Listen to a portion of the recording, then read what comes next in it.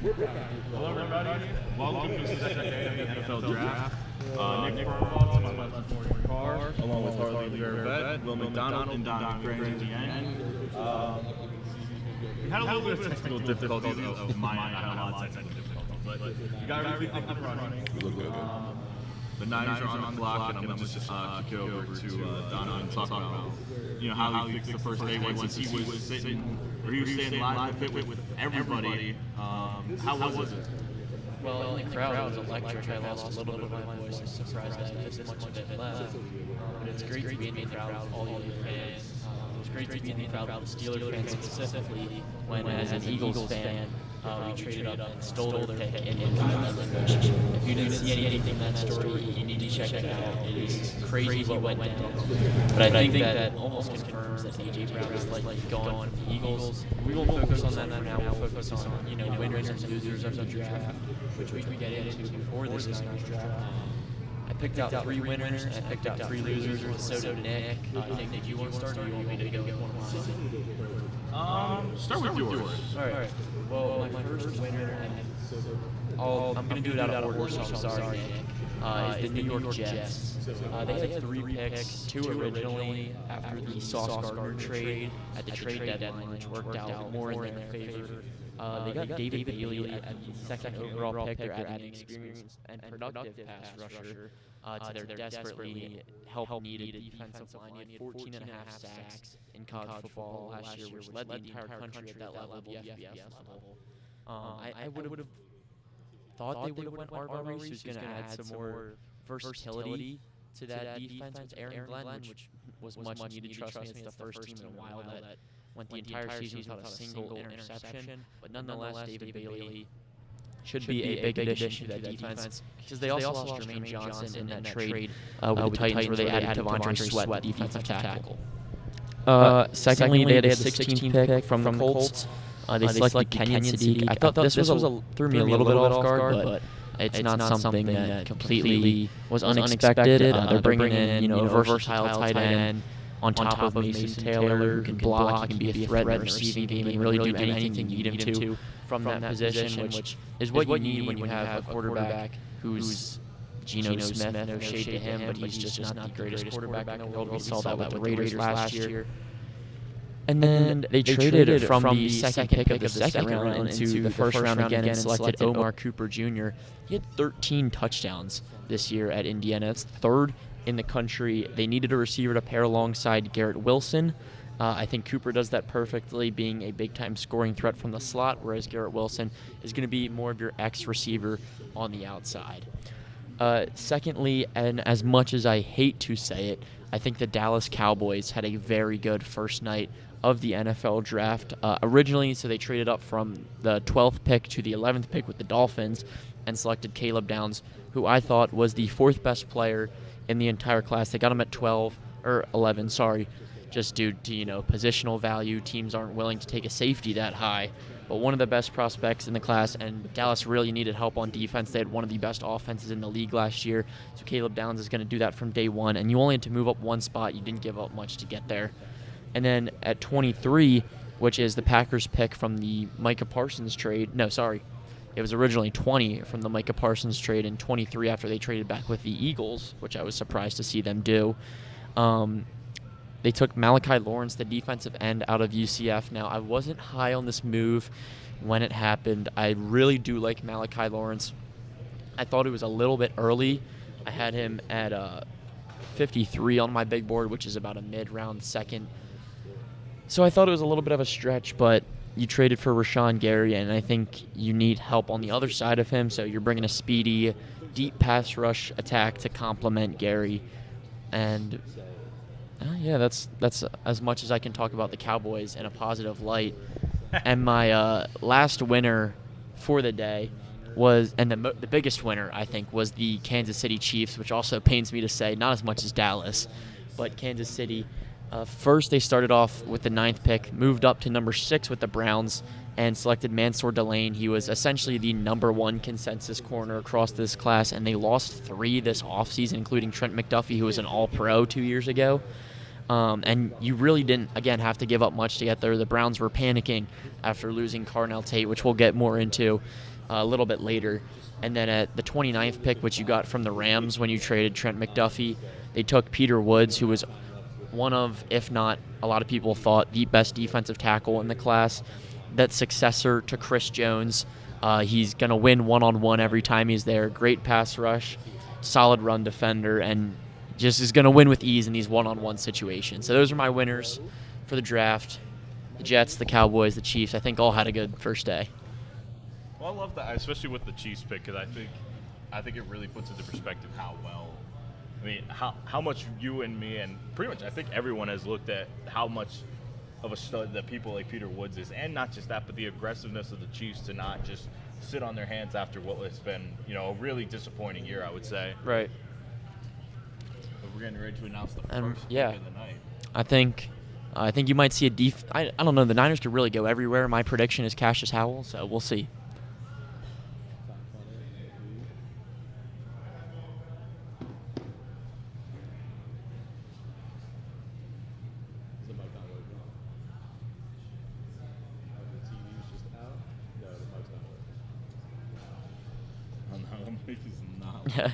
We cannot hear anything from our source. Difficulties tonight.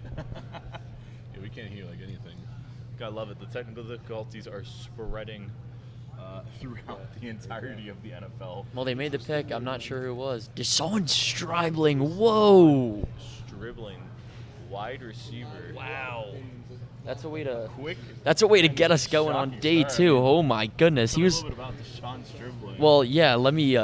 Oh my goodness, that caught me really off guard. Deep into the bag to start Yeah, I tonight. do. My 19th ranked receiver. I watched just about 40. He barely made the top half. I mean, Ole Miss had a decent season, and you're going to need playmakers. I thought Stribling was really not that great of a route runner. Not very fast, but he's bigger, so he's going to take long strides, similar to Denzel Boston or Malachi Fields. And he got a lot better as the season went on. It was a little bit of a slow start, but as the season went on, he was getting better. His route tree didn't seem too developed to me, which sort of went around with not being a great route runner. But he's a hard guy to bring down when he has the ball in his hands. He has good size. That is just not what I was expecting, though. No, I fully understand that. I mean, for the Niners' first pick, that's definitely a questionable one. Yeah, I mean, there's tons of receivers still on the board that were projected to go in the first round. Denzel Boston, Chris Bell, Zachariah Branch. I would really like to know what went into the thought process there, because I really haven't even seen him mocked up there at all. I don't know. I wish I could give you a good answer there, but I mean, there's probably something that the Niners see. I mean, would you argue it kind of feels similar to like last year when they took Ricky Pearsall late, when it kind of turned a lot of heads? To a certain degree, yes, but I mean, Pearsall was still like early day two guy. You know what I mean? Like, there was rumors of him possibly sneaking into the end of the first round. Did I think it was going to happen? No, but this has completely caught me off guard. That was, I don't even know. I'm kind of speechless after that, but there you have it. Deshaun Stribling. We're one pick in, and I'd say we already have a shocker. Yeah, 100%. And I think with that, I want to actually take a time to talk about one of the biggest losers I actually had through this. I'll start with this one. We'll talk about losers and winners throughout the night as we're getting ready. The Cardinals are getting ready, and I mean, I want to talk about one of the biggest reasons they're one of the biggest losers for me. I mean, right off the gate, I did not like that Jeremiah Love pick. For me, when you look at it, the Cardinals had a lot of problems, and I mean a lot of problems. They needed to fix some glaring holes in this system, and I just don't understand taking a guy like Jeremiah Love when you have James Conner, you have Tyler Algier, now you just signed, you have Trey Benson. It just feels like a really interesting decision, especially when you have questions all throughout their defense and their QB, and it just feels like running back was one of the few positions they didn't need. So, all right, well, the Cardinals go and Chase Basantis. That's a pick that I can get behind. Here's my third guard in the class, just behind Pregnant, who is still available, and Vega Ioane, who went day one. This is an interesting pick. They brought in Isaac Sayamalu from Pittsburgh this offseason, so I'm assuming he'll play that other guard role. Paris Johnson will kick back out to tackle, which we saw him play a little bit of guard when he was coming back from injury. But I thought Basantis had a very good base, especially that lower body strength. He picking up multiple assignments in one play, had great drive, great body control. Just a guy you probably would have liked to see get drafted before Keelan Rutledge that we saw the Texans trade up for yesterday. But Basantis off the board early here does not surprise me. But probably to, block for Jeremiah Love, too, who you were just talking about, Nick. Yeah, no, 100%. I mean, this could be what the Cardinals' vision is in mind with Mike LaFleur in the system. Get a heavy ground and pound team, but it still feels confusing with the talent they have overall. What feels like what should be a more pass-heavy team. Maybe they're trying to balance out the scales. I feel like the Cardinals are one of those teams where you could really just upgrade anywhere. Yeah. So when you have a near generational prospect at running back, even if you have, Trey Benson and who is it, Amari DeMarcado and Tyler Algier and James Conner, you can still upgrade from a backfield like that. So I mean, it makes sense. I think one of those, if not two, will probably be moved this offseason. If that just means cut, that means cut. But maybe even traded. Someone gives up a late round pick for Benson or Tyler Algier. It's certainly a possibility. I do get and see the vision there. Yeah. So I mean, I don't know. I really think they probably just couldn't find a trade partner because it was so rumored that they were going to move that third pick, and it never ended up happening. And that was just, I don't want to say a panic pick, but their top guy who was there. So I don't know. The Cardinals are in a weird spot, so we'll see. Makes sense. I mean, Will, what do you think about these first two picks so far tonight? I mean, you want to talk about one surprising, one not. I'm just gonna jump to the first pick. I mean, again, just like Donovan said, you had so many other wide receivers out there. You had Omar Cooper Jr. He's still out there. Chris Bell, Denzel Boston. Again, no shade to the guy, but I mean, there were more highly ranked prospects out there. But I mean, for the Cardinals, it makes sense that they take an O lineman. They got to build up. They got to start somewhere with their offensive line, and I think just adding on to what they already have with Paris Johnson. I mean, you need somebody to help protect Jacoby Brissett, who is your quarterback for the moment now.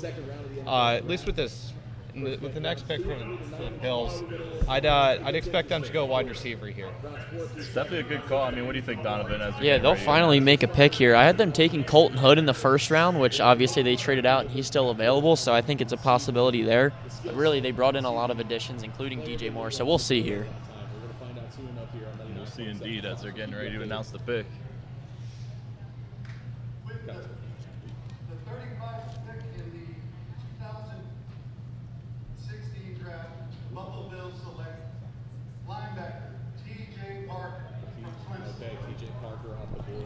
So more of an edge rusher role there than linebacker, which is how it was announced.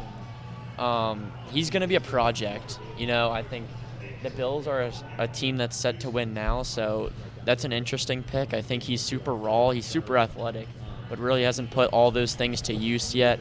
And I'm going to pause real quick because the Texans did trade up. So we'll get into that in a little bit. But I like the pick overall for T.J. Parker. I would have assumed that they were going to go defense. He can work with Bradley Chubb, who they brought in this offseason. So if a project is what you're looking for, that's what you got. But I think the upside is 100% there for Parker. I do see the vision. I mean, I don't know. We're off to a big start. I mean, we talk about projects. I mean, one for me, and I'll talk about another big loser, and I'll switch it over in a little bit. We'll get to Donovan's biggest losers. That's not the pick going on.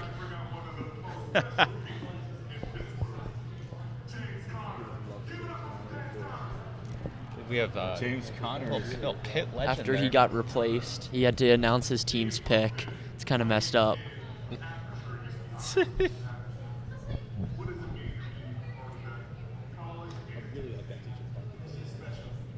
But as we're getting ready, I mean, one of the biggest losers for me, I'm going to quickly go into it. As we talked about projects, I'm actually going to say the Vikings. I know me and Donovan might go a little back and forth on this one. I really did not like that Caleb Banks pick, mainly for one big reason is the bottom point says Peter Woods is right there. And on a team like the Vikings, who are desperately in win-now mode, especially in that tough, gritty, competitive NFC North, to take a guy like Caleb Banks, who has the injury issues, he didn't play a lot, and you have a more polished, NFL-ready guy in Peter Woods, I just feel like it's a really questionable decision. And the Vikings have kind of had this issue of taking very high-risk players in the first round. It was like there was Dallas Turner, but he panned out. They did it with Louis Cine, and he was a complete flop. I mean, there's been a lot of questionable decisions about the Vikings in their first-round selection, so that's kind of where I stand by it. And I see it there. It's for me, the Vikings are one of the biggest losers from the first round last night. Yeah, I think in terms of, he played 3 games this year, so I get what you mean when you talk about a project. I have a feeling, in what tape I watched from him this year, that he can come out and play at a high level. I thought he was very good. In those 3 games he played, he showed out at the Senior Bowl. He had a great combine, so like you said, we go a little bit back and forth on it. I'm more of a fan of it than you, but, only time will tell, so. Yeah, agreed. Time will tell on that one. So it is the Texans. The pick is in.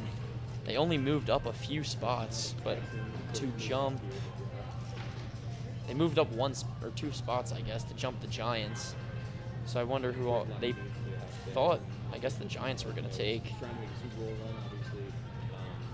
C.J. Stroud has a good amount of protection there on the offensive line. Nothing we really have to worry about there. Has some weapons, so it never hurts to have the offensive line. I think defensively there's some more question marks there, more so on this field.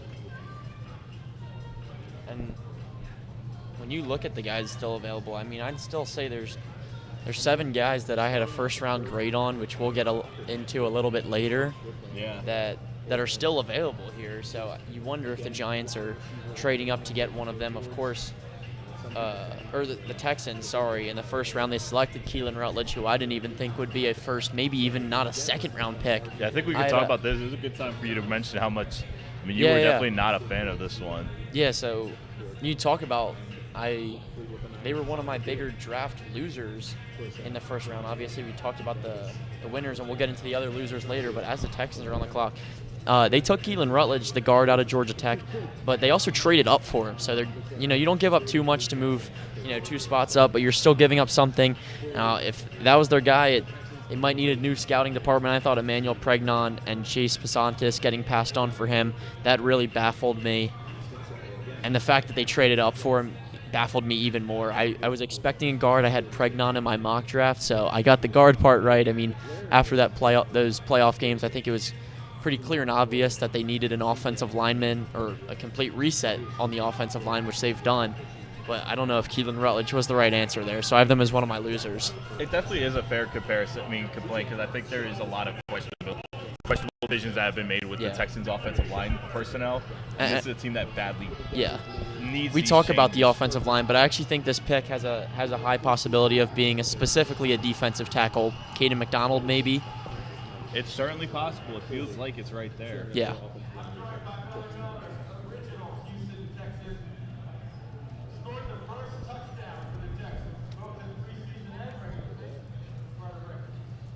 I know it's a big one. The Texans are getting ready to add some extra depth.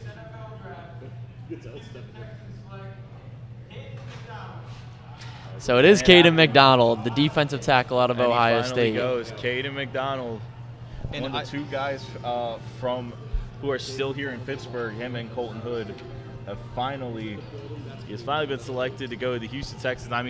Can you talk about an advantageous situation right there? A guy like him, he's been waiting his time. He's a very underratedly good player, and I'll let Will take it here because he's an Ohio State.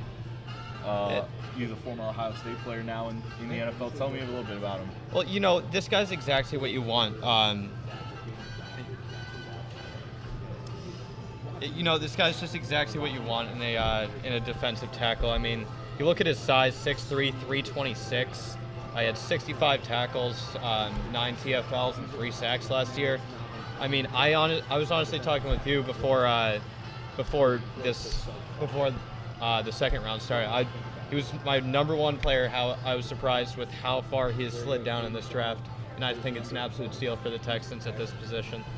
No, I definitely see the vision there. I remember I had a chance to talk with Caden at Hazelwood Park, and what really just stuck out with me is just how positive and upbeat a guy like him he is. And again, you're going into a situation where you are, with guys like Nico Autry, you're with Sheldon Rankins, you're with Will Anderson and Daniil Hunter. I mean, it's a loaded defensive line unit in Houston. So you got to be so happy for him, because he's going to get every chance he has to not just succeed, but be put in advantageous situations and learn behind super talented players in the NFL. Right, and this is really, I think, what you needed on the defensive side was a run stuffer, right? The Texans' pass rush, including the interior defensive line, just the defensive line as a whole, was monstrous. I mean, one of the best defenses we've seen, in the past few years. So I think Caden McDonald brings a great experience as a run defender. I thought that's what he specialized as at his Ohio State. And I really like the Texans pick. Thought that was going to be the pick, which is why I said it right before. So quick victory lap there. Actually, not one of the guys I had a first-round grade on, but right thereafter, and I would have thought he would have went in the first round. I just didn't have him up there, but nonetheless, I love that pick for Houston. I agree. We're going to take a quick break, and when we get right back, the Raiders will be on the clock. So stay tuned. Make sure you share us around, and we'll be right back.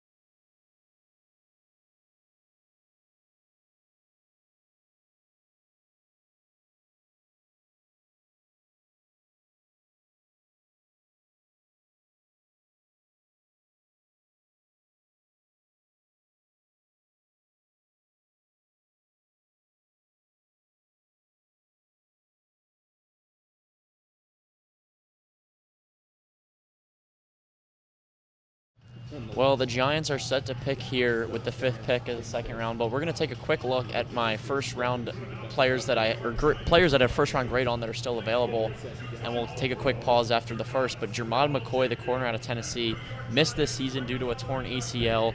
Might need additional knee surgery, but I think when you look at the tape, you see one of the best corners in the class. Again, we'll get back to this after the Giants pick because we don't want to miss that, but I think you need to keep an eye out for him to go pretty soon.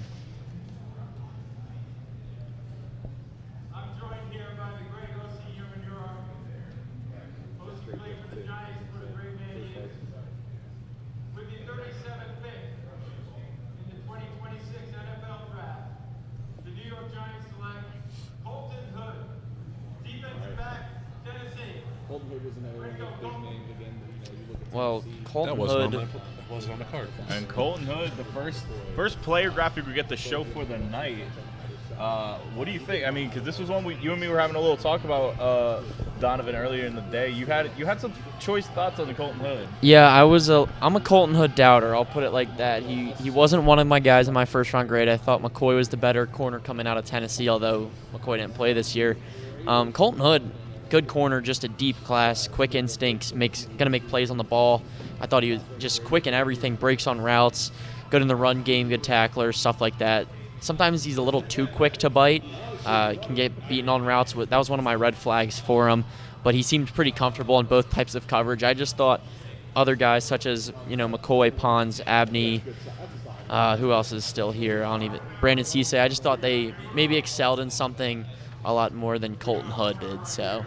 No, it's definitely understandable. I mean, Colton Hood's is very talented, but I think like we see, especially now, we're starting to look at surprisingly with a lot of the second round picks, a lot of raw talent that is going to be looked at here. It's interesting to see as well as take a minute to talk, switch back to the best available for first rounders. I mean, I know this is Donovan's dream, obviously. A guy like Emmanuel McNeil Warren, I feel like he's a guy who's being heavily underrated. I think it's a mixture of he played at a smaller school like Toledo. MAC football sometimes isn't always the most respected, and also the fact that I feel like safety is a very undervalued position in the draft. I feel like things like safeties, linebackers, even sometimes tight ends. I feel like those kind of positions get very much undervalued when you look at NFL prospects. Yeah, positional value is something you see all the time, really as recent as yesterday when Caleb Downs, who I think is a top 5 player in this draft, dropped all the way to, 11 when the Cowboys took him, just because, he's a safety, maybe it was a little bit of injury concerns, but we saw Kyle Hamilton a few years ago, and I just don't get it. I think if that's your guy, take him. Like, who cares about the positional value? He's a great player. He's going to be an impact guy. Is the Giants, right? As now Matt Millen is coming out to announce the Raiders pick. This might be a receiver, something to help out Mendoza. We were talking with another Raider. We were talking with another person who was a Raiders fan, talking about how they might be interested in Denzel Boston potentially. Yeah.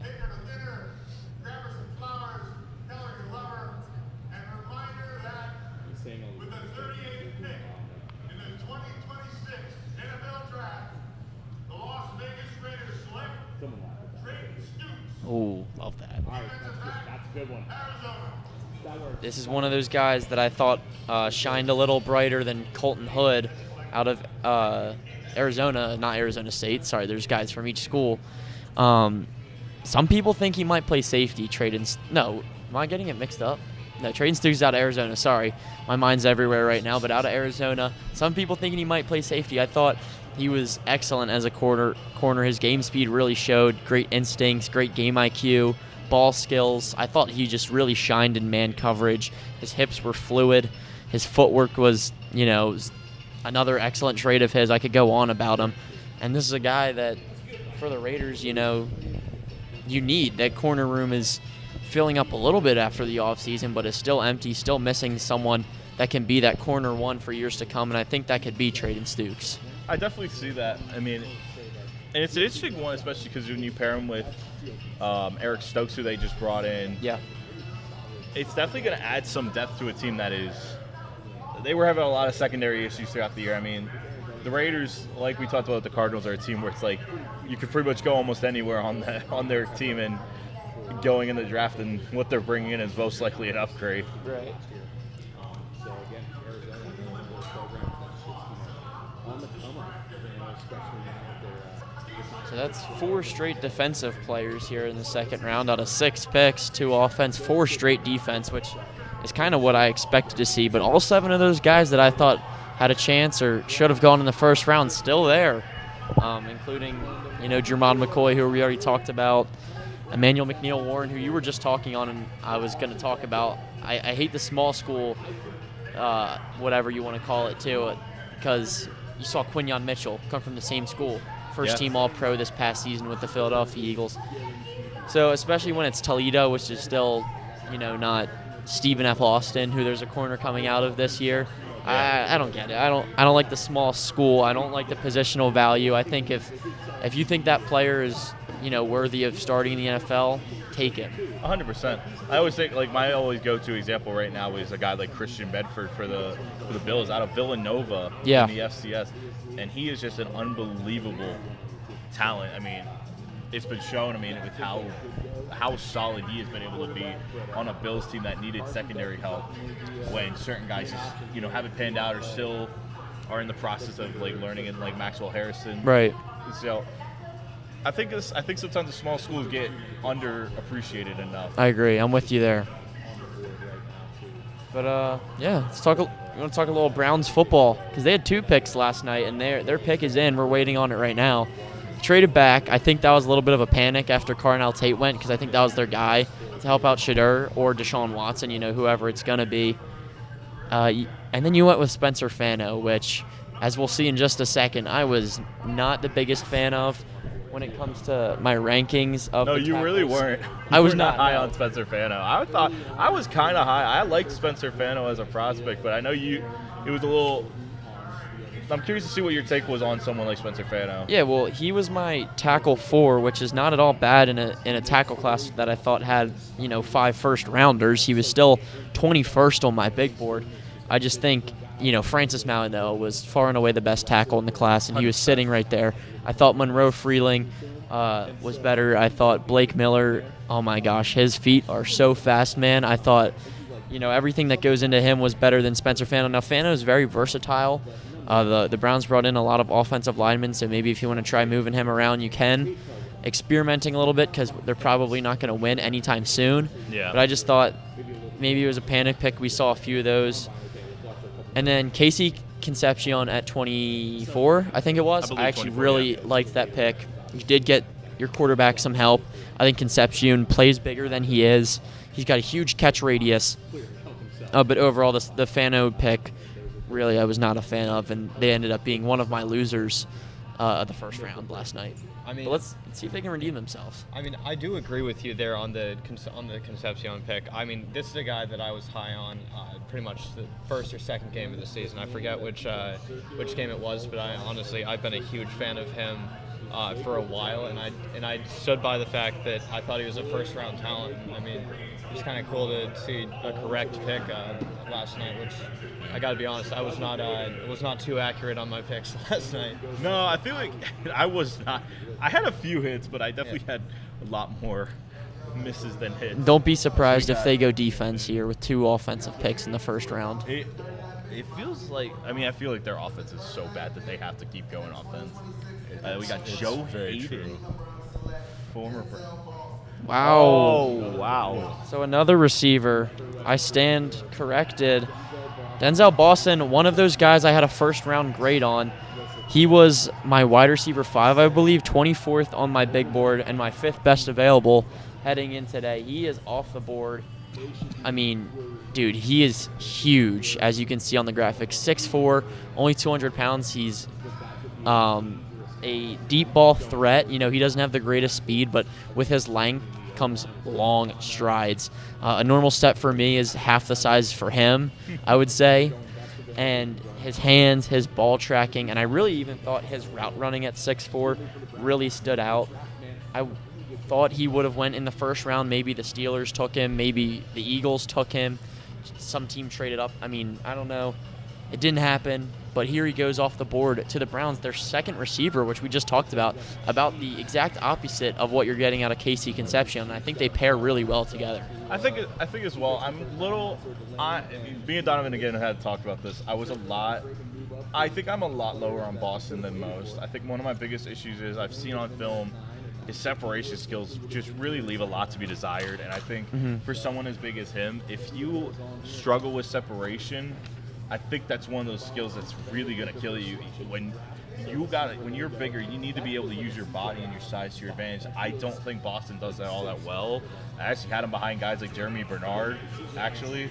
I think he was like my wide receiver 7 in the grand scheme of things. So I don't think it's a terrible pick.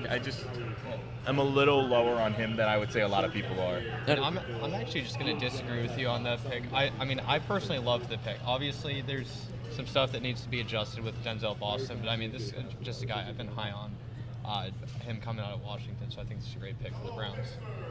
I can see it. Well, we'll get into it in a second after this Chiefs pick. The Chiefs are heading. But I think it'll. I think already made their selection. Or their pick is already in after. Oh well. The Kansas City Chiefs select R. Mason Thomas, defensive end, Oklahoma. this is another guy. I didn't have a first-round grade on him. It wouldn't have surprised me to see him go in the first round.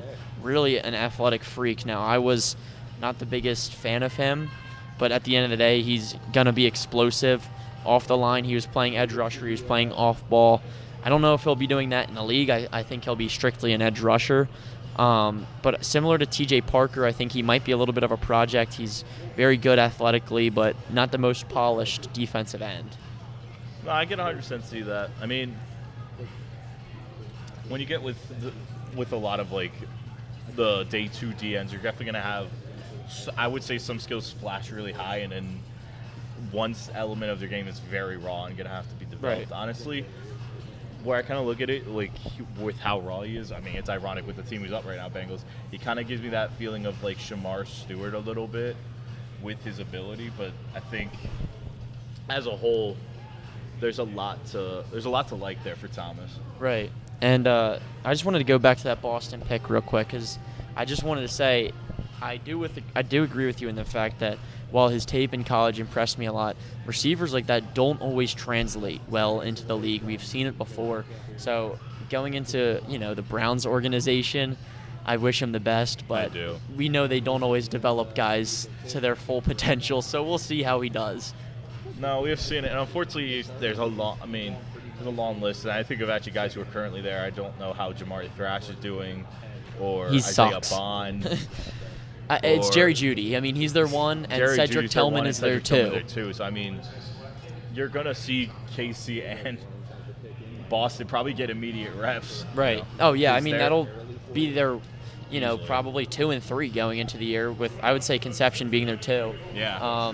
Real quick before Cincinnati picks, with how many corners are on the board and how much they need one, it would blow me away if this is not Avion Terrell, Cisse, Keith Abney, one of those corners. Probably not McCoy because they're looking to win now, but I really think this has to be a corner or a safety. In the 2026 NFL Draft, the Cincinnati Bengals select Cassius Howell, defensive end, Texas A&M. All right, well, it wasn't a corner.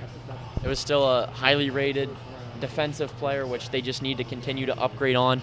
He's going to be on a defensive line shared with Dexter Lawrence after they made that trade. What was that, last Saturday? I believe to so, give away yes. the 10th pick. So this was their first pick. It's Cassius Howell. I thought he would have went in the first round. I didn't think he was, a first-round pick. But here we are. He's a Cincinnati Bengal. Will, I'll let you take it away. Yeah, I like this pick a lot. He's one of the main guys that I was kind of surprised with him not going in the first round. I mean, you look at this guy, he's 6'2", 248.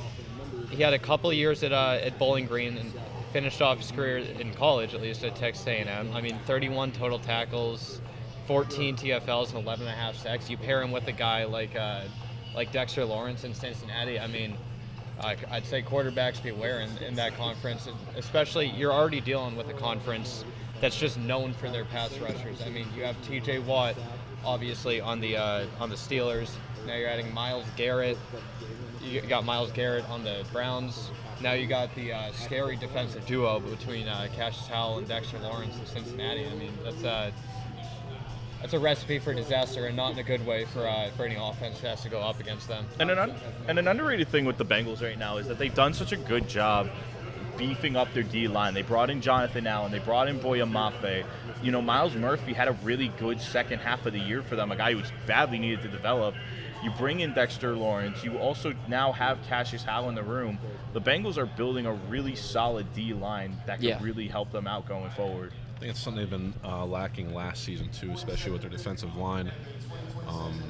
C.J. Allen, I bet you. I'm excited to see where Howell goes with this. Yeah, I am I'm too. gonna stop The talking. pass rush has been such a problem for the Bengals. Defense has not been their game this season. So it's with Christian that, we, Miller out of Georgia, a guy I was fairly high on, just outside of the first round for me at 35 on my big board.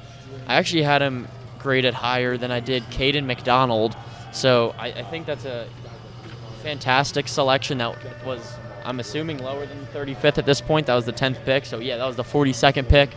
Yeah. I think they got really good value out of that guy. He's a playmaker. He's going to be in the quarterback's face within well at or not. Got my tongue tied, man. It's going to be quick after the snap. I'll put it like that. Yeah, I like that, especially because we talked about the fact that he's not just super strong, but he's got this high motor. Yeah. And I really love to see a guy like that who's just really beefy and physical. Again, another position I think that is really undervalued sometimes in drafts is D tackles. I mean, we saw it with a guy like Peter Woods. Yep. So You saw it with a guy like Jalen Carter a few years ago, who was Yeah. maybe even the best guy in the entire draft. Now, were there other factors that played into him dropping? Yes. But either way, you saw what he can do and what they can do as a whole. And I think they are finally back up to speed with the Dolphins on the clock. So And I think now is a good time we talk about the fact that we got still a lot of talented defensive ends still on the board. This graphic was done courtesy of Will, actually. Great job, man. As Cassius Howell's gone, we still got talented guys like Zion Young, T.J. Parker. For me, the big one Parker's is gone. Gabe. Oh, yeah, no, Parker is gone. Thank you for keeping Yeah. me up there. Gabe Yakis and Derek Moore. I mean, there's still a lot of talented guys. I'm still surprised Zion Young has not been drafted yet. yeah, well, the defensive ends are always deep, I feel like, because it's one of those positions that everyone wants. And, you just see a lot of guys produce at that position throughout college football. So a lot similar to receiver almost. You're going to see a lot of those guys go, or a lot of those guys that are very talented go late in that sense. So Gabe Yakis, Derek Moore, but Zion Young, man, I thought he was incredible out of Missouri. Super high motor, super strong, super solid pass rusher, super everything. So, a team will be lucky to have him at this point in the draft. He could go maybe with this next pick here with the Dolphins. I feel like, especially with the Dolphins, where he talked about. I mean, I think it was you, Donovan, who talked about the Dolphins being one of the big losers. I believe, right? Yeah, I mean, if you want to throw the graphic up, we can. I'm happy to talk about it because the Dolphins felt like a team. You have two. They traded for that second pick with Jalen Waddle. So you had 2 picks going into tonight, and really, I mean, you signed Malik Willis, so you're probably not going to go quarterback, and you have Devon Achane, so you're not going to go running back in the first round. It felt like you could go anywhere else and really nail it. They were at 11 with Caleb Downs there. They just traded Minkah Fitzpatrick away, take a safety. They traded away, and they drafted Caden Proctor, who I think is good, but not at 12th overall. I had him at 29th on my big board. He was about my 6th best tackle in the class, and he might have to play right tackle, which he played left tackle in college, and I was actually able to talk to him about a potential switch on Wednesday, and he said he's confident in his athletic abilities to do so. But I think you're asking a lot out of such a raw prospect when there were guys that have played right tackle right there for the taking. And then with that 27th pick they got from Jalen Waddle, they selected Chris Johnson out of San Diego State. Now, I'm not dissing him because of the small school rhetoric, which we've talked about before, but there were just, plain and simple, a lot of better corners on the board, so they ended up being one of my losers. Round 2, I'm interested to see what they'll select. I would expect a receiver. I really would have expected a receiver in the first round. They didn't take one there. I think if they don't take a receiver in the second or third round, I think they're going to see a lot of problems because this is a team that badly needs receiver help with a team that is with a trio of wide receivers that is Malik Washington, Tutu Atwell, and Jalen Tolbert. I mean, that's just not not going to help a guy like Malik Willis who needs a good system around him. Exactly. He's not an experienced starting quarterback. You're signing him in expectation that he can be, but he hasn't been that yet. So you can't just throw him out there with one good offensive lineman, which now they drafted another one, so 2 potentially good offensive linemen, and Tutu Atwell and Malik Washington. So maybe it'll be Chris Bell. I'm trying to see my receivers that are still available here while I talk, but similar to edge rusher, there's a lot of those guys that you're going to see. Zachariah Branch is still there. I really like Bryce Lance out of North Dakota State, but I think Chris Bell is probably the guy to look out for here out of Louisville, despite, he's coming off an injury, but he'll be healthy, and the Dolphins could use the help, man. No, 100%. I mean, it's ironic. Both them and the Jets back-to-back are teams that badly need help on a lot of ends. So, I mean, it'll be curious to see. There's also something funny just hearing everybody. The song choice the guy, which is just shout. Well, I'm so used to hearing that with, Oregon. While we wait real quick, they're about to make the selection, of course. Emmanuel McNeil-Warren is still falling. That is my dream prospect for the Eagles. That's who I wanted in the first round. If we can snag him at 54, I'm going to go ballistic. And if he gets drafted before that, I'm going to be very sad. I wanted to set the story for that. No, I feel like you set the stage well. It still blows my mind. He's still there. I can't believe it. He is so good. As they got Dwight Stevenson, who's going to be announcing the pick for the Dolphins here. Whoa. And Rodriguez goes. I like it. I mean, that's, you needed help everywhere. I just talked about it. So I think they have another second-round pick. So they could go receiver there, and you go with Jacob Rodriguez, who was one of the best players in college football. He goes in the second round with size concerns, but the Dolphins are in a point in their franchise where they can take risks because they're not a win-now team. You're still building.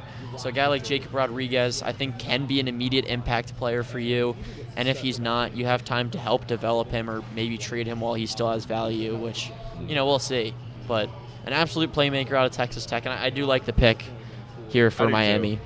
I mean, I think that's a great pickup for them. Again, Nick, you probably heard me say it a million times so far, so I hate to keep sounding like a broken record, but I honestly thought there was a small possibility he'd slide to my pads in the later part of this round. I was actually talking with a couple people back home about it. So, I mean, some disappointment there, but again, the Dolphins are getting a great guy. I mean, he was, 5th in Heisman voting this year. So they're certainly getting a great prospect. Oh, 100%. And I think one of the interesting things is as we talk about this, as we got the top 5 available linebackers, as ironically as Jacob Rodriguez is off the board, it still surprises me. Another guy who I feel like is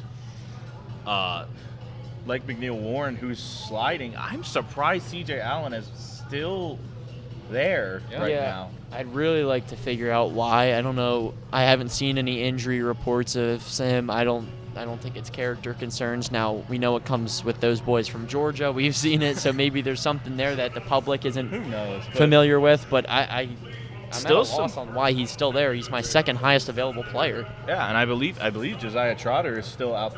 I love Josiah Trotter. And Allen was my 17th player on my big board. So, I mean, there's a lot of talented linebackers so many talented guys who still are available. It's a really surprising thing, honestly. Well, here go the Lions. Maybe we see one of those go now. With the Lions pick, I think definitely a D2 is going. And one of the guys on the top 5 remaining defensive ends is off. Derek Moore, the Michigan stud, is going to the Lions, who another team where I feel like they have some decent pass rush, but I've always said this, you can never have enough good trench play at this point. I agree, especially if you're a Dan Campbell team. Oh, 100%. Right? And I think, you're the Detroit Lions, you're in the Motor City. The first note I have for Derek Moore is high motor, so I think that's a great fit for him. That's exactly what Dan Campbell is looking for, is dogs, guys who's going to bite your kneecap off. We've heard it before. I was just about to say he's looking for a kneecap bite. Yeah, you saw it with Blake Miller in the first round, an offensive tackle who's not afraid to get dirty, get down, get in the ground. And now you see with Derek Moore, he's going to get low pre-snap. He's going to help you in the run game. A lot of lower body strength. He's going to win with his bull rush, plain and simple.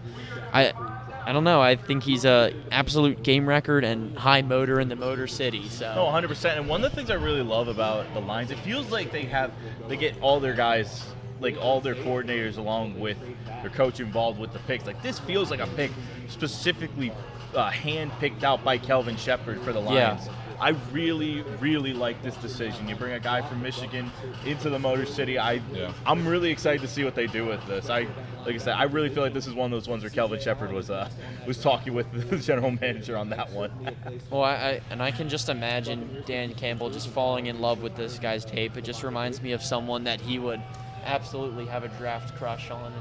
And I really do like that fit. He stays in Michigan, just going to Detroit from Ann Arbor. So what a cool story for him that I set the precedent to. You bring up the speed and the high motor with, I feel the Thanksgiving game with Detroit, and I cannot think of the other team. That was, I feel, what they were missing with their offensive line. And their defense has gone up immensely, but with Derek Moore, he's definitely going to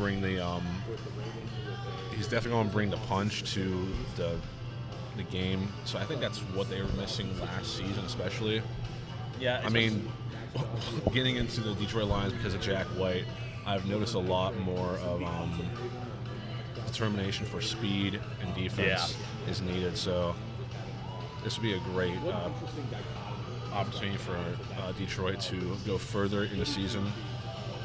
No, 100%. And honestly, I want to move back quickly to a guy like Jacob Rodriguez because I love what he brings to a team like Miami. Because especially for me, on a team that's got very few bright spots, one of the biggest bright spots I think the Dolphins have now is a great linebacking duo. You have Jacob Rodriguez on one end, and you pair him right next to Jordan Brooks, former Seahawk, who was an All-Pro this year with the Dolphins. I mean, the dude was a stud. Yeah. And you got to at least find there's very few lines of optimism right now for the Dolphins when you know how much they've had to tear down their team. They're basically saying they basically just pressed the restart button on this franchise, and it feels like if nothing else, these are two guys you can build around for the next, I'd say, 5+ years. And I think Jacob Rodriguez also brings a great leadership to a Dolphins defense that really doesn't have a lot of playmakers. So as you continue to grow that roster and that defense, you have a guy like Rodriguez who can step in and be there since the beginning of the rebuild and be a leader through that team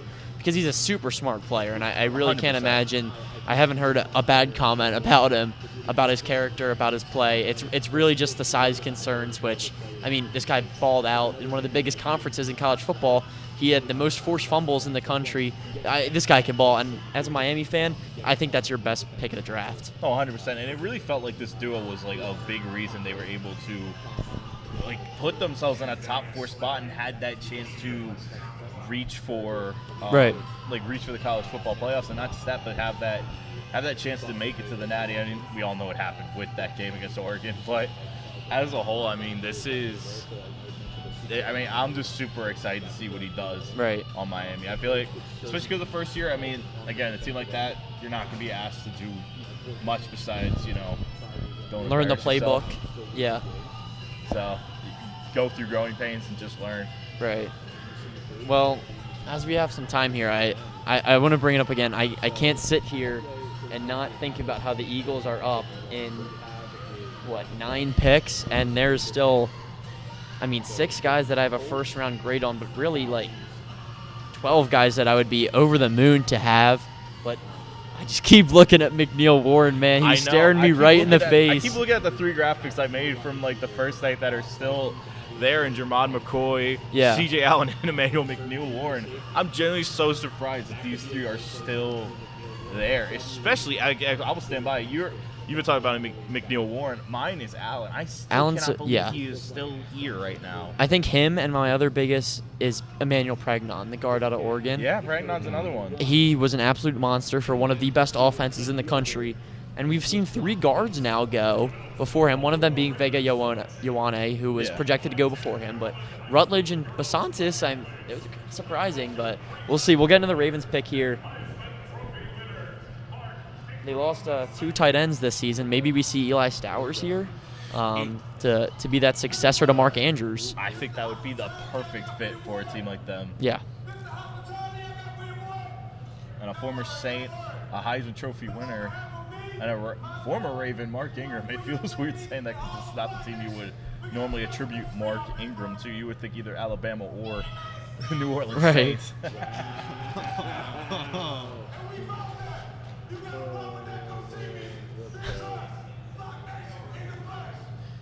Lamar love Jackson's iPhone in biggest fan.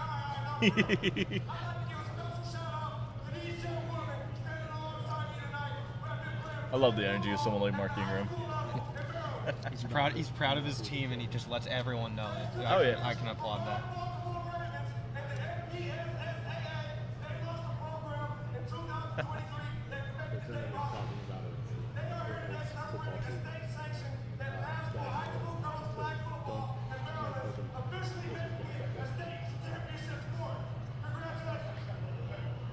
Oh, they did. They did. Not as much, but they did. And with the 45th pick in the 2026 NFL Draft, the Baltimore Ravens select Zion Young. And there he Fantastic goes. selection. Fantastic selection. I really can't say enough good about Zion Young. Absolutely an absolute animal, dude. I mean, he's going to come in with his arm swinging into Baltimore.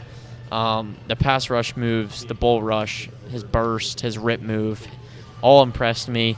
Phenomenal bend, the speed to move to the inside.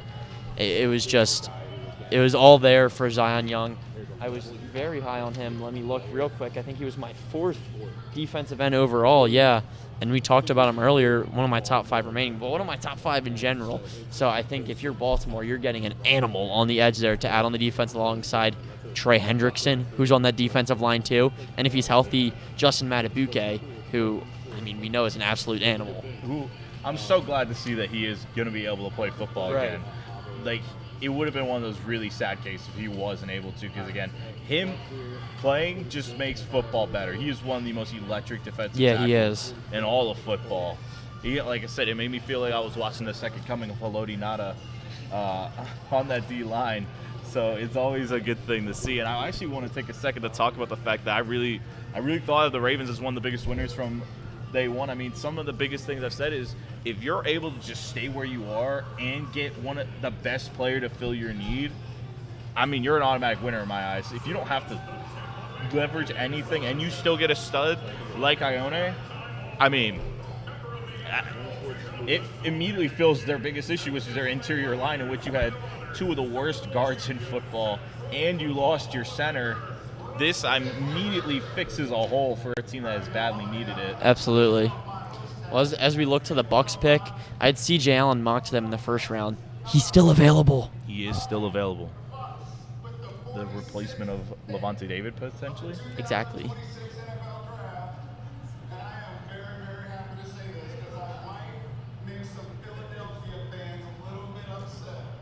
Oh no. Oh, no.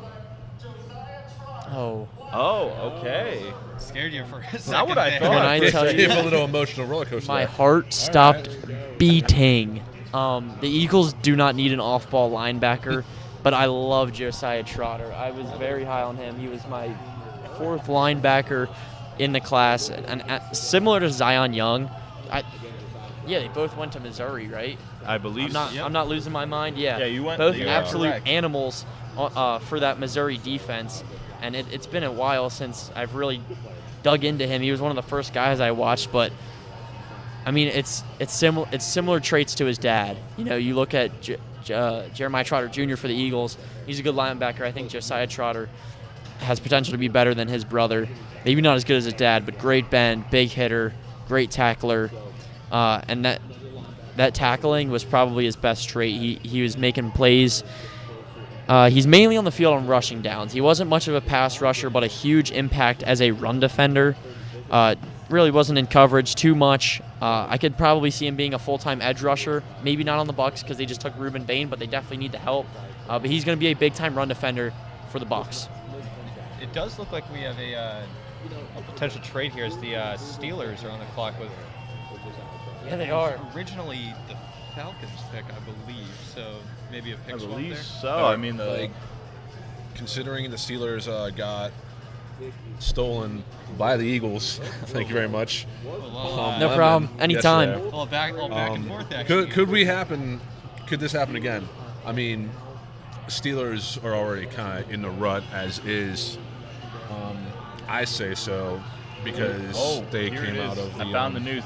Steelers are trading up to 47 and also getting picked 249, and the Colts are getting picked 53, 135, and 237 in a return. Okay, so Wow. a little bit of a hefty Okay. deal there. 5 picks involved. Yeah. Obviously going to be all, day 3 picks, I'd assume, besides this pick swap here. This is interesting. I'll be interested to see. Could this be one of C.J. Allen or McNeil Warren going to Pittsburgh? I don't think it'll be outside of McNeil quarterback, Warren. Those are 2 of their biggest needs right now. Yeah. I don't think it'll be anyone in the secondary because they brought in Brisker this offseason. You have Jalen Ramsey.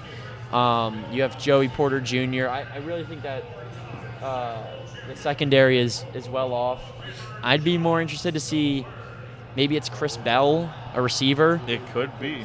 Zachariah Branch, I think, is a perfect fit for their offense, so I would love Branch here. With the 47th pick in the 2026 NFL Draft, the Pittsburgh Steelers select Jeremy Bernard. Yeah, You so- were right about a wide receiver, but it is Alabama prospect Jeremy Bernard. From what I've heard, they've been high on him for a while, and I can just imagine him in a Steeler. I mean, this is Roman Wilson all over again, isn't it? I think it's about the same prototype as a receiver, as you hear the roar from the crowd and here in Pittsburgh. But I wasn't a huge guy on him. I thought he ran some smooth routes, but he struggled a little bit to get separation, more on the inward breaking routes. Nonetheless, he's the receiver 1, 2, if you want to talk about Ryan Williams at Alabama. He's got fast feet and sharp cuts, and his release was really polished. Killer downhill speed, and, actually really stood out as being able to handle contact very well. So I think this is I would have liked to see Zachariah Branch, but I think both of these receivers fit the Steelers' offense because you brought in Pittman and you have DK Metcalf. I guess they weren't confident in Roman Wilson, which after what happened last year, I don't blame them. That was a whole roller coaster of a situation. So it doesn't surprise me. I would have liked to see someone. Chris Bell wouldn't make sense with the size. They needed someone a little smaller to be in the slot, but I would have liked to see Branch probably. I do get the point, especially because I think I don't know. It might be maybe Wilson just haven't fallen out with Steelers. And I felt like that was kind of apparent when they ended up bringing guys like MVS and Adam Thielen into the room. Just really, I thought, really strange decisions from the Steelers as a whole, like down the stretch. Yeah, the Thielen trade or the Thielen acquisition. I talked with kind of our another resident Steelers correspondent, Jason Obremski. He was also questioning that acquisition as well. So, I mean, it's good for them picking up Jeremy Bernard. I mean, you add him to DK Metcalf, just a decent wide receiver core, and we'll see how that plays out next year. I will say definitely more open to this pick. I don't know if you could hear it, but the crowd definitely was a little more energetic. for this, a little more energetic than yesterday's pick. I'd for sure say. Unless something happens. Thanks again to the Philadelphia Eagles. Dude, anytime. Don't worry about it. Maybe we can stay out of the news this time.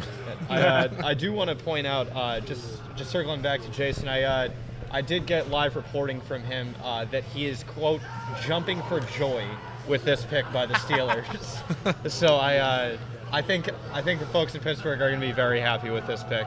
I think when you go from last year when you basically just had DK, who, by the way, at the end of the year got suspended, so they were basically running out a trio of like Scotty Miller, Adam Thielen, and MVS before the playoffs. Now you go from that to now you got DK again for next year. You bring Michael Pittman into the room, and now you have a rookie who I feel like you can decently rely on in Jeremy Bernard. I feel like if you're a Steelers fan, your outlook's got to be really good, whether if you go with Will Howard for the future or if they take another quarterback to give Will Howard some extra competition. You got to be feeling pretty happy if you're a Steelers fan with the system they've put around him for the future. Yeah, I don't think it's a crazy thing to say that the Steelers are in a win-now mode. They just need a quarterback, you know? And it's always the scariest thing when you tell people that. Well, I don't see us getting the QB in the draft by any means. I mean, we've been praying that Aaron Rodgers might make some sort of appearance. That hasn't happened. Yeah. I don't think we're going to get anything up until maybe Like the first 2 week weeks of practice. Yeah. Almost what it reminds because me that's of. what happened last time. Yeah, what it reminds me of is the Lions a few years ago. They really brought a team around and then made the trade for Jared Goff. Yeah. And, you know, you guys don't have someone like Matthew Stafford to trade away Not at all. that high value, but it just reminds me that you're ready to win. Now you just need that quarterback, and it's easier to attract quarterbacks when you have a team like that set around them. No, like we have got a lot of good prospects. I think definitely a key is someone young enough that can lead us to success. I mean, I think of Roethlisberger with his chance as QB. I think we need another opportunity like that, but I don't think we're going to get that in a draft this time. So We got the Falcons pick is in, and it's definitely going to be interesting because right now they keep saying the edge is one of their biggest priorities because, again, one of the biggest things was the Rams, who took Ty Simpson in the first round, got that pick early despite being in the NFC Championship because of a trade with the Falcons, who traded to get James Pierce Jr., an unbelievably talented guy, but going through a lot of legal issues right now. Right. And I know right now, unless you hear differently, you can't bank on that being, your first option of him being back. You kind of have to just, take the hits and find someone else. And I don't know, this could be the time you see a Falcons edge rusher get another edge rusher in the mid rounds. I will say we're on live Eagles tracker mode in my head, and there are 7 guys that I would love, and there is 7 picks. So I'm very happy right now because we're getting a guy that I love. I just really hope it's McNeil Warren. He's my number 1. Unless it's none of them. Well, yeah, we have the chance, which means I can be mad if they don't take one of them. I really just hope it's McNeil Warren. I'm still waiting to use any of the 3 graphics I still have from yesterday. From Jermon. I still just can't believe it. Guys who we've had so highly, Jermon McCoy, CJ Allen, and Not been McNeil Warren, chosen as yet. still sitting and waiting. Oh, it's Avion Terrell. I love that another pick. big guy is finally off the board. Avion Terrell. Brother of AJ Terrell, their other corner out of Clemson. Brothers connection there. Starting at corner for the Atlanta Falcons. I was actually just talking about that with one of my friends this morning. How funny that would be to have 2 A Terrells, and then we sort of made the connection that they were brothers because they both went to Clemson and everything. But one of the guys that I would love for the Eagles to have had, that I was just talking about, he was my 4th best remaining player coming into today, and a guy that I had a first-round grade on. So, 2 of those 7 guys are now off the board. I was really impressed with him. I sort of saw shades of Quinyon Mitchell when I watched his tape. Super fast, man coverage, explosive on routes. I think this is a home run pick. This is their first pick.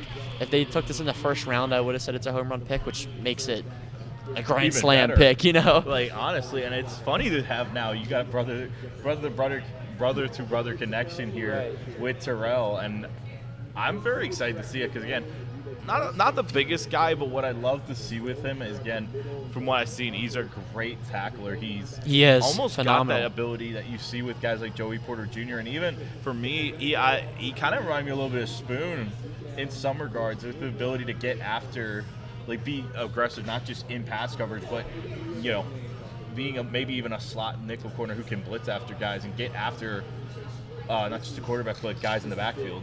And I hate to cut you off, but the Panthers have moved up to 49 with the Vikings. Just 2 spots, which really worries me as a safety-needy team in the Panthers, or just secondary. But I think you look at C.J. Allen here. I mean, to be an anchor on that defense. So we'll see. I mean, I can't believe C.J. Allen is still on the clock, or on the board. I think there's a huge chance of him going here. But I've also said that for the past, 10 or so picks, so I don't know why you're still listening to me. Now, you've brought him up a lot in yesterday's broadcast, too. Or I feel like Jack threw his name around as well. He's incredible. Yeah, so the fact we're how many picks in and he's still available? Yeah, I mean, this says a lot, but I'm kind of waiting for that curveball pick that we saw how many times yesterday? Shock radio, bro. I'd say about half a dozen times. Yeah. I would say about 5 or 6 times. Yeah. There was a few that definitely caught people off guard. It's definitely. I mean, especially at the start, it was Love, and then was Tate caught people one- off guard. Really, Love think it caught you was off the guard? That was second rumored pick, so yeah. heavily. David Bailey definitely caught a few people off guard. That shocked everybody here. Ty Simpson was the one that just That was everybody insane. was just left stunned. Yeah.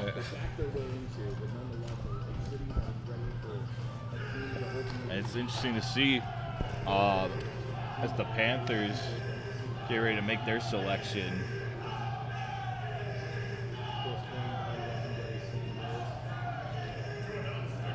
Yeah. And here's what the return is right now. The Panthers are going up to pick 49 to get pick. Minnesota gets 49 and 196 for 51 and 159. Okay, pretty even. I'm incredibly nervous right now. I'm shaking. It's going to be, I don't know. I feel like it's one of those two big names. That's gotta be. Bro, you were 8 and 9. Let's not go crazy. Lee Hunter. Okay. Okay, I don't hate it. I feel like you just keep taking deeper breaths leading up to these. Yeah. Yeah. Hoping it's not your guy. That Man about is describes worried. it. I don't hate that pick. I'm not gonna go out and say I love it. I mean, that'll be a great addition next to Derek Brown. I don't know if that was your biggest need. You brought in Jalen Phillips on the defensive line as well. I think there was other bigger defensive needs and better players that could have filled those roles, but The linebacker's still a big issue for them right now. yeah. And C.J. Allen. I mean, how many times are we gonna say his name before he gets selected? Maybe Apparently at least another half a dozen times, if not more. maybe the Jets go and select him. Who knows though? I think Let's we check back in like 2 hours and Avion- we'll see where it is at. C.J. Allen might be on a ban right now. We might just have to ban talking about him until he's Apparently, picked yeah. because we're bringing him up a lot But- here. Maybe if we don't talk about it, he'll be picked. I don't hate the decisions Yeah. that they have made. I think there's stuff to like as a whole. I think the biggest thing from what I've seen is this team has some positives, but it just feels like they need a little more from what I've seen. Clearly, there was some fear that he wouldn't have been there. So Dan Morgan did finesse showing up the middle. Very special. They're off Trying to it, find my Jets. notes on the Jets. So scattered right now. Yeah, you got plenty of papers over there. Yeah. Need help organizing? I like to do my research. I see that. I mean, I want to This give a man is shout out prepared. to yesterday, the graphics he had, or the decisions he had, keeping the papers up here helped us a million. He's literally drowning in papers right now. We might have to call the Coast Guard for the. Quite literally a sea of paper. Yeah, it's. We're gonna take a little 2-minute break, and we'll be back with the Jets pick in a minute. We will be right back.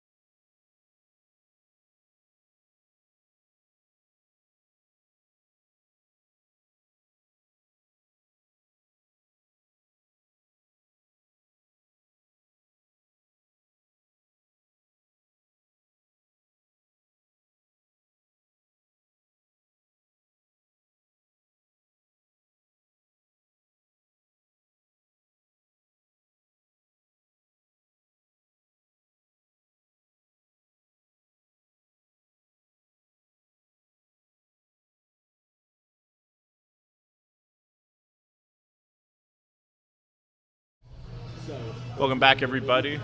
I'm going to take a minute to appreciate not just Christian Miller, but this team has had.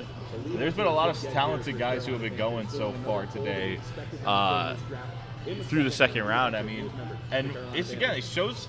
I think one of the biggest things that's been impressive is we've seen through some of the graphics from Will and other people. There's a lot of talented defense here. It's not the shade on the offense by any means, but there's a very defensive-heavy class we've seen through the first 2 rounds. I think the top of the class really exemplified that with all the guys from Ohio State, Arvell Reese, Caleb Downs, Sonny Styles, and you have Ruben Bain, and then Mansour Delane, David Bailey, all those players, and then it just gets deeper. It just gets deeper as the class goes on. So we'll see what the Jets do here. We're not allowed to say his name, but you know who I think it is. Yeah. C.J. Allen. Every pick, we think it's him. It has to be him eventually, right? Like I said, if we don't talk about him, who's the next quarterback to go?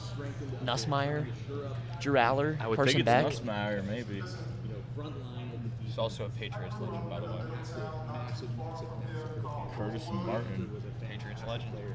I thought they were going to go Terrell Reeves. I was going to have a bone to pick native, with too. He's more of a Pats legend than a Lee Hunter would get a fantastic call. He'll be in that battle trying to be the replacement for Deshaun Robinson.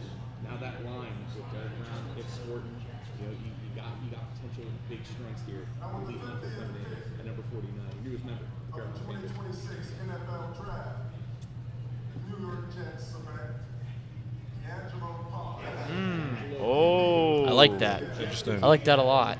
D'Angelo Ponds. The Jets that are one, really nailing this draft. That one I have hurts to me a say. little bit.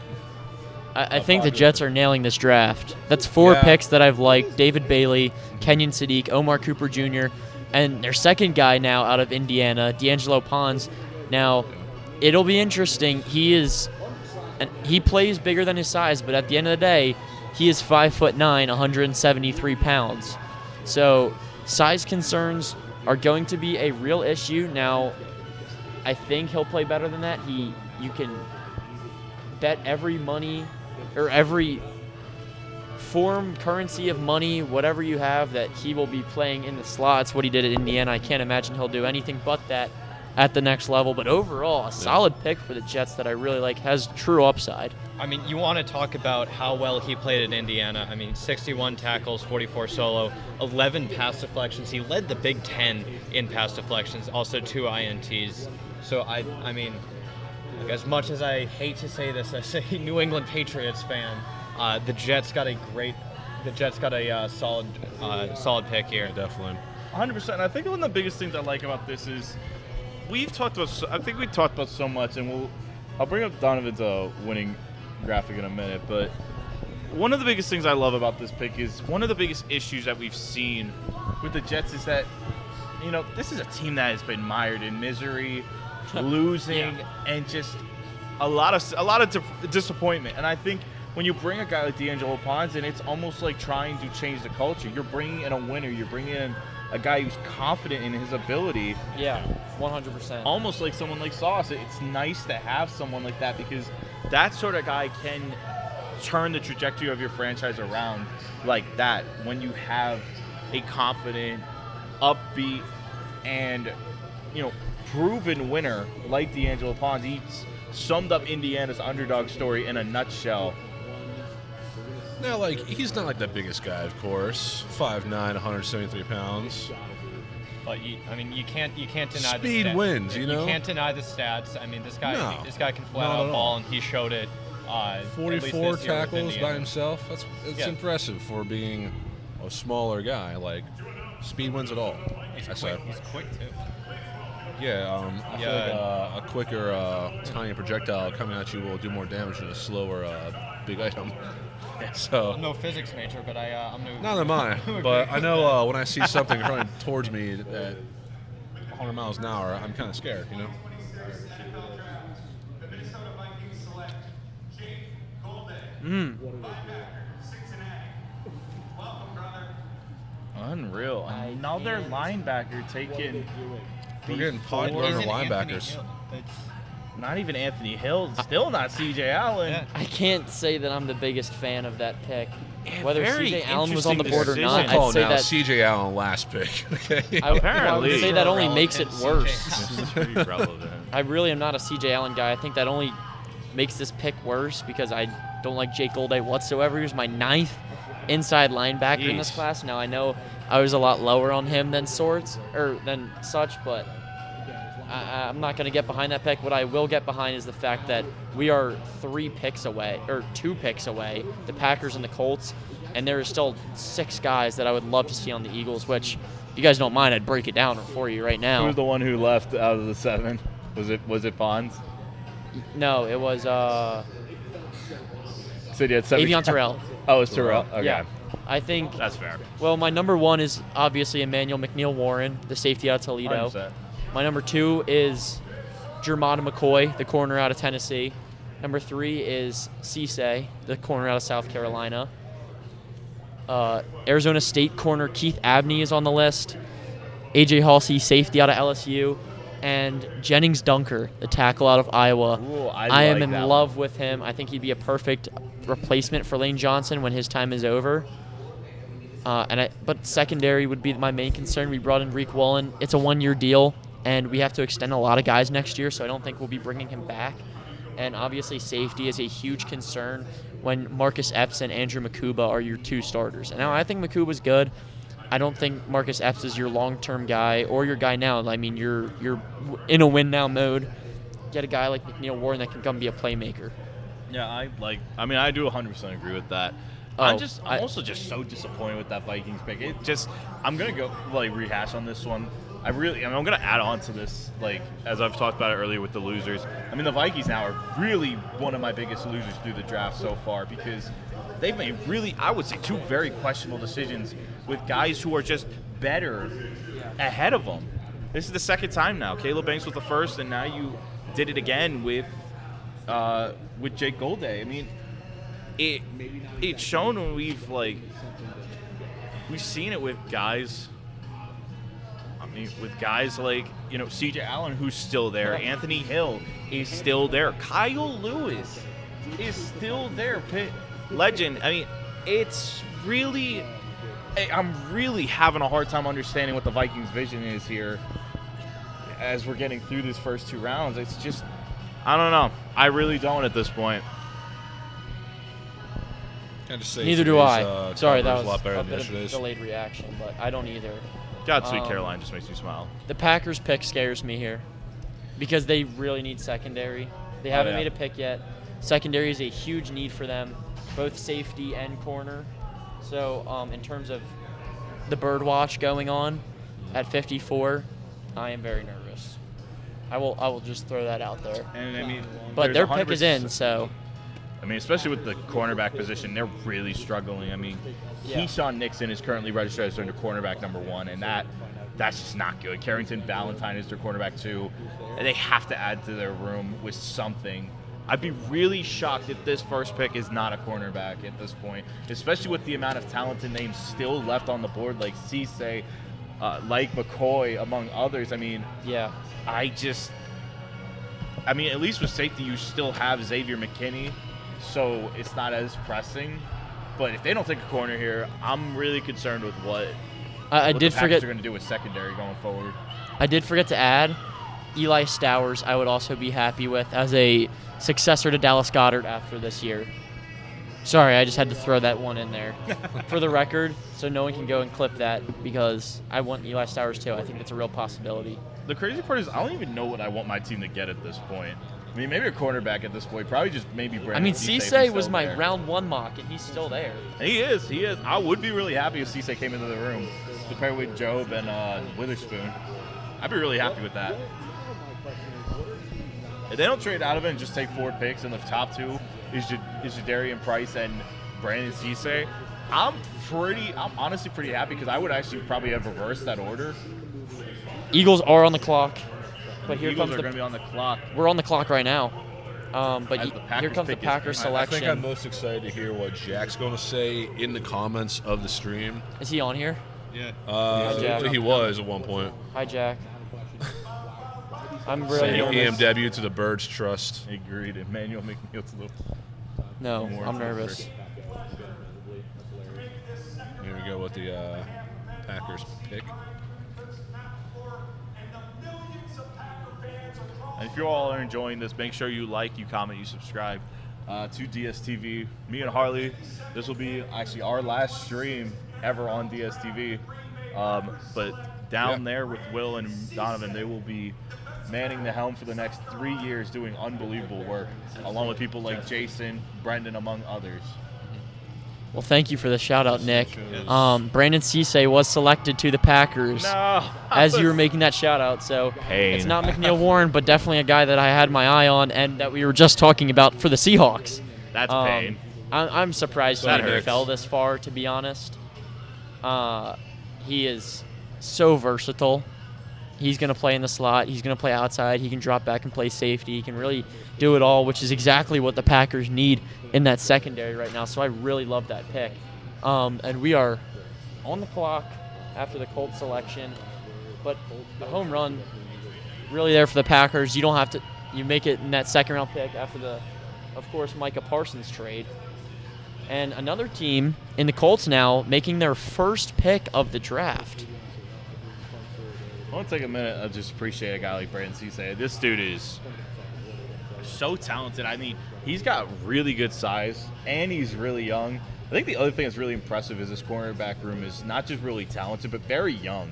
Yeah. I mean, I feel like we could talk about it with everybody. Everybody's either 21 or 20 in this cornerback room Right. who's like early on, which is kind of insane to think. You guys just like surprised me. It's like we're how old, Nick? All right. 24. Like I am very nervous. making the pick. now we got And McAfee Pat up on the stage. McAfee is going to be announcing the Oh Colts. boy, Pat pick. McAfee on the stage here. I'm This is nervous. a team that I feel like I don't badly think needs they a go Don't linebacker. let us down, Pat. I don't think they go secondary, but it's not impossible. I think it's either a lineman or a receiver.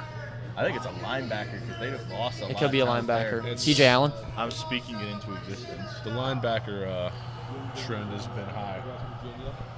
0 arrests last night in the NFL draft compound. Pittsburgh enters. Congratulations. Now that's McAfee funny. congratulates Pittsburgh on 0 arrests. Something's gonna happen now. He jinxed him. Thanks, Pat. That's crazy. Even the Pat McAfee to bring up a join the crowd. That changes this year.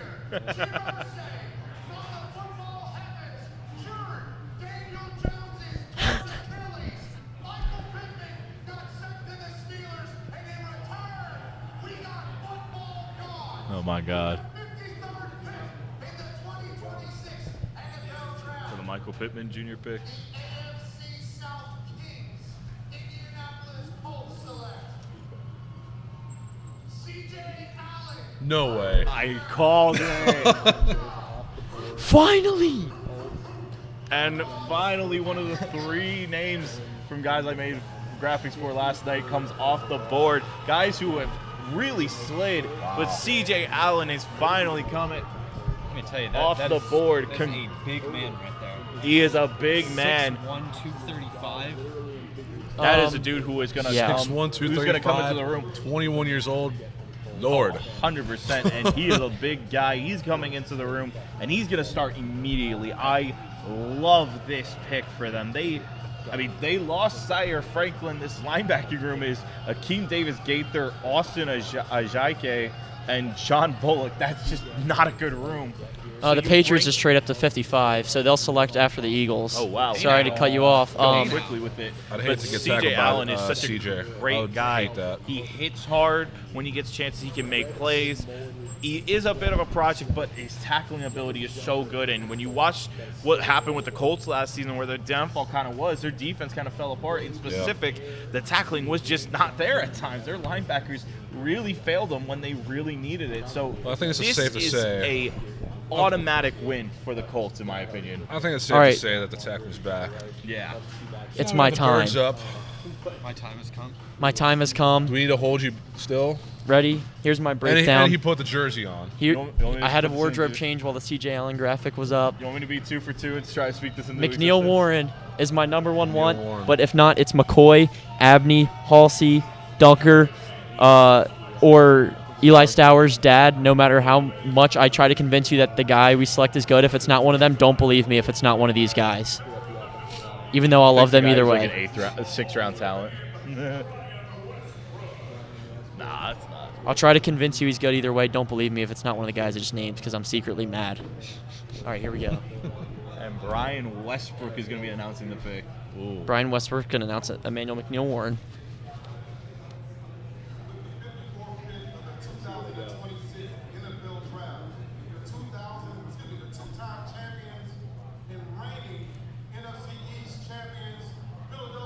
Love that. Oh, Okay. well, you said it as the last name. So- Eli Stowers. So one of the guys that I said I'd be happy with. Not my dream scenario, but Not I Warren. am happy with the pick. I mean that was very heavily mocked all throughout the offseason with Goddard being on a 1-year deal. He's going to be a big time threat in the receiving game. I think he's going to be here for a while. He's a solid player. He didn't have too many red flags. He wasn't Kenyon Sadiq, but nonetheless a good pickup for Jalen Hurts in the offense. The second now skill position we've picked up on the offensive side of the ball. So I am happy with the pick. Wasn't my dream scenario, but nonetheless, I'm messing with it. AJ Brown. I mean, that is an incredibly deep offensive unit with adding Stowers, who, I mean, his main strengths are his catching ability and his offensive prowess. I mean, this dude can get yards after the catches. Sometimes it feels like I'm watching him when I was watching Vanderbilt, and he plays like a wide receiver sometimes. I swear they would line him up like a wide They would. receiver sometimes. So when you put that with Goddard, Lemon, AJ Brown still. AJ Brown, who's Devontae still there Smith. as of right now, at Devontae Smith, I mean, that's got to be one of the most deadly Caden offensive McDonald units. will be available in the press conference room in about 5 to 7 minutes. Once again, Caden McDonald Not will be 6 available minutes. in the press conference 5 to room 7. in about 5 to 7 minutes. All right, Will. You're up next, man. Yeah, We got the Pats up. I thought I was gonna have to wait a little bit longer to have to, I guess, analyze our potential draft pick. But I got to be honest, it's my guy's not on the current ESPN board right now. Actually, Donovan, Wow. I actually talked with him for a while. I think it was actually about a month ago about the guy that you should take here, and he kind of agreed with me. It was Gabe Yakus out of Illinois.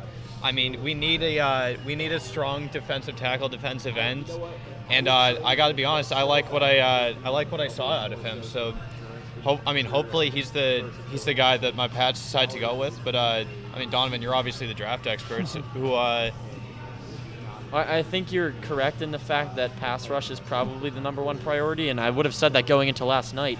But Gabe Yakus is my number one pass rusher available, so I think that's probably the right pick for them here.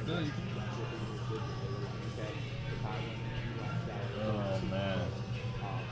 Again, Sorry, as I it's been a wild second round as a whole. I mean, there's been a lot of solid picks. Some questionable ones. Yeah. I mean, It hasn't been like too shocking, but like who do you think has been the best second round selection so far today? well, CJ Allen. I was gonna go CJ Allen. I feel like that was Probably. like I feel like that was the obvious answer, but I was No, it's Eli Stowers. He's a future Hall of Famer. Don't get it twisted. I don't think Eli Stowers is a bad pick. I actually like that. it was goal day. I think for me, if I want to pick my favorite one, I think it's Brandon Cisse to the Packers. They badly needed a cornerback, and I really love what they did. No, I will say we have 68 as well. So, I mean, for me, I think Brandon Cisse was the perfect fit for a team that badly needed a talented player. And I'm a little sad because I wanted that for Seattle, and he's not there anymore. And neither is Bonds. And I'm sad now. But it's that or Avion Terrell. I actually really like those two moves. I think the cornerbacks came off in a hurry. Yeah, they and flew off the board. They flew off the board. Is there one move that you think that was probably the worst so far through the second round? I got mine, and it's pretty obvious. Yeah, I think it's Deshaun Stribling. the first pick that we've seen. Yeah, that's not mine actually. That one, either or Jake Golday. Mine is Jake Golday. I really hate that pick. I can't lie. I don't hate Jake Golday as a person, folks. Obviously not. We don't hate any of these people. It's just a comparison thing. But I think the Vikings have made two really brash and kind of irresponsible decisions for a team that needs to be winning now. I mean, maybe they're guys who fit into Flores' scheme. I can't doubt the Vikings at this point defensively because they are an incredibly talented defensive unit. But this feels like a big head scratcher there. But I can 100% agree with you on the sense of with dribbling as well. That was a very one had me very lost. questionable decision. Patriots taking a while for this pick. How you Sorry, feeling I'm there, just Will? looking ahead because we also have 68, so I'm just still thinking about McNeil Warren if we can get him there. As I speak, pick is in now. The Patriots pick Patriots pick. Now we're waiting. is in. Who would you want to see I mean, at this it's- point, Will? At this point, I'd want. I would absolutely want Gabe Yakus. I like what I saw out of him. I think that's the right pick. I was actually just watching him before the draft today. It definitely feels like a possibility, especially because the Patriots lost a talented lineman. In specific, Yeah. they lost Chase on after the Super Bowl. One of the unfortunate things with the Super Bowl, Seattle experienced it as well. It doesn't matter if you win or lose a Super Bowl, you pay the Super Bowl tax sometimes. And the Patriots unfortunately had to pay for it with losing Chase on the free agency, which there was not much they could really do about that. I mean, he got a bag, and there is. I know Will can attest to that. Sometimes paying the Super Bowl tax is just a tough break. Sometimes, I mean, especially with a team that's won as many as you guys. Yeah, you you know, definitely have I mean, experienced that. I'm not gonna say the typical New England thing and we're used to winning. I mean we are. Yeah. But You're not but wrong. you know we gotta take the losses on the chin, and I mean you gotta just build up from here. And I mean I liked our first round pick with I liked our first round pick, and hopefully we take my guy here. Loma was decent. I'm looking to see what they do. I think it's going to be Chris Bell, I won't lie. Who? Chris Bell. Hey, I wouldn't hate that either. But I would like Yakus if I were you. 2026 NFL Draft. And for Will, it is. New England Patriots select Gabe Akis. There you go. He called it. Come on. Will Yeah. called it. Great pick. I really think you guys nailed it there. Gabe Jackus. Gabe Yakus. Yakis, Jackus. Breaking down, Will. the Illinois defensive end, is going to the Patriots. Very Was happy to see that. Yeah.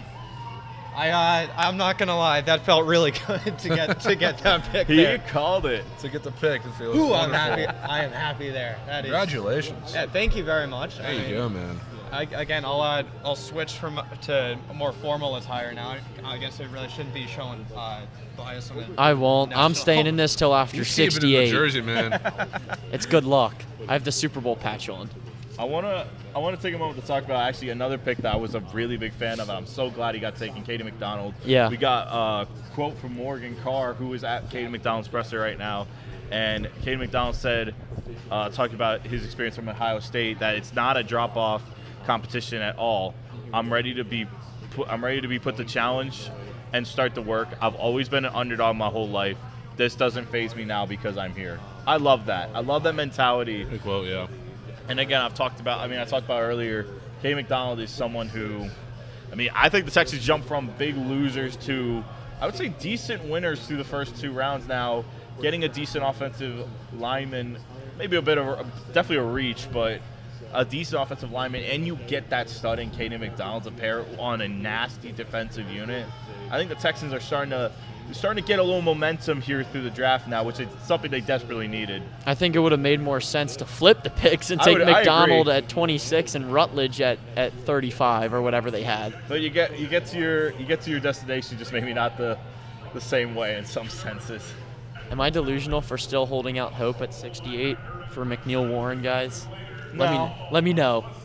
Let me know in the chat. Look, Brady was drafted at 199, so Yeah, but this guy's supposed to go reasonable higher. to hold out hope. No, I think it's fair. 56th pick, 2026 NFL Draft. The Jacksonville Jaguars select Nate Borkacher, tight end. Whoa. Nate Borkacher, announced by Jaguars legend Paul Posluszny.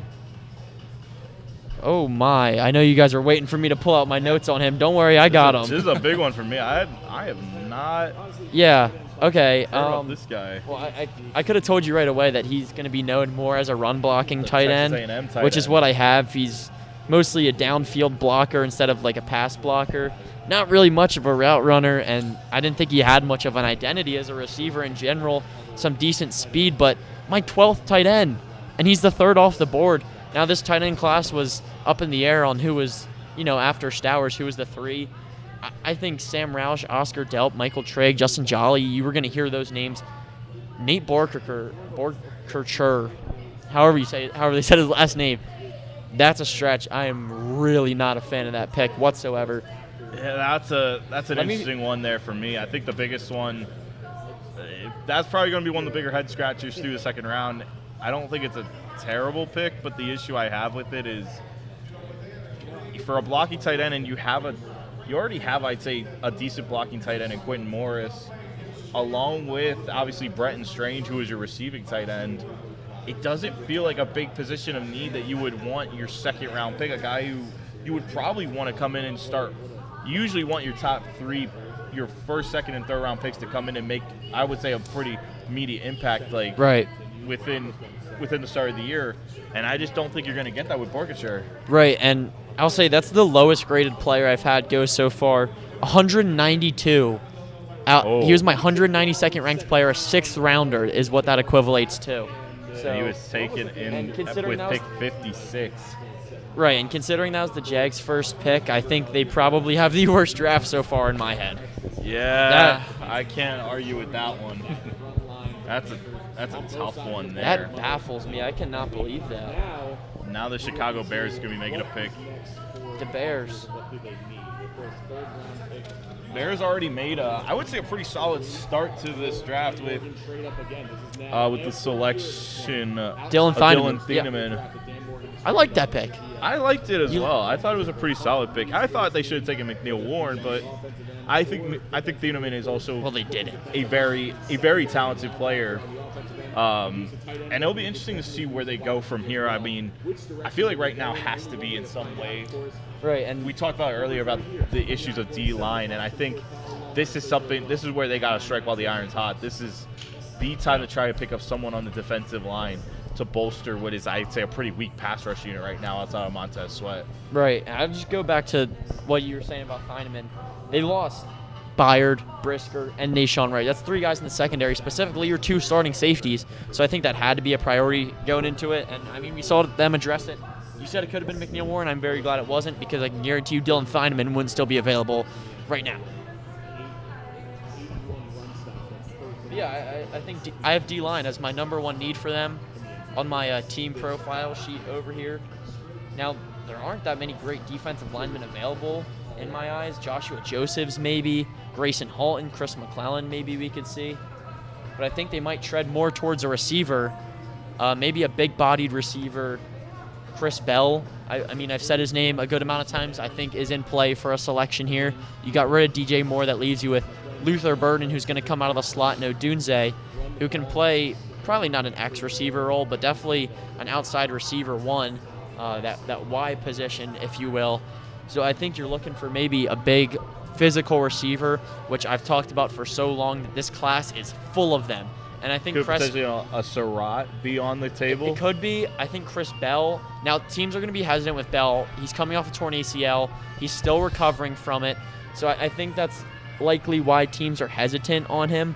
But, I mean, this class just has so much size. I don't think it'll be Branch, Lance, or Thompson, but Chris Brazel out of Tennessee. He's 6'5". Elijah Surratt, Jacoby Lane, Ted Hurst. I think all these guys with size, Makai Fields out of Notre Dame, Antonio Williams out of Clemson, all these guys are in play here if it's going to be a receiver. Now, I wasn't high on Fields or Williams, so they're a little bit lower on my board, but I know some people see them as a day 2 pick.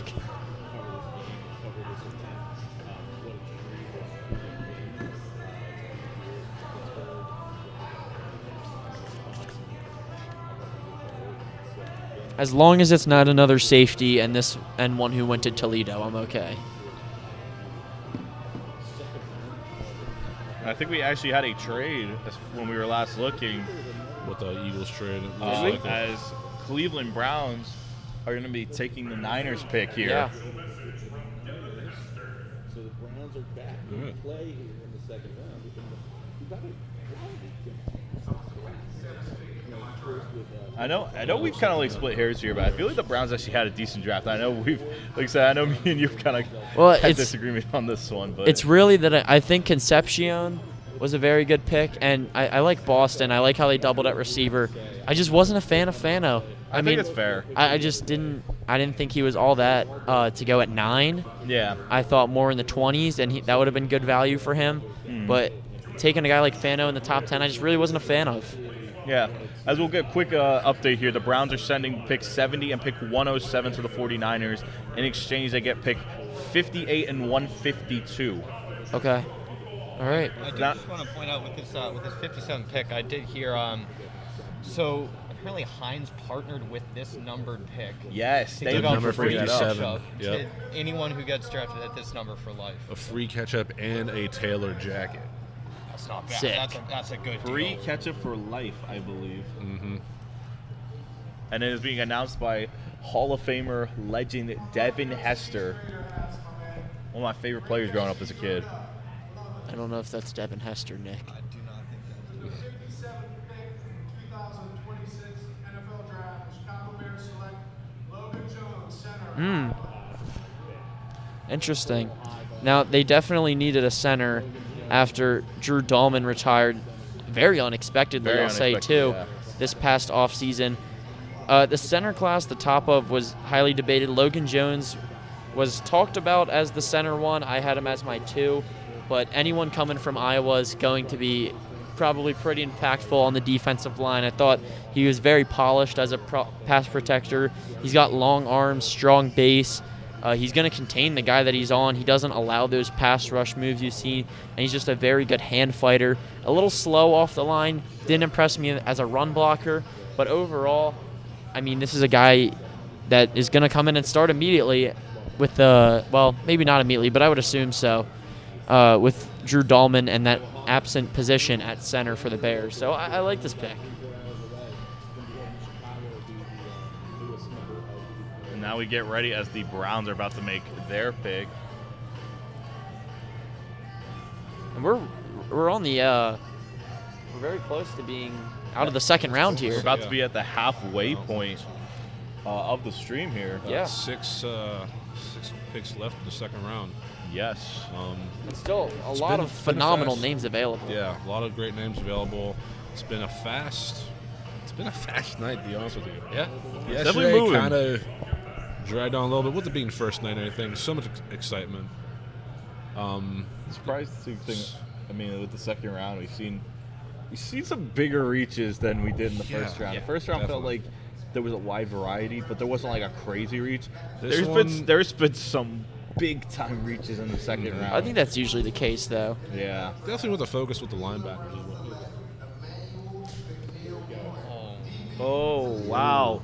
Emmanuel McNeil Warren is finally off the board, and he is going to Cleveland, who is continuing Holy crap. to have a fantastic draft, as they have now brought in the 22-year-old who played at Toledo, who has incredible speed. He hits hard. He's a great playmaker. This is just a talented dude all around. I want to just go over and give Donovan a hug. him. Are you okay, I brother? don't want to talk. Hey, I don't wanna talk. We'll let us take over this. Yeah, we'll announcement. take over. Give you We'll a, handle this. We'll give you a pick break here. Honestly, I like this. Wow. I like this a lot from Cleveland. I mean, you're getting one of the most valued safeties in this league. Obviously, you had a lot of teams gunning for him, but honestly, just great. That's great for the Cleveland Browns. Again, you talk about the draft that they've had. It's been one of the best drafts I've seen from the Browns in recent They've years. been doing very The well. surprising thing is this is now back-to-back years where they've had phenomenal drafts. I mean, literally last year, they had a great draft. I mean, literally the defensive player of the or defensive rookie of the year, Carson Schlesinger, was just an all-around stud. And you pair that with the guys they've had on this class with Concepcion and Boston, Fano, again, while definitely a reach, is a really good player who's going to anchor that line. And Absolutely. you also pair that now with McNeil Warren. We just traded for Jonathan Grenard. What? We just traded for Jonathan Grenard. Oh, wait. The Eagles. Fill that in. That's a big time get from the Vikings, I believe. Where Yeah, he's at right so now, right? we traded 98 in the 3rd round straight up for Jonathan Grenard. and then we gave him a 4-year, $100 million extension. Oh my goodness!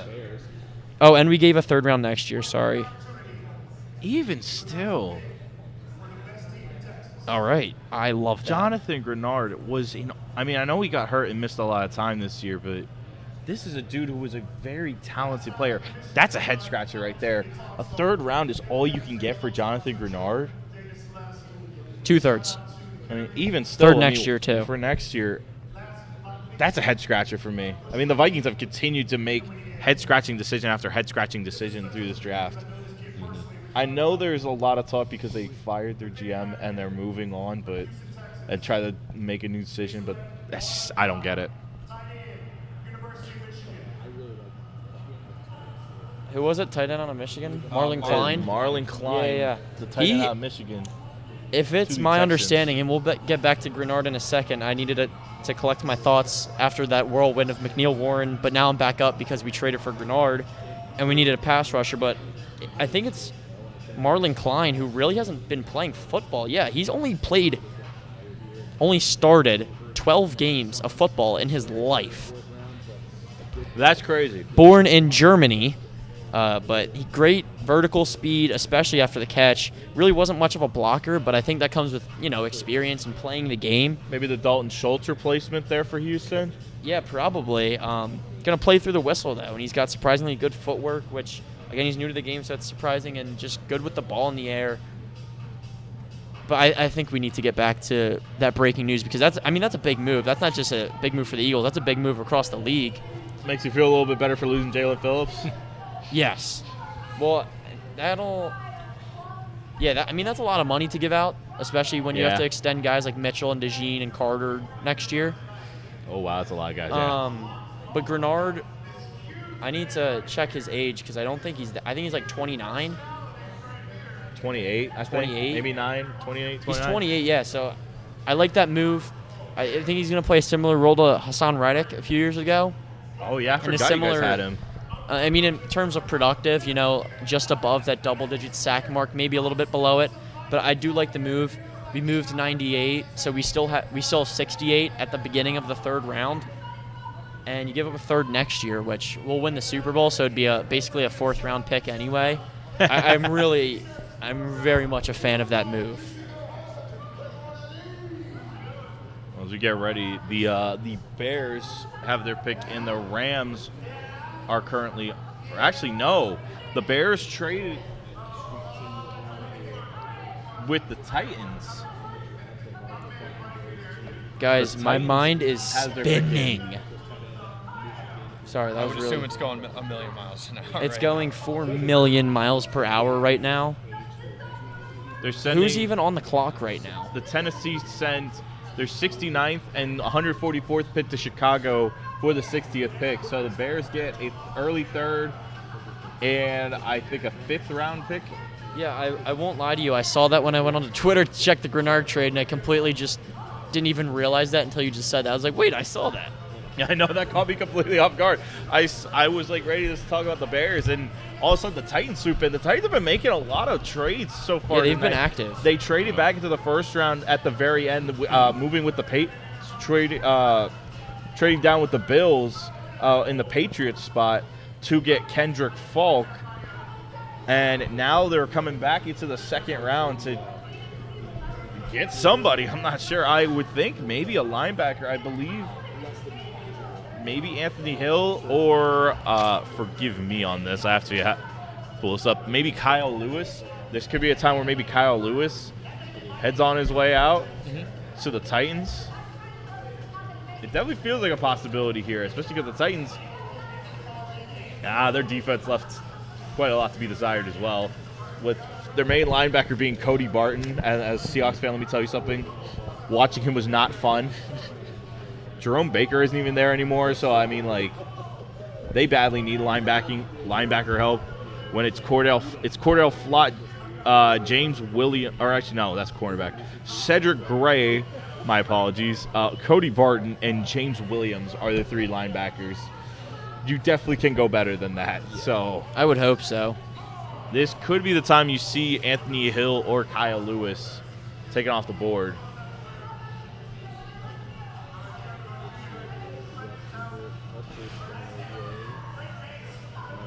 And a wild name. I want to talk about the name that's still on the board right now, and that is Pregnon. Yeah. He is still there. That's a solid offensive guard. I mean, 6'5", 318. That's a big man. And I mean, He's a big guy and a very talented guy who's still there, which is really surprising. Maybe that's who the Titans are trying to get. It could be Pregnon or Hill would or not Lewis. surprise me there. Jermod McCoy, perchance. It's always possible.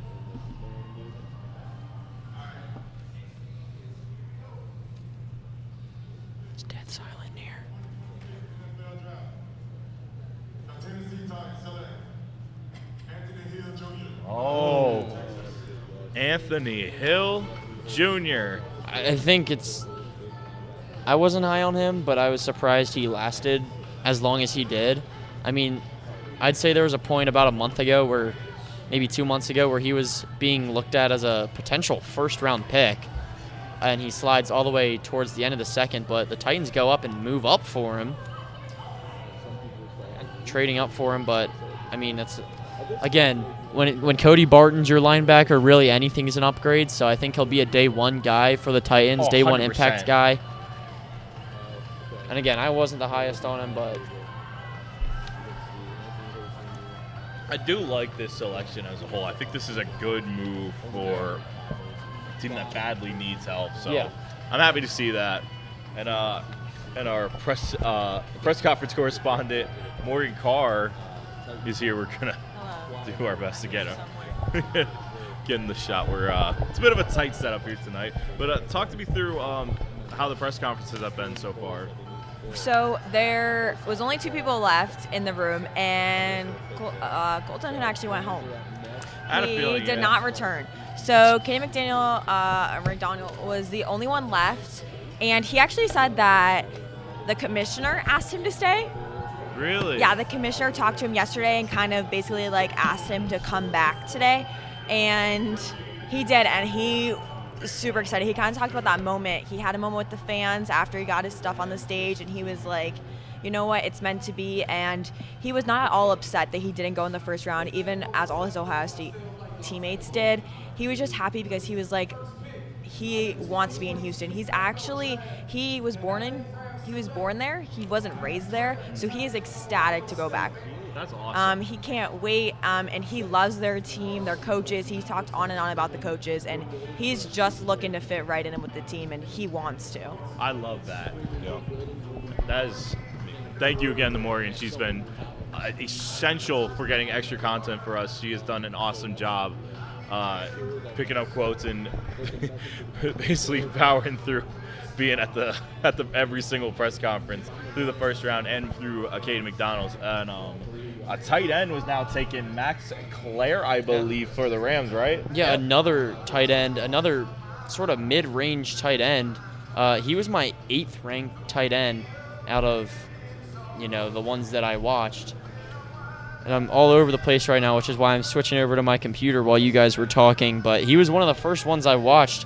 I thought his speed and his route running really stood out as one of his better traits. He lined up a lot outside, which is not something you normally see out of these tight ends, and was put into motion quite a lot.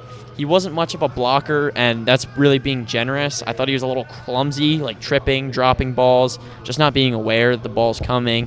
And he didn't carry the full workload of a tight end one with Will Kakmarak also being in that Ohio State system. So I'm not a fan of these recent tight end picks, I can't lie, but didn't they trade up for him? So the Bills actually made a trade. Yeah. If they're coming back into the second round, I can see them taking a guy like look, they need a wide receiver badly. Chris Bell. And I can see them taking Chris Bell, Zachariah Branch, Chris Brazel. I think Zachariah Branch is probably the most Bills pick of all time. I think I would have to agree with you on that. I really want to be optimistic right now. I actually want to do this time to talk about my last big loser, actually, and it is the Buffalo Bills. I really hated their draft strategy. I don't understand why they traded like 3 times.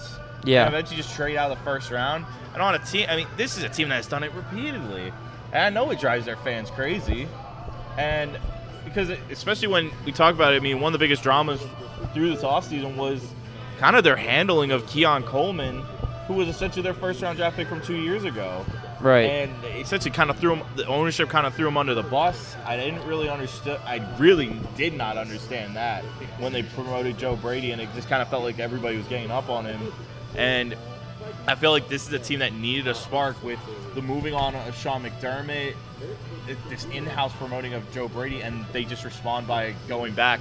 So I do like their selection of TJ Parker, but they need more, and they need something that is really going to get the fans excited. I think Parker's a start, but I'm just not sold yet on how they're handling the draft. No, they haven't handled this draft well. Yeah, but they never do. The draft is not their specialty outside of Josh Allen.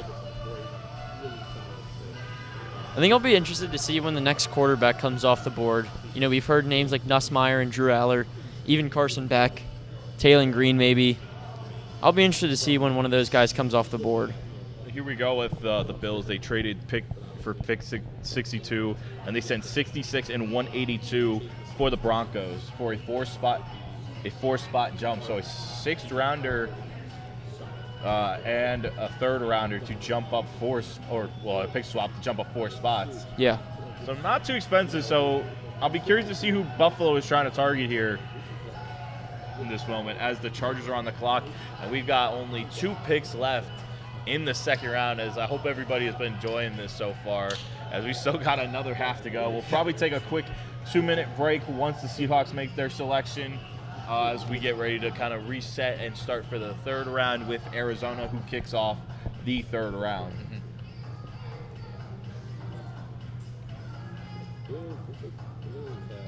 I still got to try to hype myself up for the Seahawks because I have no idea what they're going to do now. Dude. Want me to toss you the hat? Oh, yeah, I forgot I had the hat. If you can find it, yeah. As we actually, we'll take a minute to talk about it. I did pick up some NFL draft bling, the chain. I got you, buddy. Along with I got to applaud the chain making it. Yeah, like. Making the appearance. I mean, we have to make bold decisions every now and then. You dress business casual and you add that on. I got to applaud that. That's yeah.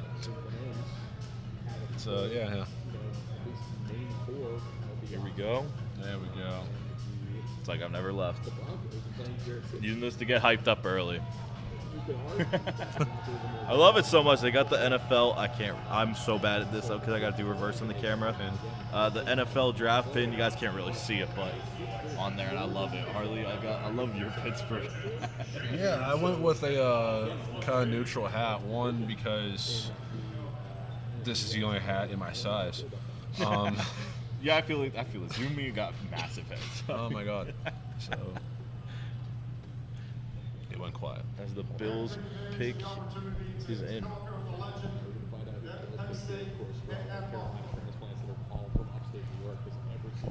The 62nd pick, 2026 NFL Draft. Buffalo Bills select David Ignosa. Good move. Ohio State. Okay. David Really big fan of that move. Really big fan of that move. I'm actually gonna second Donovan's opinion there. I mean, I speak as a Buckeye fan. I mean, I absolutely love this pick. He was so good for our defense last year. I mean, you talk about how well that defense operated. I mean, you had Arvell Reese, you had Caleb Downs. This is a guy that just did not get talked about enough in Ignosa. I'll kick it off to Donovan for his analysis of this guy. But I mean, I think the Bills are getting a solid pickup with this one. Well, and I think Igbinosun was one of the more underrated guys out of this entire class, not just corners. But really excellent downfield burst, downfield speed, high IQ guy. I thought his awareness really helped him stand out as more of a zone corner, and but he excelled more as a man corner. But played in a variety of spots. He's deep at safety in the box, regular outside corner. So he's going to bring a variety to that defense. And late here in the second round, there's a few corners that I thought would have gone before him. McCoy, Keith Abney, who I'm very surprised is still on the board, maybe Keontae Scott, but I do like the pick overall for Buffalo. No, I could definitely agree. I could definitely second that. The Chargers pick is in, which means the final pick is officially on the clock for the second round, and it is my team, folks. Real quick, because we talked about it last night on the way home, just the comparison between Jadarian Price and Emmett Johnson.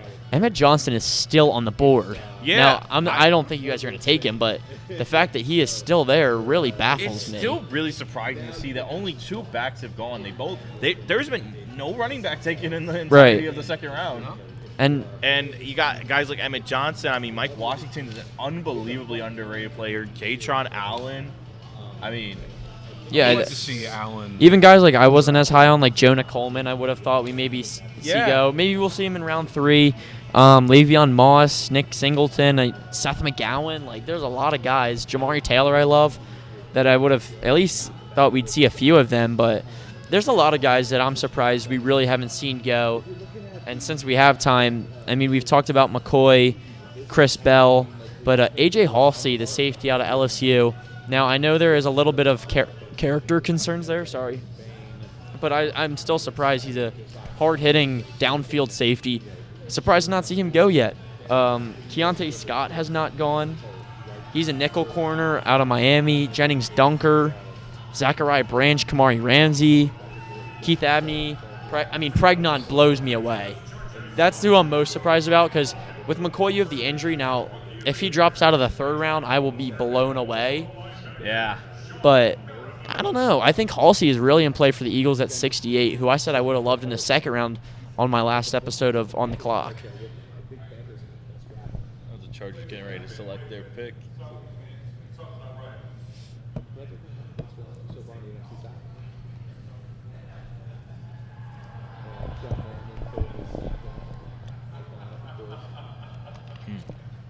With the 63rd pick in the 2026 NFL Draft, the Los Angeles Chargers select Jake Slaughter, guard, Florida. Another big interior line. So I wonder if they're going to have him play guard, because he did play center at Florida. And Definitely the contentious one, especially because, I mean, they pretty much wiped the slate with their offensive line unless Mekhi Becton's still there, which I don't remember. I don't think he is. No, he's not. They've already moved on from Bradley Bozeman. You have both tackles still with, they brought with in Slater. Tyler Biadasz along Yeah. with, but their guards right now are Trevor Penning and Cole Strange. So I mean, Well, if you have Jake Slaughter play guard, That second name, that doesn't sound. That's ringing some bad bells in the head. yeah, right now. in that case, I don't blame you if you have Jake Slaughter play guard. He has a great base, really strong legs, which I thought helped him out as a pass protector. Pretty solid one-on-one, nothing really crazy stood out. Pretty decent run blocker. I did think he had the occasional over pursue of a defender. Seemed more comfortable in the pass game, good with his arms, just in those generic blocking schemes, no pulling or anything like that. So I think you're getting a decent guard. I don't know if he'll start right away, but definitely if someone goes down, he'll be called upon. no, 100%. Well, now it's time for one of the 3 picks Seattle has remaining in this draft. And I know you mentioned a break, but it does look like the Cardinals are already on the clock for the third round. We might have to keep We rolling. might have to keep Have to rolling. keep rolling, man. The marathon continues. Good luck. So Nick. what are we That's all I'm thinking gonna here, say. Nick? Good Keith luck. Abney? Maybe. Who do you want? At this point, it's some cornerback, either whether if it's Keith Abney or. At this point, I think they should be the team to take McCoy. I was about to say, Jermond McCoy's still on the board. I think this needs to be I think this is the time to take McCoy and take him off the board. I do want to interrupt real quick, because with 8 minutes and 41 seconds left, the Sixers do have a 1-point lead on Boston. And we have representatives, 2 from Boston, but 1, of course, from Philly. Crap. And I'm proud right now. If these guys can pull it out, I'd be very surprised. Bruins are already troubling me enough. I don't really need the Celtics jumping on that wagon. I mean, the Red Sox speak for themselves, but obviously nothing like these. My teams are not doing great tonight. Yeah, Anyway, I mean, so. hey, Pat's made a solid draft pick. I can't really be mad at that. Well, we'll see what the Seahawks do for me because the Phillies are losing. Well, yeah, I didn't really want to pay attention to them. Yeah, Donovan, we're about to lose our 9th straight game. Yeah, we have the biggest losing streak across baseball. We have the worst record in Major League Baseball, the worst run differential in baseball. Thank you to the Mets for that. They need to fire everyone, starting with Kevin Law. Yeah, that's a conversation for a different day. but- Agreed, but What if they take Emmett Johnson? And then just have those guys split the backfield. That'd kind of be sick. I would kind of be a little annoyed then on why they would even bring in Emmanuel Wilson at this point. Well, he kind of sucks. Also, the fact that Charbonnet is still alive. I was like, Okay, that's true. Charbonnet is still alive. I did forget about that. I won't lie. I don't know if they're gonna take a lineman. I mean, there is still 2 big names that we haven't talked about that are still on the board. I mean, Pregnon's still on the board, and we all know about the issues, the highs and lows of Anthony Bradford. Yeah. There's a lot of highs, but there's plenty Really of bad disgusting lows. Yeah, really bad I lows. remember you talking to me about Like, him really bad before lows. the Super Bowl. That was. I was hoping he'd have a game for himself, but No, he was actually great in that game, ironically. That was the funniest part. He was great in that game. No, Sundell was really bad, though. And that's what I'll be curious to see if they try to go a center here. Because, well, can't go wrong with getting a center. No. All right, here we go, Nick. God help me. Just refresh myself. That's cool. Oh, you got Cliff Averill announcing your pick. I know. That puts a smile on my face. Cliff Averill, Nick. Seahawks I legend. gotta be honest, he terrorized me in Madden 16, so I can't really give you a smile on the face there. That's hilarious.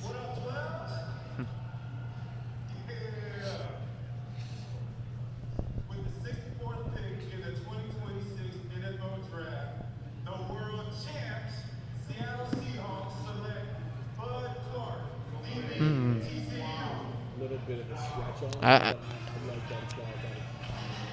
Okay. I don't know. You did pick up a DB, but Well, he's getting a lot of hate. I like Bud Clark. I don't think that's awful, but that was not the name I thought they were going to select. Yeah, I didn't think that would be the safety if you were to go with one there. But nonetheless, I think Clark is good. Real. I think there's a few better guys there. Actually, I think there's a lot of better safeties there. But he's gonna bring the boom, and we know that's what you like to do in Seattle with Nick Eamon-Warry and Witherspoon, and previously Tariq Woolen last year.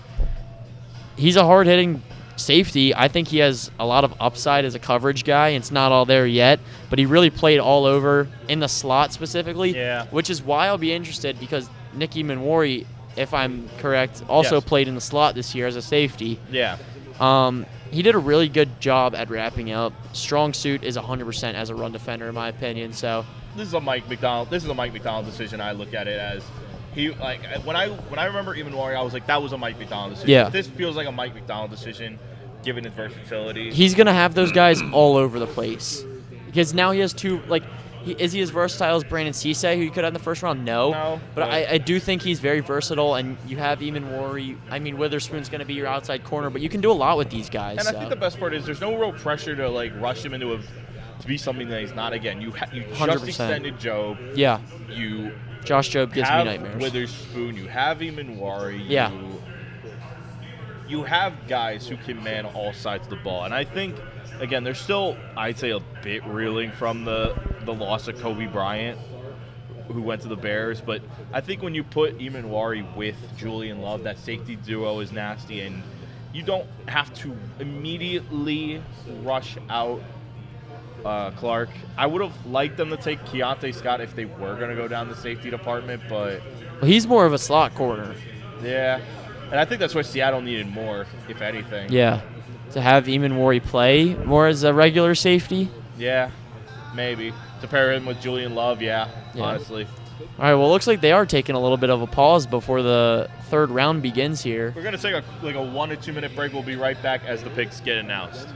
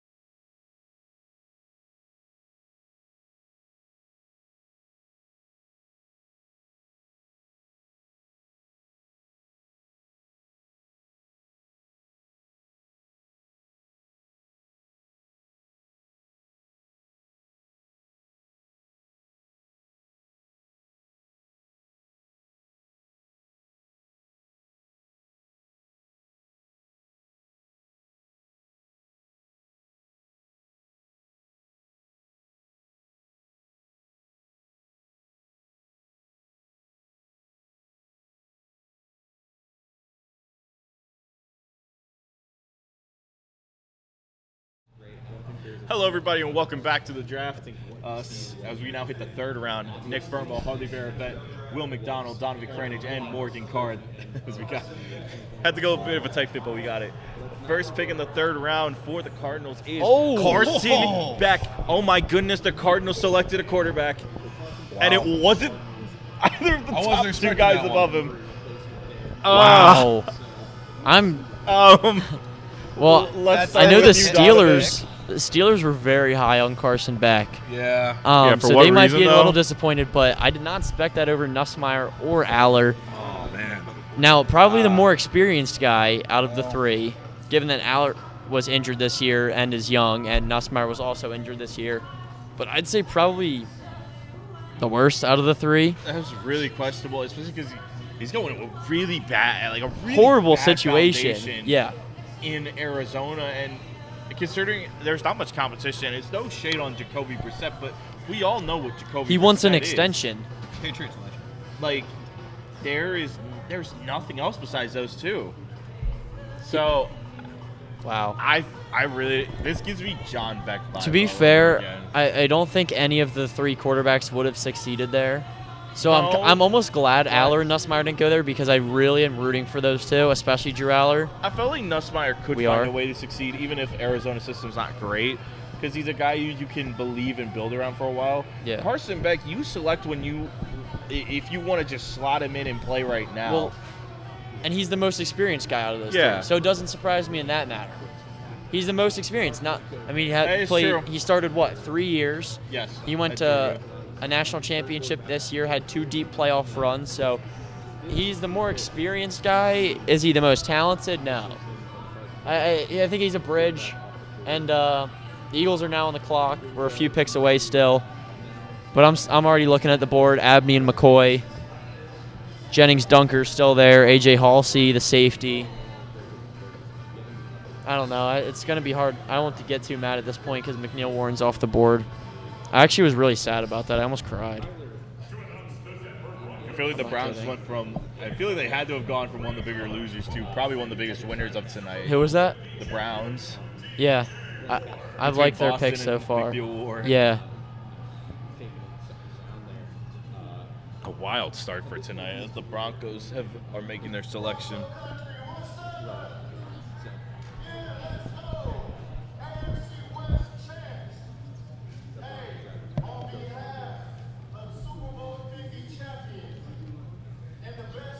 As TJ Ward for the Broncos. He's going to be making the Broncos selection there. In the 2026 NFL Draft, the Denver Broncos select Tyler Onyedown. Whoa. D-tackle, Texas A&M. Let's go, Broncos. That's my only reaction is whoa. He's a pretty small for a defensive tackle. I didn't think he was, too great anything of a pass rusher, and just lacking ideal size really doesn't help.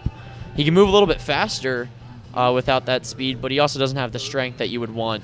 So I'm not a very big fan of that. I mean, at this point, it's like it's hard to predict what's going to go on. But in terms of rankings, he was my 23rd defensive tackle, and I watched 24. So if that gives you a perspective on what's going on in my mind. Was a lot of it the size or just very raw? Yeah, or? it's the size. Defensive tackle is the one position where it's like good to be just huge and like low key out of shape, as long as you have decent strength. He doesn't have that. He has a little bit of speed, but he doesn't have the strength you would want, especially for an NFL defensive tackle. It'll be an interesting pairing because he goes alongside, I would say, another guy who's not like the biggest dude in DJ Jones, who's 6 foot, 300 pounds, not a big D tackle. Yeah, and I don't want to cut you off, but this Raiders pick, I would put. No, I actually can't put money on it, but I guarantee you that this is Elijah Surratt here. You think it's Surratt? To pair him up back with Mendoza. It feels or like one of the possible. Indiana running backs, but they need a receiver more. I'm probably wrong, but. Is this Elijah Surratt? Or a fade name. Kieran Crawford. I like him. He's really fast. So he was opposite Keldrick Folk this year at Auburn. I think they each excelled in different parts of their game because Keldrick Folk, very standout run defender, almost really just struggled as a pass rusher, whereas Keon Crawford, super fast and great awareness. He was good in the run game, but I thought his footwork especially stood out as a pass rusher. High energy, even had some reps as a coverage linebacker and had the speed to keep up. So super fast. He's going to be a pass rusher for the Raiders, along with Max Crosby, who they end up keeping, even though we thought that he was getting traded. So I like the pick. I do there. It's a decent pick. And now I want to say something wild here, because where I've looked and seen my value here and there, I've gone from CBS Sports. I just want to read the excerpt they put in for Carson Beck, because this is crazy what I read. I'm just going to read the first sentence here. This feels like a relative slap in the face to Cardinals fans. Your offseason investment at the most valued position is a 24-year-old with limited tools after you take in a running back and a guard. Is this guy really going to toe-to-toe with Matt Stafford or Sam Darnold in that division? It feels like when the Texans drafted Davis Mills in 2021. I'd rather they pass on a quarterback entirely and pray for a better crop of quarterbacks in 2027. Jeez. The crazy thing is Davis Mills was low-key solid for a season. He was for only half a season. Yeah. Then the wheels fell off because the Texas teams during that time were historically bad. Yeah. Our pick is in. I think it's tackle or secondary. And I'm open to a lot of people at this point. Are there guys I would like? Yes, Dunker, Halsey, Abney, McCoy, Genesis Smith, Zakee Wheatley out of Penn State. But as long as it's not like a quarterback, because for some reason people love to mock us drafting a quarterback on day 2. I don't know Even why. Rhett Lewis, who works for the NFL Network, mocked us to pick Ty Simpson in the first round about a month ago. saw that. Which I thought saw was that, and I almost died ridiculous. laughing. I was like, are you kidding me, dude? Do you even watch the game of football? Take Diego. I don't think he did. Quick update on the Celtics game. It's 4 minutes left. Celtics up 2. It's at commercial right now.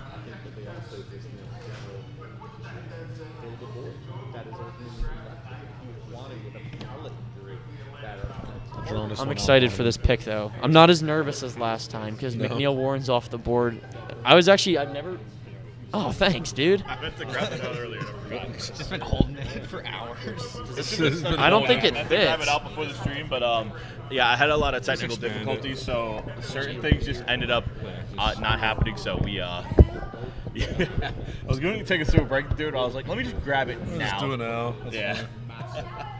fine. To give you and Morgan a little area to, like, that we don't have to hold it. There we go. Here, you want this one Hopefully that's the a little audio's more. still good. If not, well, I'm sure we'll find out. This one's a little more stable. You guys want this one? Hold that. Stable. All right. Once the Eagles make their pick, we're going to go to just a 1 minute break to move some things around with the mics. So once the Eagles make their pick. There's not much they can really do to make me angry here. Diego Pavia. Let's see where it Don't do goes. that. I don't even think Pavia's getting drafted.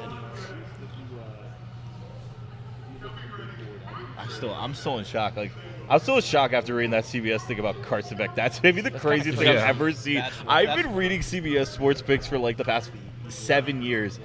That is the wildest one I've ever read in my life. People don't like him. Yeah. They don't like him. His attitude, they don't like Is it him. cockiness or? It's that every school he was at, there was not a positive thing.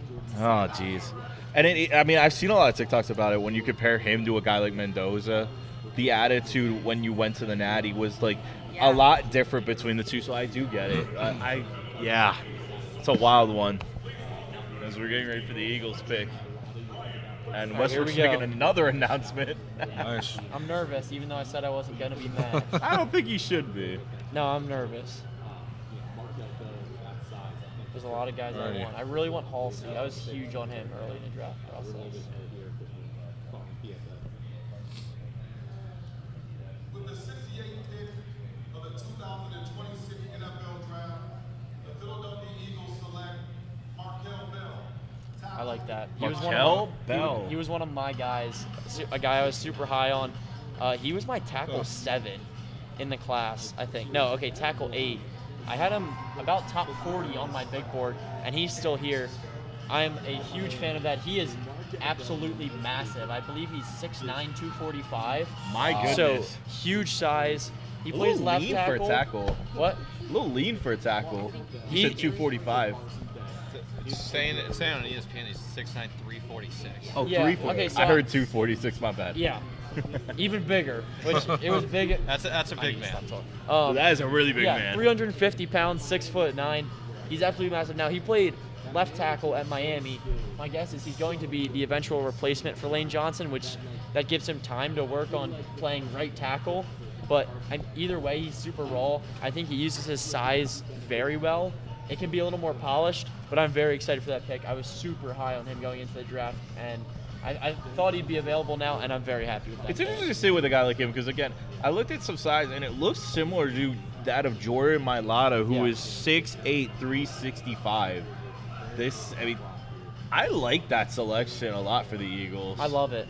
I'm a huge Markel Bell fan. I talked about it on the clock the last few episodes when we did our underdogs episode. He was my biggest underdog, so I'm very excited with that pick. And if nothing else, I think this is a bigger upgrade for a 6 lineman over, let's say, Fred Johnson.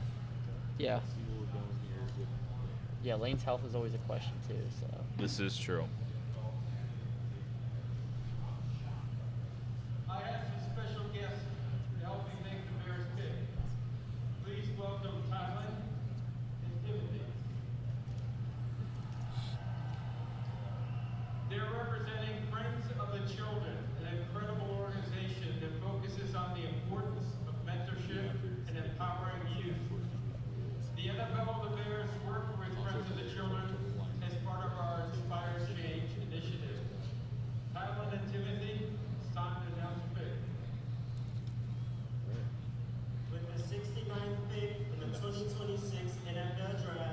The Chicago Bears select Sam Rosas.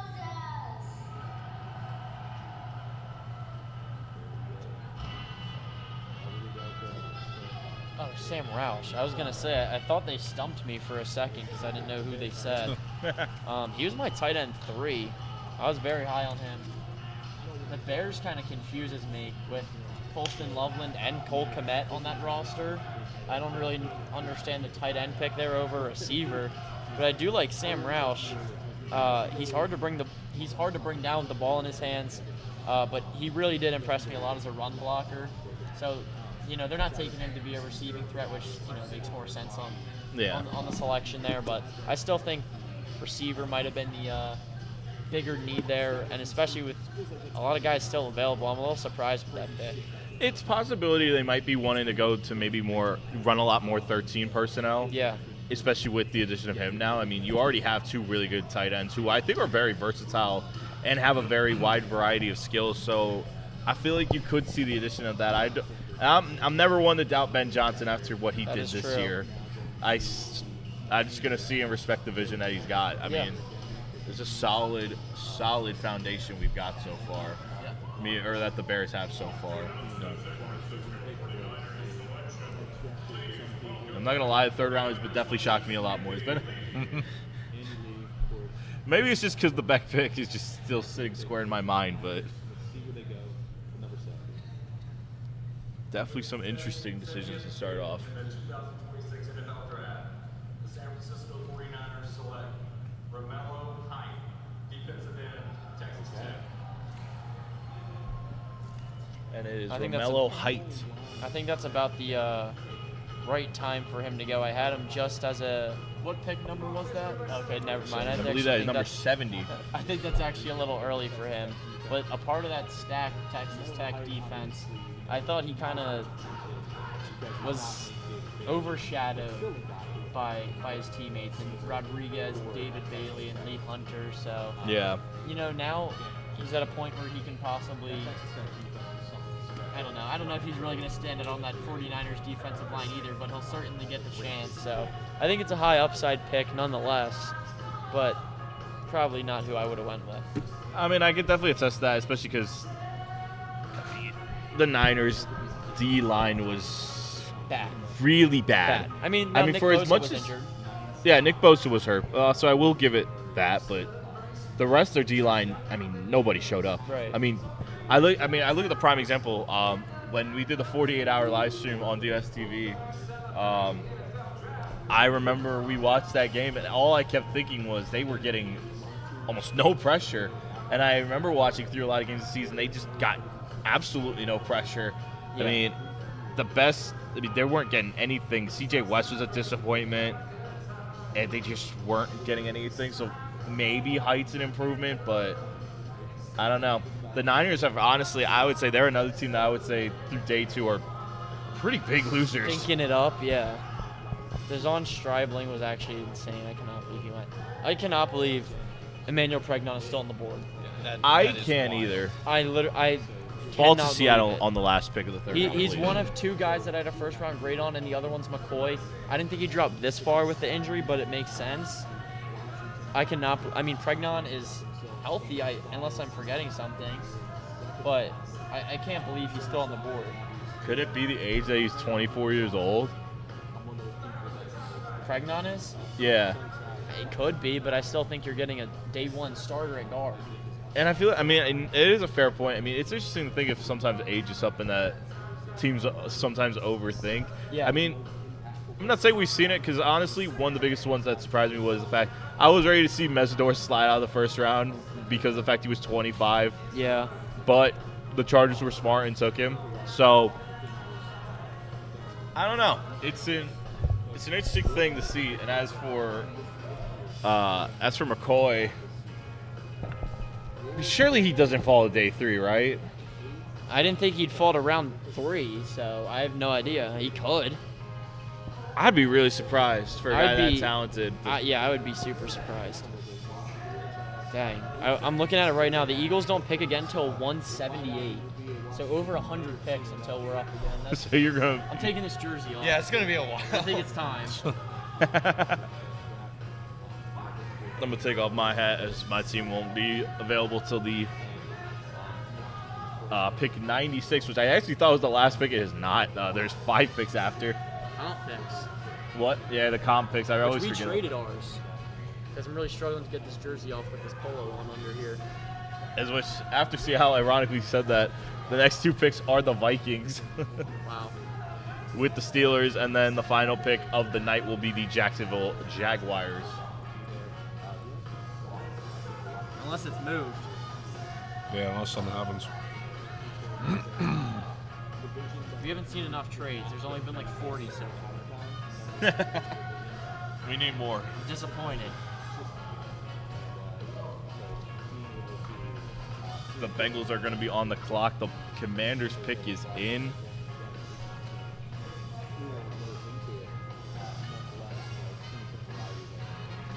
I'll ask you, Will, looking through round 2, I mean, has there been a team that you think has stood out so far for just drafting? Yeah, I mean, I'm gonna keep going back to Cleveland here. I love what they've done with this draft so far. Obviously, you go out, you grab a guy, you grab Casey Concepcion, you follow that up with a guy like Spencer Fano. I mean, and you're just adding to your depth here. I mean, it's like you said earlier, it's 2 straight years of solid draft picks. I actually want to highlight a team that I think's been underratedly solid. I see hype up Donovan here. I like the additions of Stowers and Bell. I think these are very good guys who are going to get going right off the get. I mean, be solid depth pieces, but still have very big roles with the Eagles for this upcoming year. I agree, and I think the addition of Jonathan Gennard makes it all that much better because now it doesn't have to be an emphasis. That is true. I mean, now you can actually say that even though it's not a draft pick, but you get Bell, you get Stowers, and now you have Grenard, and that's a great trio of players to slot in for the Eagles coming in the next year. As much as I am into introducing our next pick, I want to say this first and foremost. Tomorrow, I get a great opportunity for you, Pittsburgh, to pass the torch to myself and my fellow crew in Washington, D.C. for next year's 2026. And that'll be actually a big thing to announce. I don't know if you two will be able to do it, but the next draft is also in a reasonable spot. The next draft is going to be in Washington, D.C. I mean, in the DMV. I've personally never been down to the D.C. or the D.C. area. I obviously got a fellow DSTV member, Jason Obremski, is from that area. I am too. So there have been some rumblings in the works for us potentially getting down there. But again, just fingers crossed for that. Would love to do this again. Oh, 100%. Because I also heard they're going to put it right by the National Mall. Yeah. And it's going to be, I'm promising y'all, for someone who's awesome. been around there, it's going to be so beautiful. I think that'd probably be the best backdrop they'll ever have. 100%. That's going to be the best backdrop you'll see for easily the next 15, 20 years. Yeah. That would be awesome. Who the heck's even picking right now? As they are. I don't even know. As I'm the lost. Commanders are hyping up their pick. Could it be Emmett Johnson finally? Oh, what? I almost got really confused. Even I was more really than I confused already there for a am. second. Dude, you gotta just announce the pick. I think this might be the selection of Emmett Johnson, maybe. I like that. I want to say we select. We don't go defense for this pick, we go offense. Antonio Williams, wide receiver. Oh. Wide receiver off the board, Antonio Williams, the Clemson The Commanders product. suck. I mean, really. Donovan's not happy with that one. No, I'm very happy with it. I really think the only thing that he has working for him is his size. Well, I guess you're an Eagles fan, so yeah, this is funny. I really think 2 injuries in the same season was a huge concern for me. I think his hands were reliable, but really that was the only thing that stood out to me apart from his size. He didn't have great separation when he's open. It was schemes getting him open. He was always in the short game, and I don't know. I'm not a fan.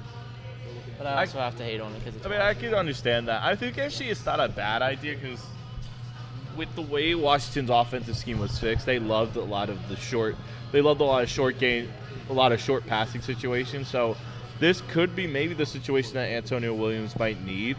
Right. But I do understand that. I mean, right now for me, I've always said it. My number one biggest red flag when I take the time to look at players, especially at the wide receiver position, is if you're not good at separation, you're not going to succeed at the NFL level. I always go to, unfortunately, I already talked about him once tonight. I look at Keon Coleman. Yeah. A big question mark when he got drafted as the first pick of the second round 2 years ago, and I don't know. I think when your biggest issue is separation, you're not going to succeed.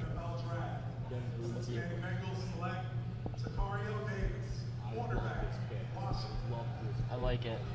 The Bengals select Takario Davis, another corner off the board before McCoy, but And the Bengals, and before Keith Abney. and Keith Abney. That's another one. I keep forgetting about Keith Abney. I like Takario Davis. The Bengals needed a corner. Now he's coming off a pretty substantial injury, which I can't remember off the top of my head what it is, but he is a playmaker. He's a force in the run game. He's a ball hawk in coverage. So it was broken ribs and a hamstring injury that he missed a lot of time this year. But he has plenty of experience outside of this year. I think he'll be a day one guy for Cincinnati, especially that weak secondary that they have. I love what the Bengals have been doing through this draft, especially because they've been trying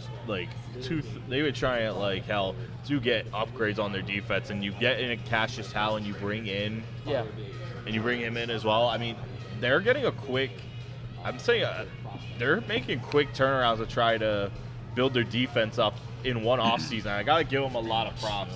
It's going to make life a lot harder for the Steelers, Browns, and Ravens. I agree. And we next know year. what that offense can do. When Oh, they're we- healthy, we know know what that offense can is do, capable so. of.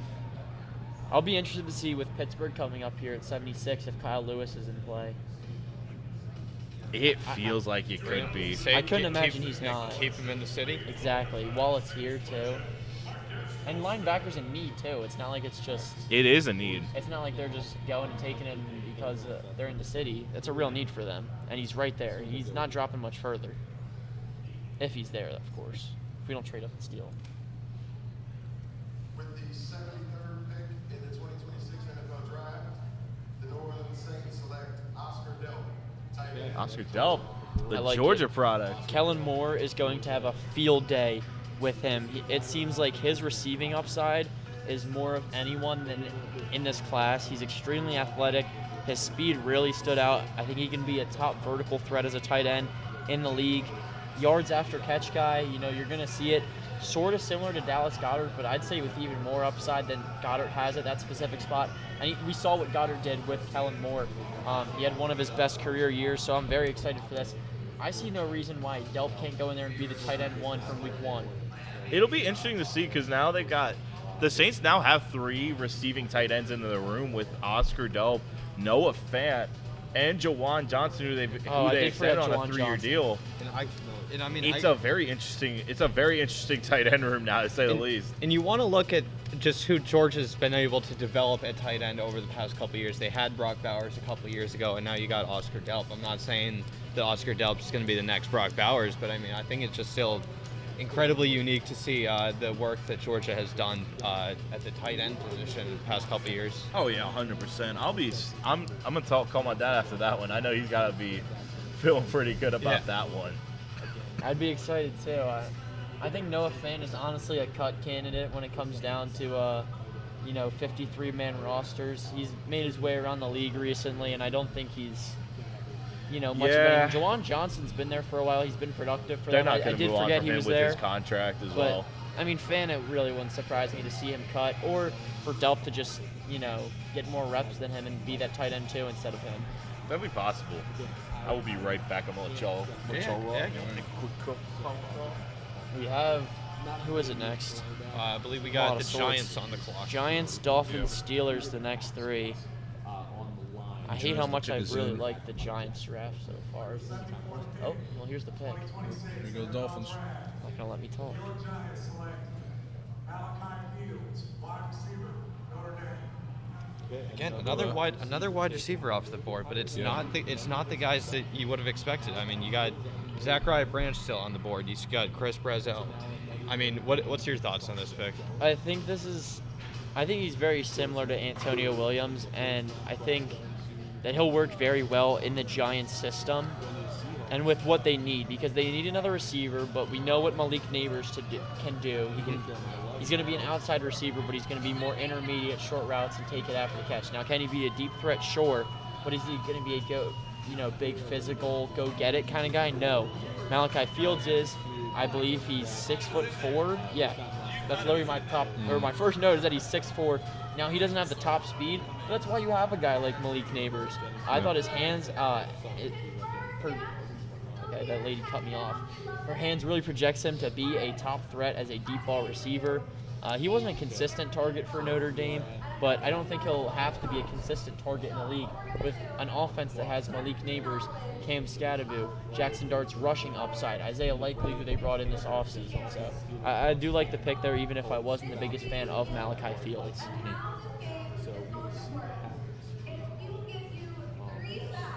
Dolphins haven't even made their selection yet, so we have a little pause in the action here.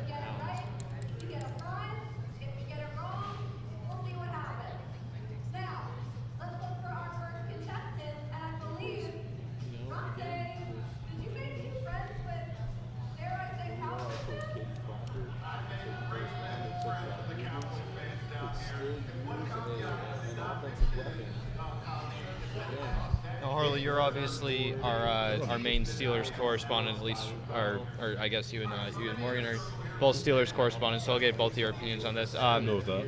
So you got the next pick after this coming up. Obviously, kind of a mixed bag of what you need currently. Who would you like to see go off the board for your Steelers? Yeah, as of right now, it looks like we've got 3 picks coming up in the 3rd round. I don't know. We've got a lot of good names showing up. Like you said, McCoy keeps coming up. Yeah. He's got some good numbers behind him. I'm really just looking forward to who can really bring up the Steelers back in the off season. Essentially, I don't think we're going to see a quarterback during the draft, like I said earlier. But Not a quarterback. You don't want. Okay, so you don't want a quarterback. Who do you want to see go off the board at least right now for y'all? Zachariah Branch, how do you not want that? I You don't want they're that. Not gonna do it. You can't convince me Branch is not a perfect fit for the He's Steelers, a perfect but they just took a Steelers, receiver. But they're not going to take him because they took a wide receiver. But It's it's not just, Meyer they're not Aller. going to take it because it's No. not in there. it's not. No, of course not. They're but never going to take double. no. They might take a quarterback. I hope it's not. There's no reason to take one when we could be filling other spots on the team. You have 4 picks in this round. I think this is Yeah. Kyle Lewis. To be fair, That's my prediction. you also did just take Jeremy Bernard off the board as a wide True. receiver, Yes. so I'd be looking maybe a little bit. At least not tonight. I don't think another wide I'd be receiver's working. coming. I'd be looking at offensive line right now personally. I think Jennings Dunker is in play at tackle, but I really think that it might be Kyle Lewis. Given everything, given the fact they need a linebacker, given the fact that we're in Pittsburgh and he went to Pitt, I think the storyline fits too well. And you have Keeping 2 it other picks in this hometown. draft. Yeah. Keep him in the city. I mean, I'd like to see that. Do I think they're going to do it? Probably not. So, They're on the clock right now. They haven't made a selection. no, they've. It's saying on ESPN the picks in. Yeah, the Dolphins got Sitting there. there waiting patiently for the Dolphins selection.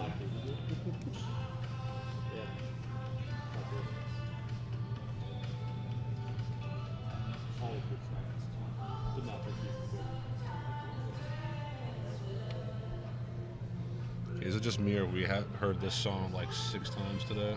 I don't think it's quite 6 times today, but I mean, I Pretty think lot. it's. Yeah, I've heard it a lot. Yeah. I think the wildest part as we're waiting for the Dolphins pick is I didn't realize how many picks the Dolphins had until I looked. Yeah. They have 13. Wow. That's insane. After all the trades, yeah. Wow. And the craziest part is, like, probably everybody rounds 1 through 4 are gonna start for the Dolphins. I mean, I was checking how many picks the Patriots have. We have 7 tomorrow. Oh wow. You have 7. Yeah, we have Wow. 7 picks tomorrow. Yeah, we have 1. So funny. My team is 1. That's hilarious, by the way. Caleb Douglas, wide receiver, Texas Tech. Caleb Douglas from Texas Tech. It is what it is. I mean, Sure. at this point, I don't expect the people that I think are the top guys to end up going. He was in my 20s, and when it comes to receiver rankings, I think his build played a large role into how physical he played. His ball tracking was really good, but his hands could definitely use some work. Yeah. Given his size, I thought he was pretty quick off the line, but his long speed was a concern of mine. He was also one of the better route runners, though, I will say, in this class. So I think there's a lot of upside in that pick, but there's also potential for him to just be kind of mid. But Yeah. I mean, on a Dolphins receiver core, headlined by Tutu Atwell and Malik Jalen Washington, Tolbert. he really, and Jalen Tolbert, he really has it all right there to be a wide receiver 1. He doesn't even have to be that good. I like this because I like this for him because he's. I feel like there's not much pressure. I mean, there's not much pressure on him to go out and Exactly. be incredible. If he goes out and gives them a 1,000-yard season just out of nowhere, I mean, that's just a win for the Dolphins right off the get-go. I think if this isn't Kyle Lewis, I'll be very surprised. I'm praying it is. They're playing Renegade. This has to be. They need a linebacker. If you're gonna hype up someone like this, it's gotta be Kyle Lewis. Yeah. And before it's a long snapper. I'm kidding. No, I'm joking, but I feel like the connection's right there. Yeah. Lewis definitely has a lot of. Look at the crowd. One thing I've really loved the fact that the crowd's still been hanging strong. Yeah. Decently deep into the 3rd round. We got Joey Porter Sr. And Joey Porter Jr. Wow. Both JPJs out to announce the pick. Dude, they better take Lewis after all that hype. We got a father and son duo here. It's got to be Lewis with this. It has to be because Porter's a gotta be. linebacker. Joey Porter Sr. was a linebacker. Yep. They got to reel the fans back in. They're losing them. This would be the biggest tease of all time. With the 76th pick, Come on. 26th NFL draft, Give it to us. Go Lewis. Steelers select Drew Allen. Okay. No. Oh, my goodness. Drew Aller is a Pittsburgh Steeler. Oh. It may be somehow a more shocking move than Carson Beck to Arizona. Now, let's not pretend like Mike McCarthy isn't in love with Drew Aller. Yeah. Because it's been reported. I'm gonna let when Harley we and Morgan talked take about the lead here. quarterback, Drew Aller does not deserve to be a Pittsburgh Steeler. I love Drew Aller. I hope he succeeds. He cannot go out there day one and be a starting quarterback. He needs to sit and develop. If Rodgers comes back, I would be more confident in Aller after a season than I would Will Howard. I agree with that. Yeah. I'm more worried on the fact that this means now what? They're going to do a battle between Will Howard and Drew Aller? Probably. I mean, I think in terms of this year, Howard should start, but I think Aller will be better. It's happened before. Every year they get a quarterback and then they have to fight for position. It's not new. It's the Steelers' thing. They can't seem to figure out who should play ever. Where does that put the Aaron Rodgers discussion? He ain't coming back. I don't think it even changes. I don't think it changes. They gave him. He was supposed to decide before the draft if he would return it. Is that public? I don't know. I don't think he's signing with it. I don't think he's coming back. I'd be really shocked if Rodgers comes back here. I think No. I can't imagine he's coming back. There's no way he's coming back. I'm not confident on it. That one, oh my. That was a move. shook I was after not that expecting them to choose a QB. I saw like two or three people at Radio Row stand up in shock because. That was Okay, first off, not, Yeah. even if we were getting a quarterback, Drew Aller was not in my head. I don't think it was in most Steelers' heads. No. I know quarterback was a need, but I was not Not expecting this to hear soon. that name. Wow. Okay, to be announced by Joey Porter Jr. and Senior. Wow. Wow. Okay. I'm a Drew Aller truther. Let's see where till this I goes. Die, so. I just wish he didn't come here because I don't think he succeeds here. It's It's all situational with him. yeah. Yeah, he has the. You've heard the rant for. He has the physical tools. Yeah. He needs to be developed. He has everything he needs. He just in certain positions he can't play in certain situations. He wasn't developed well enough at Penn State. The decision making, like we saw against Notre Dame in 2024 college football playoffs. The accuracy sometimes it needs work, but he has the physical tools. Well, of course. If he's developed right to be a starting quarterback in the league. Wow. Wow. I'm ready to go home. I mean, dude, I love Joe. After that one. I mean, Packers making quick use of their picks. Oh.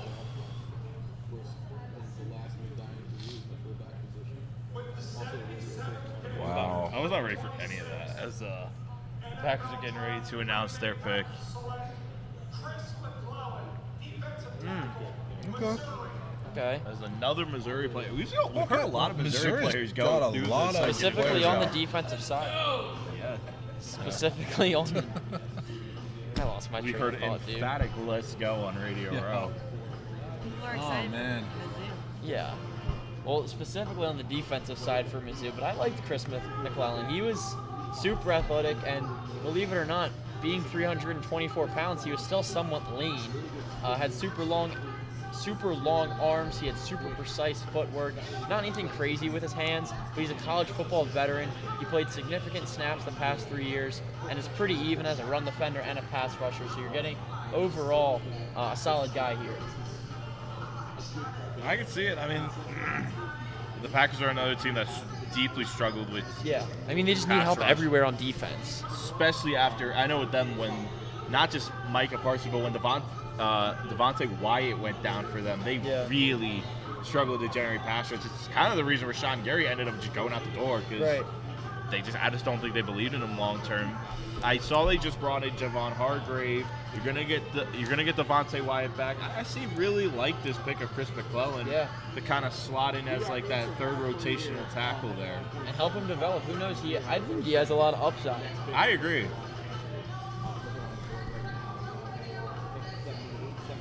Yeah, third round's definitely had a lot more shockers. Yeah. Drew Aller. I thought they were going to take either him or Nussmeier. At this point, let's hear Nussmeier off the board. Let's hear someone take him. I can see the Colts going with Nussmeier. It's definitely a possibility. Or the Vikings. Yeah. Or maybe the Steelers double down like the Browns did last year with Shedeur and Gabriel. But they did do that in one round, dude. Well, they might have not had They take three picks in two one round. QBs with 3 picks in round 3. How would we feel about Drew Aller and Garrett Nussmeier? Too many rookies once. Well, we And had- Will Howard well, we had and Aaron Bobby Rodgers. into that There's mix, just too much going on. I mean, Drew Aller's right, like season-ending, like injury. Okay, but still, like he needs time. He cannot just go out there and play. If Aaron Rodgers is coming back, he's obviously starting. Like, there's like no one's fighting for that spot. But Will Howard.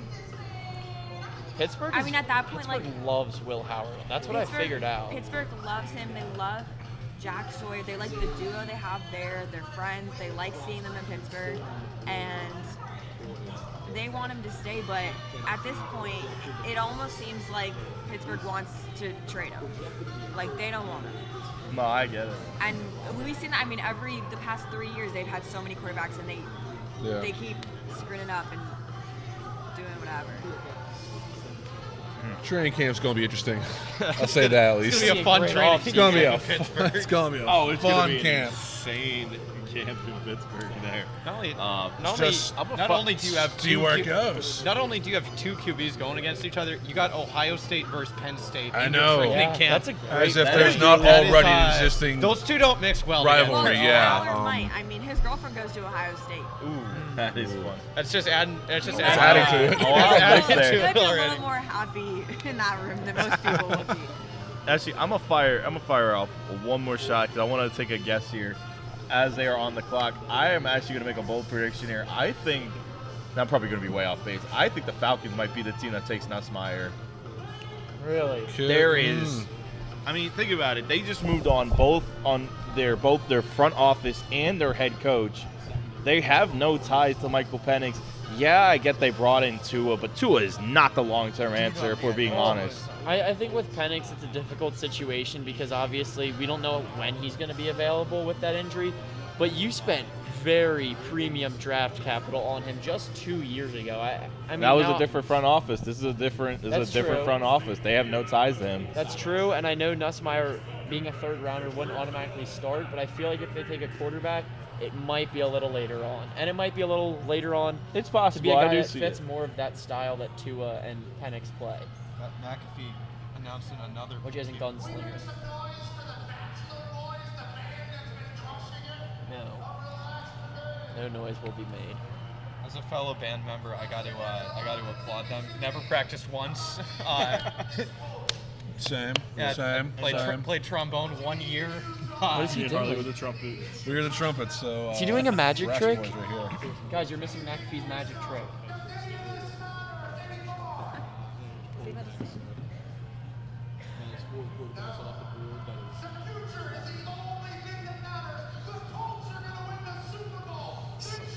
Crazy. Love Pat No. McAfee. He's so delusional. That was what we call an airball take.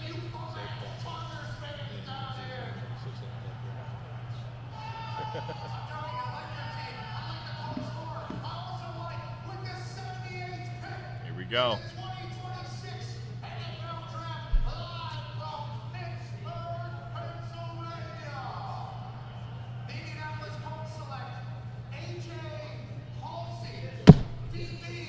That's a really good pick. I know we're not picking for like 100 picks, but I'm mad. I wanted him. Halsey. That's a really good pick. He was my 5th best player remaining. Oh, man. And Interesting. I had a near round 1 grade on him. Hard hitting, downhill safety, going to be explosive in the run game, going to lay the boom on the tight ends, on the receivers coming his way.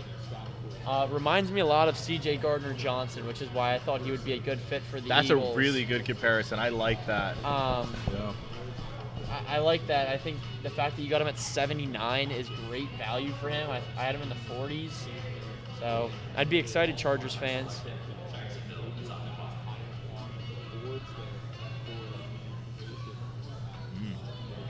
Colts are getting themselves a very nice guy to pair with a secondary that is badly screwed up last year, both Yeah. the injuries and a lot of underachieving. If they're healthy, though, I mean, Derwin James, that's about it. Just Derwin James. All right, let's see, Nick. If this is Nussmeier, I'm very impressed with you. I don't think it is, but I'm shooting my shot to see. You did good. You did good with your other prediction. I did actually. I forgot about that. Yeah.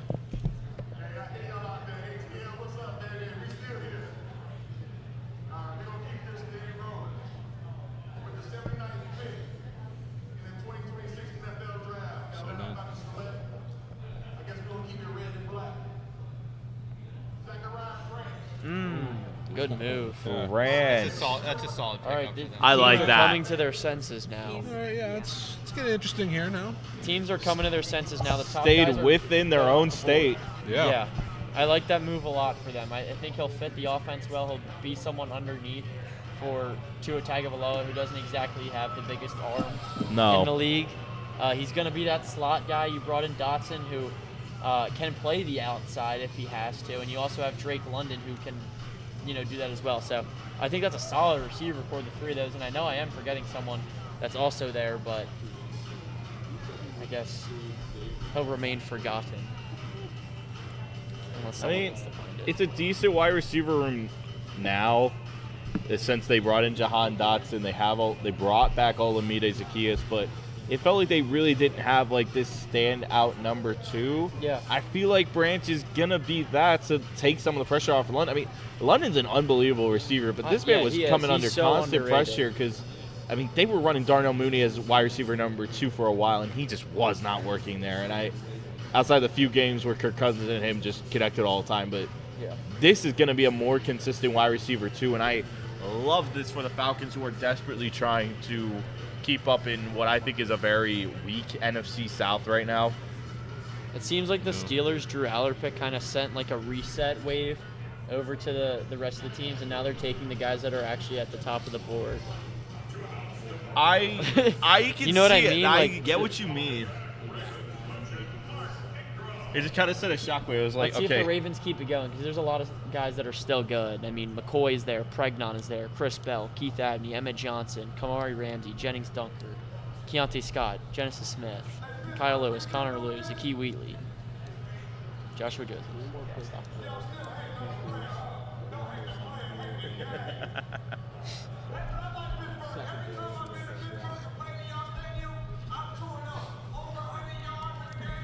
that one just. I've never had a moment shock me like that. What? Like the Drew Aller pick. That one just No way. set a shiver down my Dude. spine. It would reset the draft. It really did. I don't know. It's,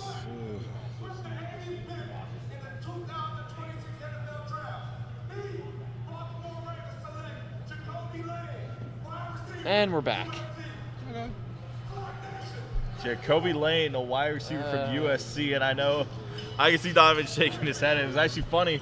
You were watching USC highlights for Lemon, but I definitely saw you were not as much impressed about the rest of the offensive unit from USC. Yeah. Well, the thing was, it wasn't just highlights, it was the entire game. So I saw Jacoby Lane too, and Yeah. I just continued to not be impressed with him. Now, he has incredible size at 6'4", but he's slow.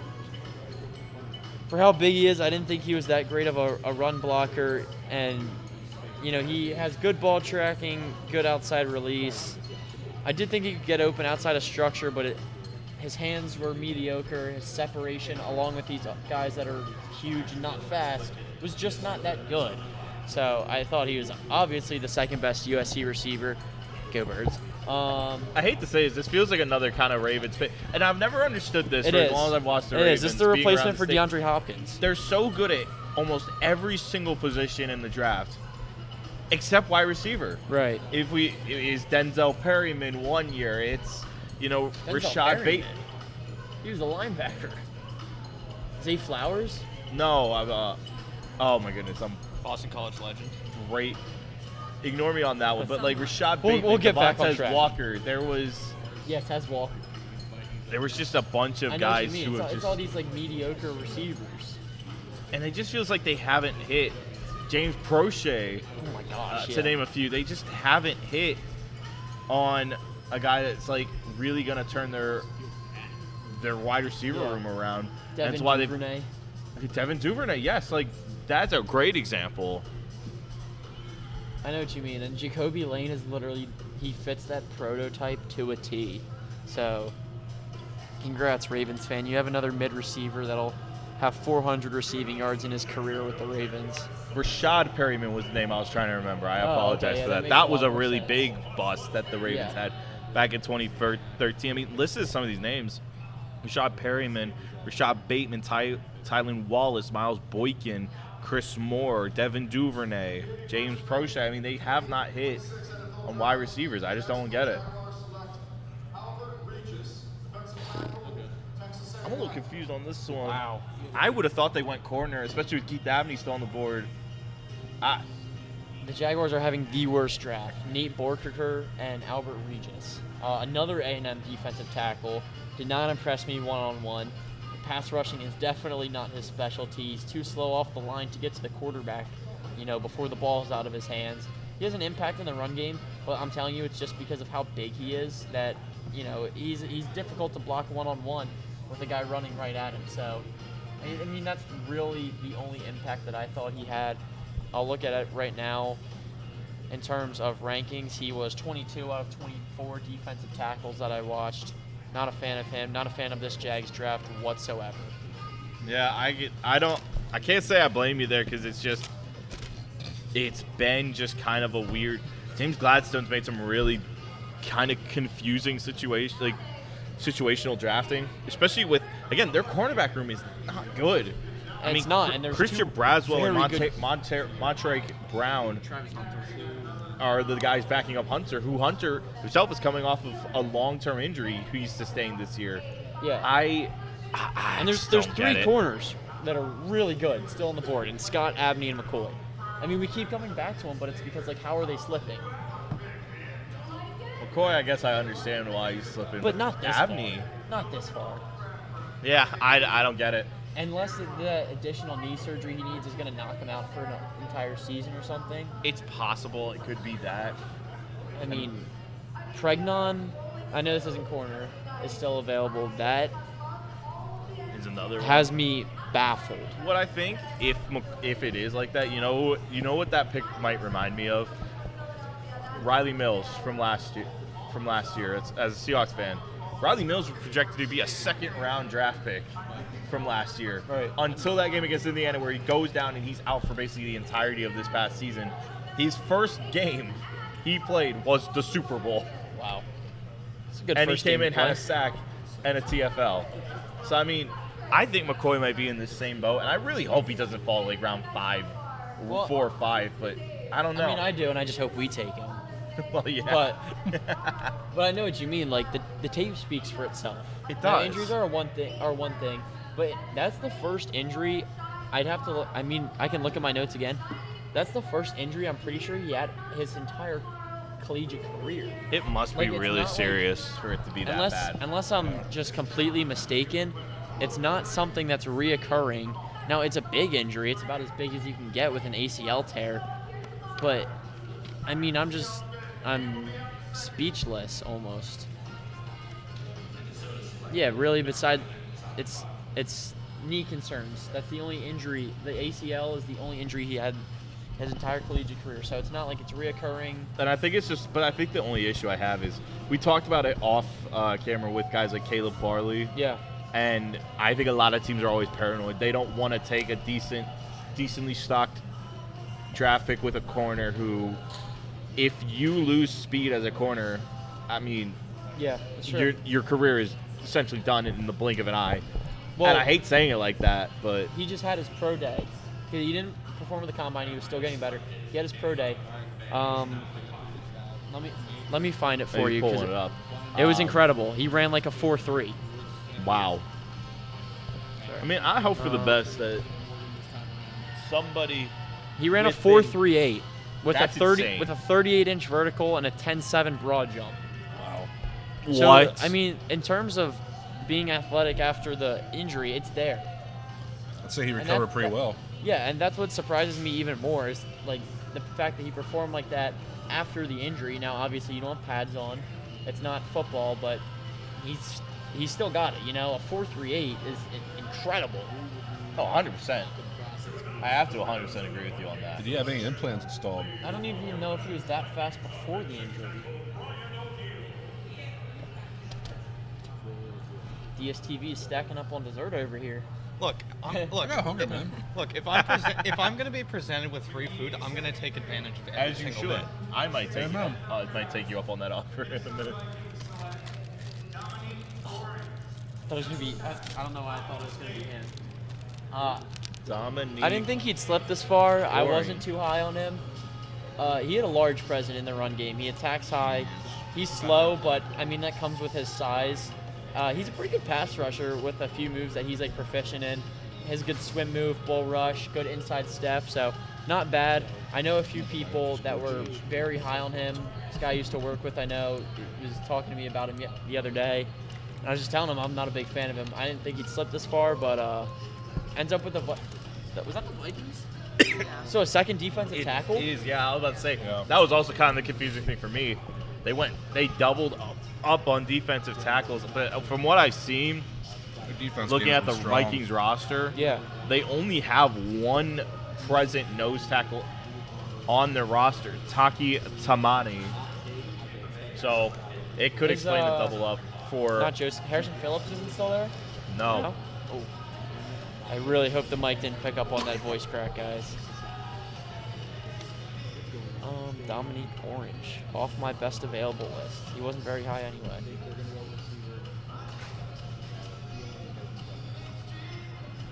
Steelers back up on the clock afterwards.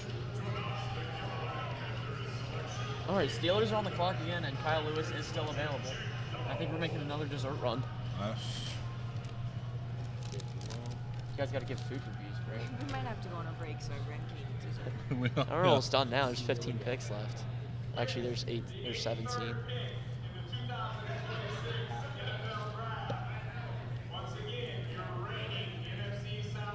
Super like a receivers here were 8 and 9.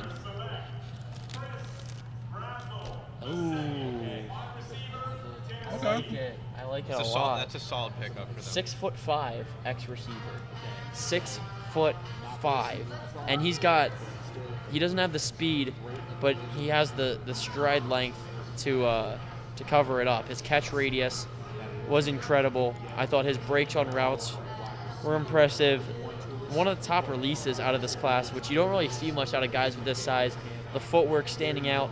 Clear advantage as a blocker, big-time threat in the red zone, and just very impressive against press coverage and good body control on the deep balls. I really like this. The Panthers have struggled with taking receivers early on. Now, McMillan was good, but you look at maybe Xavier Legette, who didn't exactly pan out how you wanted.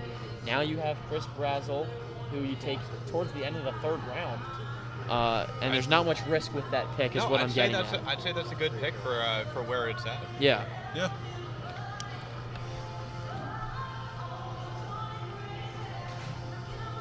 I think it'll be interesting to. Well, Pittsburgh's not up yet. It's Tampa. And then Pittsburgh again.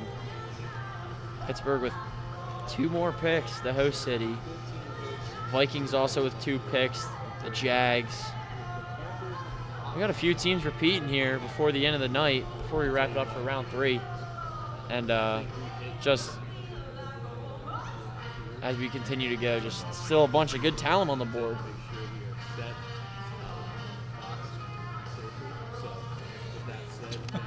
Nick, you missed the Chris I think Brazzell you just pick. went with my I heard it. I was like, you gotta be kidding me. I gotta say, Nick, I think you just went with my exact dessert order. Did I really? Yeah, you went pretzel stick. I went no cheese because I couldn't balance the cheese and the and to have the mini cheesecake. I get 2 plates. I don't know how I got did it. shaky hands though, so I don't want to risk one going on the other.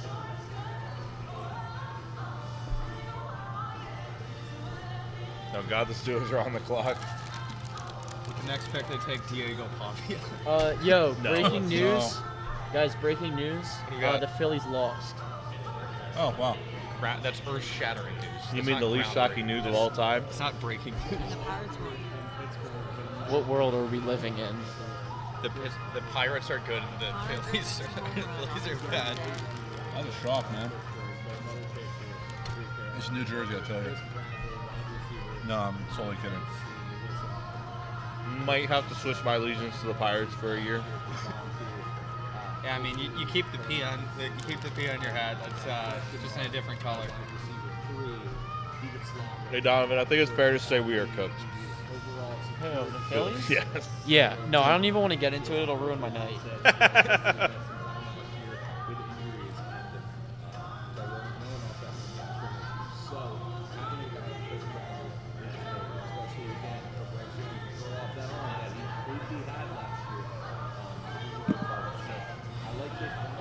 I really think the Steelers are in a good spot. I think Pregnon, McCoy, and Lewis are all needs, and they're all still there.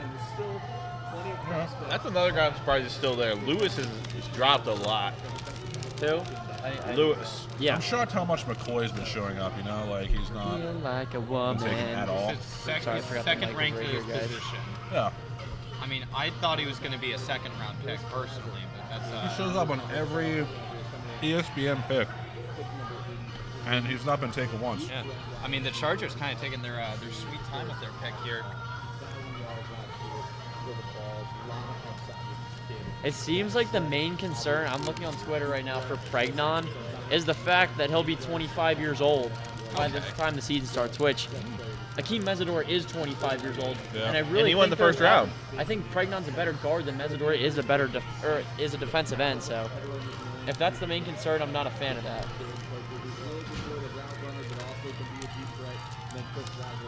Hey, I would love to see Seattle take him at 96 if he's still there. Yeah. Opportunities now to show off that armor was over last year.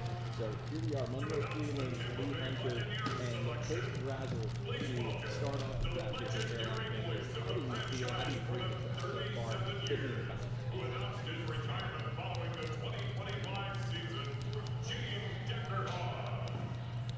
I think Lewis might be in play here, or Caleb Alarms, or out of TCU. Welcome to the draft here at Pittsburgh. Thank you, Pittsburgh fans, for being the host of this tremendous draft. I'd like to thank the late Malcolm Glazer and the Glazer family for providing me with the opportunity to broadcast not just one, but two Super Bowl championships. Super Bowl 37, Super Bowl 55. This guy's got a great voice. And to all Buccaneer fans worldwide, touchdown Tampa Bay. Speaking of touchdowns, Tampa Bay. Oh, Okay. With the 80 Emmett Johnson. and the 2026 I would love that. Pregnon? Pregnon? Buccaneers select Ted Hurst, Nope. wide receiver, Interesting. Georgia State. Very interesting. True vertical threat. I'll say that. True vertical threat. Another receiver in the class with great size. Footwork and route running really didn't stand out as anything crazy, but his hands are good. He's great at contested catches. So, I mean, Georgia State, the small school rhetoric playing in maybe to a little bit why he dropped. I wasn't his biggest fan, and I don't think the Bucs' biggest need is receiver at all. I mean, you have Godwin, Ibuka, Jalen McMillan, Tez Tez Johnson. I can think of his name. Thank you. But they like their variety at receiver, I suppose. It's definitely one of the more interesting ones. I don't know if I still stand by this, but I want to talk about it. I was actually really thought as the Bucs of one of the biggest winners, and I was gonna really harp on this if they had taken Pregnon, because I love their first two selections of Reuben Bain and Josiah Trotter. Yeah. I really do love them. So Me too. Especially Trotter. I think he's very underrated. So I think the Bucs have actually been a decent winner, and while I'm not the biggest fan of this selection, I don't think it's a bad one. So It's time for the one Steelers with, ESPN's, to redeem themselves in the eyes of the fans. I'm interested with ESPN's prediction here with this. Has Jermon McCoy been there the entire time? Pretty much for best available. Yeah. Oh, it's Essentially, best fit. yeah. I thought it was best fit. That's Jermon why- McCoy. No, best fit is He's been Pregnon. best available all night. Yeah, because he is. Him Yeah. and Pregnon. those two are going to be like the best available So and best ranking fit 2 and spell, but- 3, maybe, I mean, maybe. yeah. If the Steelers play their cards right, it would be a good pick to take. His age doesn't matter to them. Yeah. They don't care. I think if you go with either. I of mean, we these had two- Aaron Rodgers. I don't think that matters at all. They have a major need for. Yeah. I think if you go either of these two or Kyle Lewis, that's a really good pick. Or Dunker, but they're not going to go with another tackle. I'm maybe going with McCoy or Doesn't- Lewis. It's not a need they need right now. It'd be great to grab him, but I feel like right now there's other things to look at. Yeah. Cam Hayward He's is banged up, announcing though. He his might not pick. even play. Cam on the call. The 6-time Super Bowl winners. Soon to be second. Last time was 2009, but all right. Yeah. Pittsburgh Steelers select David Everett, defensive end, Georgia. Okay. So it's a corner. It's not McCoy. It's not Abney. It's not Keontae Scott. Not Lewis. But it is Dalen Everett out of Georgia. When I tell you, this was probably the most mid guy that I watched, not only at corner, but just in general. Okay. He has upside. And he's very patient in man coverage, but he's constantly giving outside leverage and getting twisted up on those outside routes. Good acceleration, holds his own as a press corner, just not a good open tackler, and he's a little clumsy sometimes. So that makes sense as the Steelers pick, because this has been about the most mid. It's like they're trying to get the most mid guys possible, and they're doing very good. They're doing a very good job at it. So if that's what they were going for, congratulations to them. I mean, I don't think it's a bad pick per se, and I think one thing I want to highlight with this is, again, he's going into a very deep, very talented DB room. You got Asante Samuel, you got JPJ. Randy. They just brought in Jamel Dean. Yeah. There's stuff to be optimistic about here for this pick. I think there's a lot of room for growth. I think most of their picks are looking for growth. Yeah. We're not taking anyone above it, but if they can play, they can play, and hopefully they'll prove themselves. Hey, if they can catch a ball, I'll take it. You know.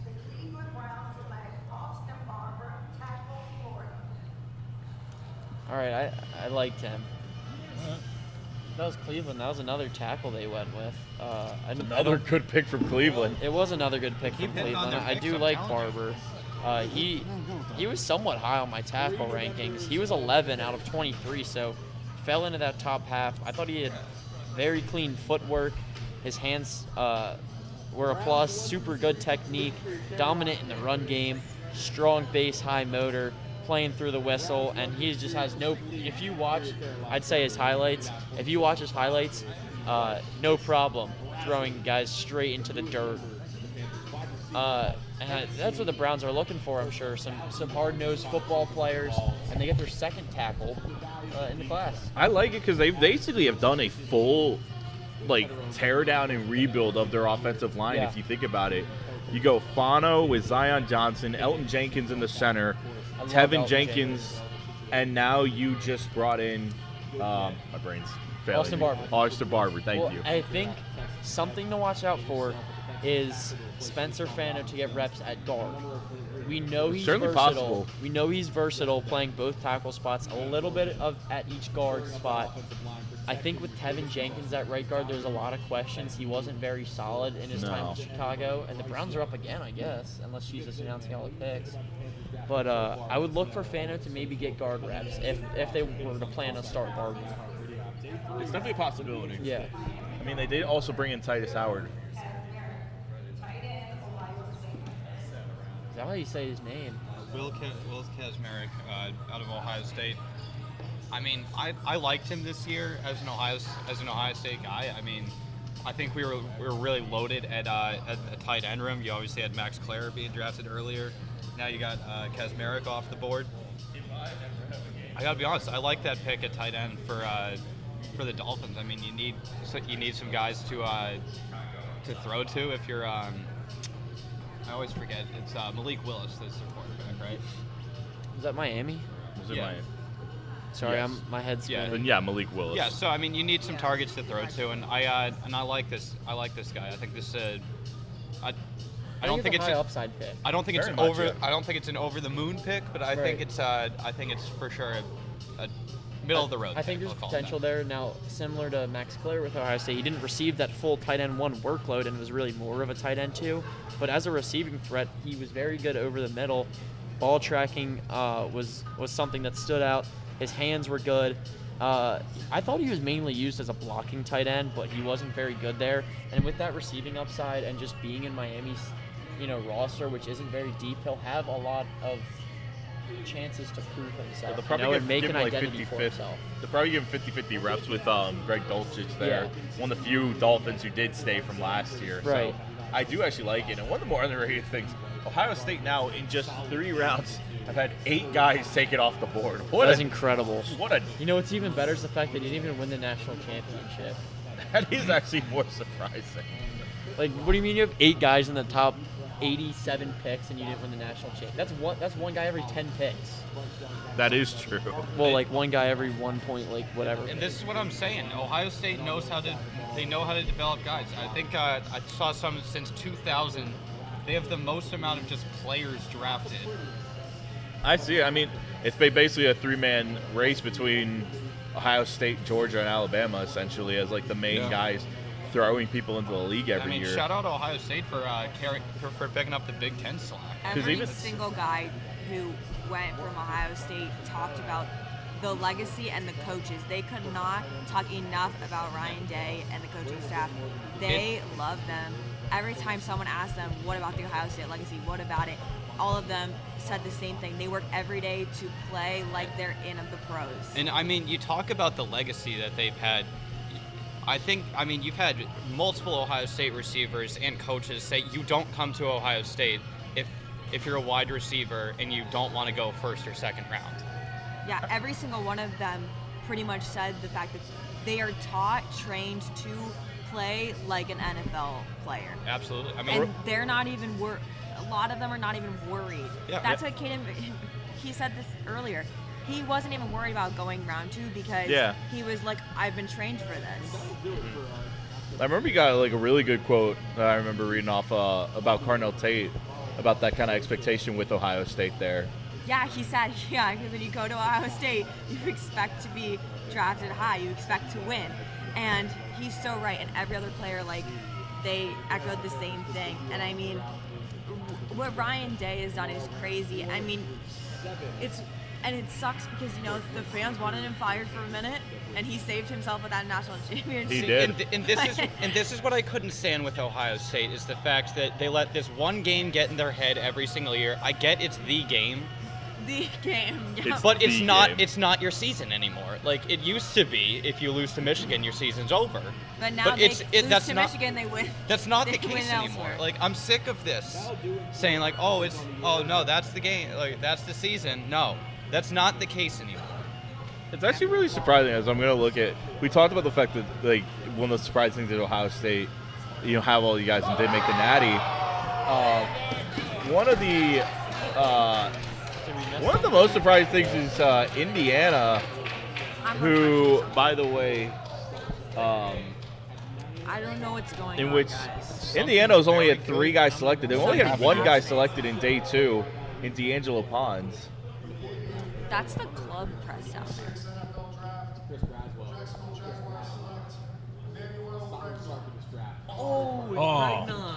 Oh, there he goes. The Jags redeemed themselves from what has been the worst draft class across the league with taking a first-round talent in Emmanuel Pregnon. Now, We can finally use one of the 2 leftover graphics we've been sitting here for a while. So who's the last one? Who's like the last graphic still available? It's still McCoy. We've talked about That was Pregnon. one of the first Dude, 2 if this graphics goes I into made. day 3, I'm gonna lose it. Finally. That's one of the first 2. But I love that pick so for the happy for Jags. this for Jacksonville. This is such a good draft pick for them. Yeah, it is. Now you have the concerns with him maybe being a little on the older side, almost 25 years old. But nonetheless, he was super impressive this year at Oregon. He's a first-round talent. I don't know how the heck he fell this far. And he's a day 1 starter, I think. I don't care about what round he was taken in. Now, I'd have to look specifically maybe at the Jags' offensive line, but I think in most teams' spots that, you know, are drafting a guard, I would think he bumps Pregnon out. could be a starter. I would think he bumps out Patrick Bakari because he was not doing well for Jacksonville last year. They had a lot of line issues. Anton Harrison went through a lot of growing pains. But I think between him and Cole Van Lennon, and now you can slide that in with Pregnon, you got to love it. I think he's probably the second best guard on that team besides Ezra Cleveland, and he will be better than Ezra Cleveland. Let's not get that twisted. So. Yeah. I just said, I saw you earlier yesterday. I was like, that's awfully familiar than somebody with your name. Yeah. I just want to cover your face. Yeah, of course, man. Yeah, we're with the Duquesne Student Television and Radio Team. So, yeah, so a lot of fun. Oh, yeah. Today's picks, yeah, for sure. Yeah. Wow. How's the live hits been going? This pick kind of confuses me. Thomas. I saw him as a very similar receiver to Luther Burden, who is on their team out of LSU. Blazing speed, very hard to bring down after the catch just due to that speed. Really good ball tracking as well, and he's a little small. He's going to make up for that through how fast he is. His hips are fluid. He's an agile receiver, but really plays that role that Luther Burden does. So I'm a little confused. Now, I'm not going to doubt Ben Johnson. We know what he can do with an offense. Just from immediate thoughts, I'm not sure how they'll fit together.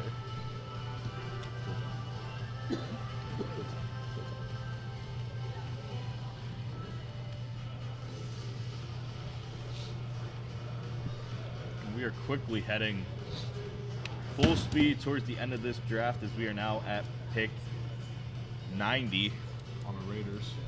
90. The Niners pick is in with 91 on the Raiders. As we are quickly heading to the end of the second day, I just want to say thank you to Morgan and Donovan, Harley and Will. They've all done a phenomenal job, along with Jack, who helped us out big time on the first day, along with Jason and Brendan and everyone else here at DSTV and DSR who has helped make all of this possible. We cannot thank everybody on both studios enough for what has been an awesome 2 days so far. And Donovan and Will be back for day 3. Absolutely. And, you want to talk?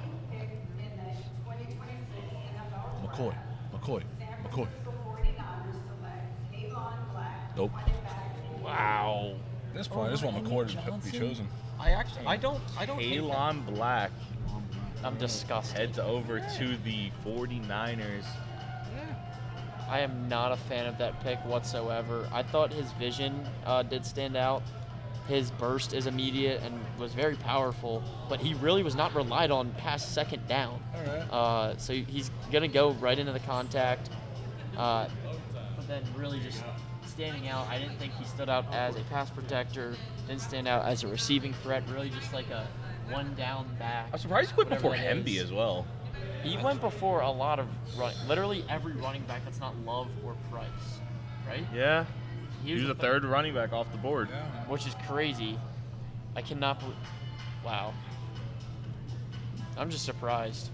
Well, even guys like Heidenreich and Katron Allen, I mean, there was a lot of big-name guys I would have thought would have went before Black. Yeah. McGowan, Mike Washington, Emmett Johnson, both Penn State guys. I have to argue. I mean, we joked about Jacksonville. I think the Niners have really had probably the worst second day of any team in the. Yeah, they've had a pretty rough go of it. So. It's them, or if we want to go Cardinals because of the Carson Beck pick.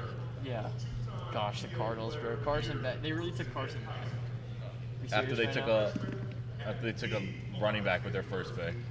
See, I like the Jeremiah Love pick. I think you got it. No. Browns. All right. Nope. Terrell Pryor. I'm not gonna lie, I only saw Ohio State. I thought it would be in Pittsburgh, so Yeah, like I figured Heinz Ward was and came to Pittsburgh. Yeah. my best guess. Don't let my man Jennings Dunker slip to the 4th round, bro. He's gonna prove some people wrong. Bench.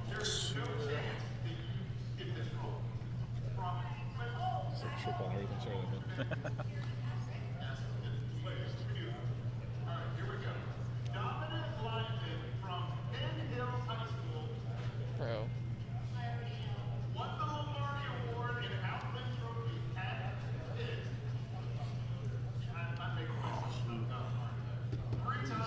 They're getting. I wonder. That was. Are they Rams? Huh. They're doing a little bit to I think that was. stretch out some time here. I think at that the was a end. little bit of a layup there. That was planned. You know, that was a little cheap. I got a little fan around. Of course, it was a Rams. Dallas. Listen, I say this. Listen, guys, I say this knowing what my team is. So. Has Dallas selected today? Yeah, they have. Pretty sure, right? I don't think they have. No, this will be Dallas's first pick of the day. Probably because they suck. I mean, it makes sense. I think they gave up a lot to get that Malachi Lawrence pick from when they traded back in the first round. I think they traded their second round pick away for it.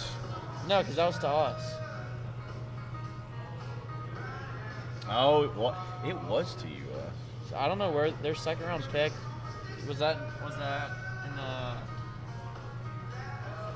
I'm trying to think. The Parsons deal was 2 firsts, and they give a second back in return. I don't even know what else it would be. Oh, never mind. It was the pick that they gave to the Jets for Quinnen Williams.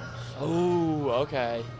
I do remember that because it was a first, a second, and Mozzie Smith that won in that deal. Mozzie Smith is so bad. It's actually hilarious. It was a decent trade for the Cowboys to get Quinnen Williams in the room. Yeah. So, yeah, that is why Dallas had no second-round pick this year.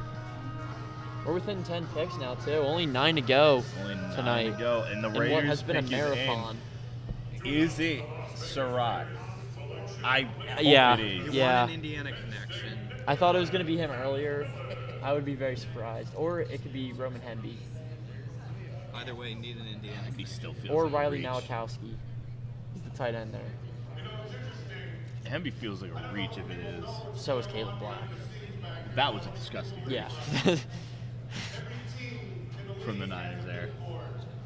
Or it could be Chris Bell, who's straight up better than all of the guys we just named. Well, it's also the fact that they have 2 Pro Bowl running. Well, Oh, yeah, they won't go. Yeah, oh, they're never not, mind. Brian yeah, Robson's not there, but they still have Christian McCaffrey Yeah. at San Francisco. So I really don't understand the black pick. And they have a staff of about 10 people in there that are just killing it tonight. And before the Raiders take us away. I don't know about killing it. I mean, I don't took know the how I haven't got obvious selected pick. yet. I was supposed to go second round. They've done a phenomenal job. Anyway, with the 91st pick in the 2026 NFL Draft, the Las Vegas Raiders select Trey Zoom III, guard, Texas A&M. There was a lot of questions where he was going to play. Trey Zoom the third. He All played right. a lot as a tackle. Alrighty. People were saying center. I guess he'll play guard. Yeah, It's I don't not know. a bad but selection, I it's, think. It's not bad. I wasn't a fan of him as a run blocker. He just kind of looks almost like confused. But he's very quick feet, very polished footwork. You know, it starts from the ground up, and that was the biggest positive I had from him. So, a decent pick for the Raiders. You know, you want to pick the guy or protect the guy you just picked with the first overall selection in Mendoza, and they probably have a chance to pair him with one of those guys later on. Could be Surratt. That'd be probably who it is because, you know, with Genty and Brock Bowers on top of Michael Mayer, it's not exactly a tight end needy team. And like the Browns, I like the fact that the Raiders are trying to do a job to better protect their quarterback by signing Linderbaum. You're going to get Colton Miller back. You're going to get a full year of Jackson Powers Johnson, who is very good when you don't, you know, move him out of his position. Pete Carroll and his son. So, I mean, you get that, and now you just add Zune. I think the Raiders are setting themselves up for just to be very scrappy with this line now, which will be a gigantic step in the right direction with Clint Kubiak in this squad. I really hope this pick is bad. What'd you say? I said I really hope this pick is bad because I was a real fan of their day one picks. You're not excited to see Caleb Downs in your division? I want them to take J. Michael Sturdivant, whatever, however you say his name. Take a punter. He's my lowest ranked player. Take a punter. I didn't even scout punters. I should have. I'll do it tonight. Take a kicker in the third round. We've seen it before. This is true. Jake Moody. Oh God, I forgot about that.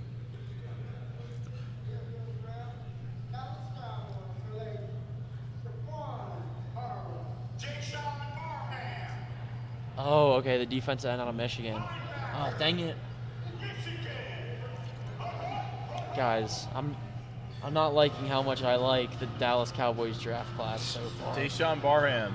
Yeah, feet similar to Trey Zoom. His footwork really stood out. Now, obviously, different position. They're constantly moving. He doesn't show off a lot of pass rush moves. He's just more of a speed over power guy, but a very smart run defender. That was definitely his best trait. Really good bend, high motor, fierce hand fighter. He's going to be a dog. I'll say that. And on top of Rashawn Gary and Malachi Lawrence, who you selected last night, Quinnen Williams, who we just talked about, I think Dallas is really setting themselves up to compete in a division that has a lot of talented offenses. Obviously, you look at the Eagles and what they've done over the past few years, and also the past few like tonight, taking Markel Bell to help protect Jalen Hurts if we need him, taking Mekhi Lemon last night, taking Eli Stowers. You have the Giants who have Malik Neighbors. They took Antonio Williams tonight, or was it Malachi Fields? Either way, one of the two.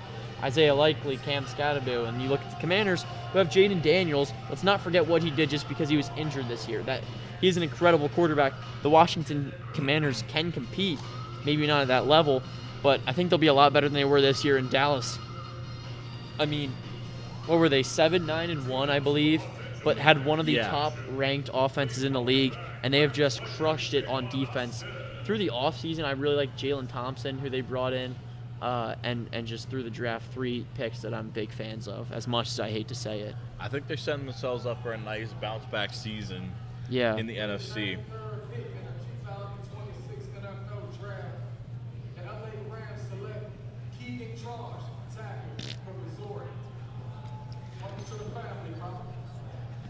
That's the second offensive lineman they took today. You can trust. Yeah, I'm not. I think his Seattle biggest broke fan. him on the sense that they need protection. Now I ranked him as a guard because that was the stipulation, is that he was going to play guard. But even then, he was my 14th out of 17 guards that I watched. So I really wasn't too high at him. He played right tackle at Mizzou, but really just the lack of speed is a big reason why people thought he was going to play guard. Now, he is very strong. He's going to overpower a lot of people one-on-one with just that raw strength. But his speed is just such a concern. Now, do his size and strength, make up for it? I think to a certain degree, yes. That'll definitely help him out as a run blocker if he's going to play tackle. But at the next level, you can be strong. You have to have a certain amount of speed to play tackle in the league, because there's speed rushers. We just talked about 2 of them in Barham and Malachi Lawrence. I don't know. Especially if you're going to be in a division with Seattle. Right. And you're going to have San Francisco. You got Nick Bosa, Josh Sweat in Arizona. You got Josh Sweat in Arizona. You got DeMarcus Lawrence and Leonard Williams, among others in Seattle. So I hope he becomes the next Daniel Falele for my division. But no, I do. That is a very interesting decision for the Rams there. Well, I actually thought we're making some decent decisions until then. Yeah, I wasn't a fan of that pick. Listen, and I'll say, I don't question Les Snead. Les Snead makes a lot of great decisions for the Rams all the time. So knowing him, this will turn into a gem, and I'll just cry again. Well, to be honest, if I were to rank him as a tackle, he would have been probably 18 above Demetrius out of 20. That would make him 24. So, it's the speed. That's really what stood out as the red flag for me. Now, is every tackle the fastest guy in the world? Obviously, no. But I don't know. I don't think he's going to go in and start. Now, the Rams' tackles are kind of abysmal. I'm not going to lie. I was looking at them earlier this week, just looking through all the teams with Alaric Jackson at left tackle and Warren McClendon Jr. as their starting right tackle. Yeah. So I wouldn't even think it's crazy to think that Keegan Trost has a chance to be a starting tackle come week 1. There is a chance. David Quessenberry is there, but really it's just an ugly group of tackles there. So I'm surprised they didn't take one earlier. They did. Who did they take earlier? Because I know they took a lineman, but I think it was a guard, right? Yes. It was. Oh no, they took Max Clare. No, they took Max Clare. Yeah. Okay, so well, he was a good blocking tight end, so maybe he can play tackle. Not actually. I don't think he'll play tackle. But Fun fact: Seattle was traded back with the Steelers. The Seahawks are getting pick 99 and 216, so Seattle will have more than one day 3 selection. Yeah. They will get a 6th and a 7th on day 3, and we'll have the 99th pick. Well, the Dolphins are on the clock here, and throughout the entire draft process, I loved Jermon McCoy to the Dolphins at pick 11. We're now talking about pick 94, and he's still on the board. This Dolphins team, no matter how good a draft they've had, which I don't even think has been that good, is in no place to compete. Take McCoy, let him heal. He'll take the time he needs to heal, and help him recover, because when he comes back, he's an athletic freak. He's insane in man coverage, and you have a corner along Chris Johnson. That's a good corner duo. If you can walk out of here with both of them and not have to sign Jermon McCoy to a first-round contract and potentially rush him back because you're paying him that money. I do see it as a possibility. I really think the Dolphins is probably the best fit for McCoy. You can take your time in recovering and know that you will still have a role when you're back. Maybe Chris Johnson plays well and it's a corner 2 role, but I think he'll play just as well. You're looking at a 1A, 1B situation like Darius Slay and James Bradbury in 2022 when they were, all pros. I kind of look at it like, or even better, like a crazier selection, Derek Stingley, Kamari Lassiter. Exactly. So let's see.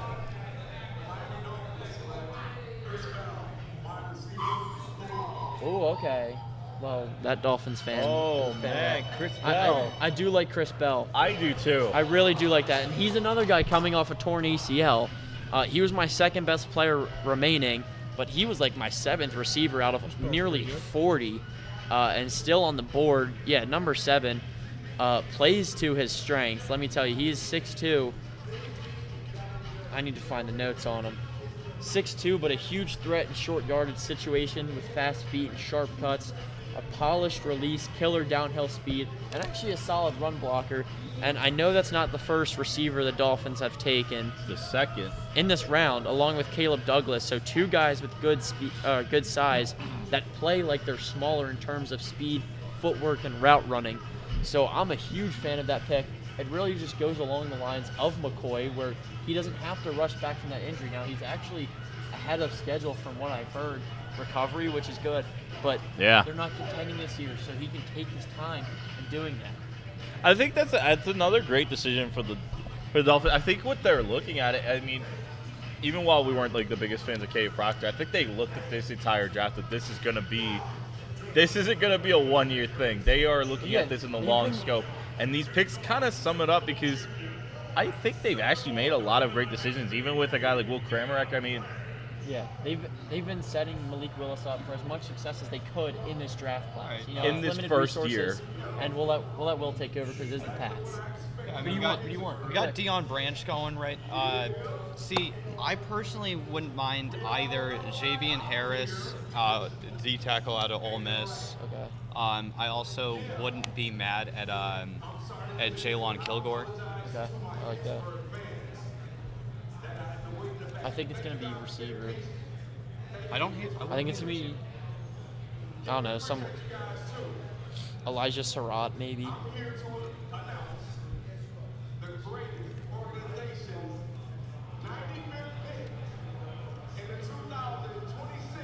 Oh, this is Cyrus Allen all day.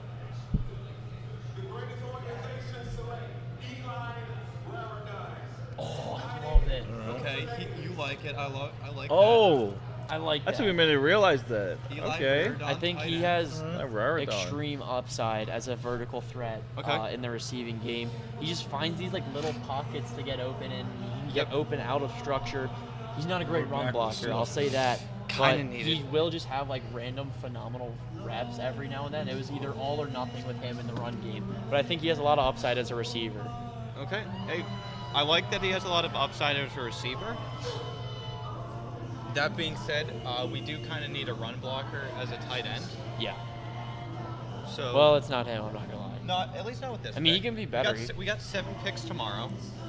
I think the best part is you don't actually like have to expect that fully from a guy like him because I mean we already talked about how good the receiving threat is with Hunter Henry. Mm-hmm. Yeah. He's coming in as essentially replacing Austin Hooper, and you just stole Reggie Gilliam from the Bills. We did, and I feel like that kind of essentially is your run blocking tight end. Bring back the fullback. Exactly. The fullback needs to be brought back. Bring back the fullback. I love Reggie Gilliam. I love Alec Ingold. Just stick him in. Navy's doing great. Kyle Juszczyk. So, Reggie Gilliam. God, what was his name? He played for us for a while. I think they're going to take another quarterback. Not actually. He's going to be doing a search on that. Here we go, Steelers fans. Kyle Lewis is, yet again, still there. Back with the Steelers picks. Please, stop teasing me. B. Lewis. Just because there's like 40 people after that last pick. James Devlin. Oh, Devlin. James Devlin. Oh, my goodness. Such a beautiful. Jakob Johnson.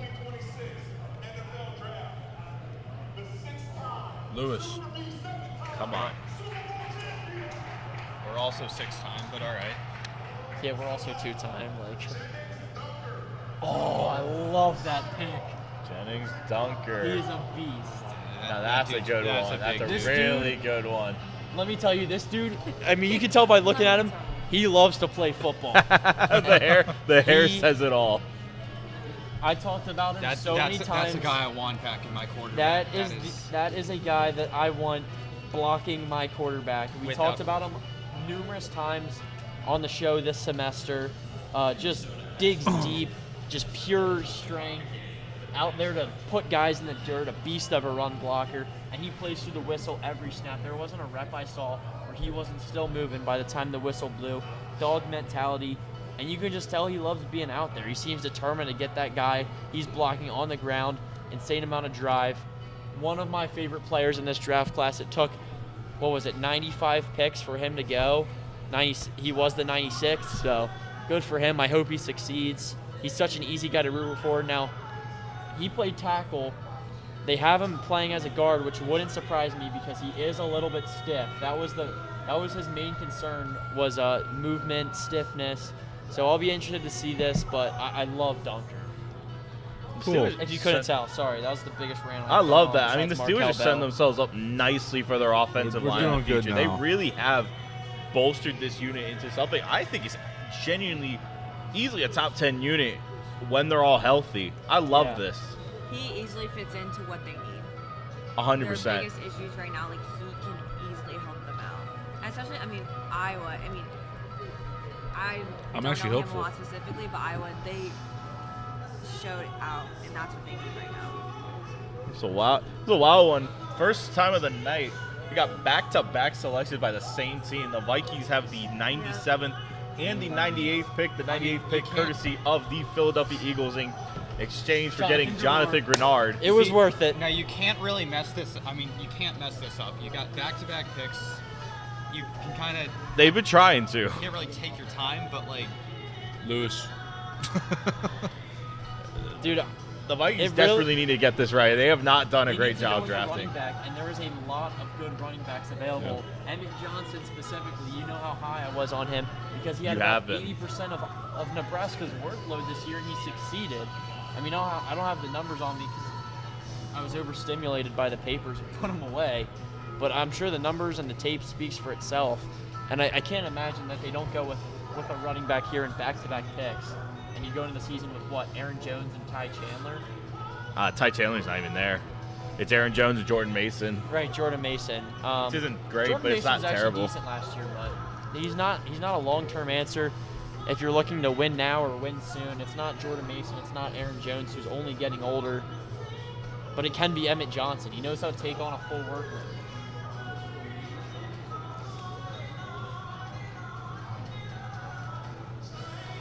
I feel like I'm gonna say this right now. I feel like if the Vikings are gonna get a boost, I think right now one of these two picks needs to be Kyle Lewis. Their linebacking depth is not good. They have Blake Cashman that cannot be ignored. They have decent talent there, but they need as much depth as possible. I think one of these two picks should be offense, but if they're gonna go defense, it needs to be Kyle Lewis. Okay. I just have to, sorry to switch topics. I have to talk about the GOAT right now because we talked about the Sixers game, which didn't end how I wanted. But if you don't know, I'm a huge LeBron fan, and they're about to go up 3-0. He has 29, 13, 6, and 3 steals. This man is I beg your pardon, say that again? 41 years old. Can we stop with this silly GOAT this, debate? Yeah. this Can silly you GOAT just debate? repeat that stat line again?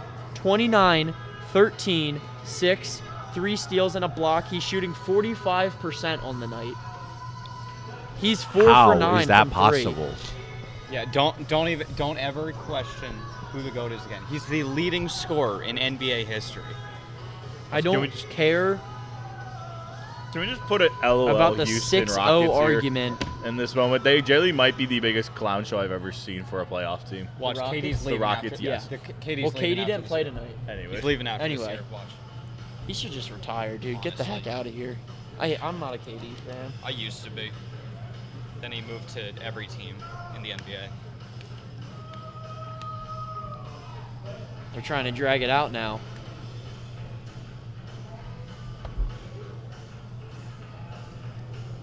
Yeah, I'd honestly be very surprised.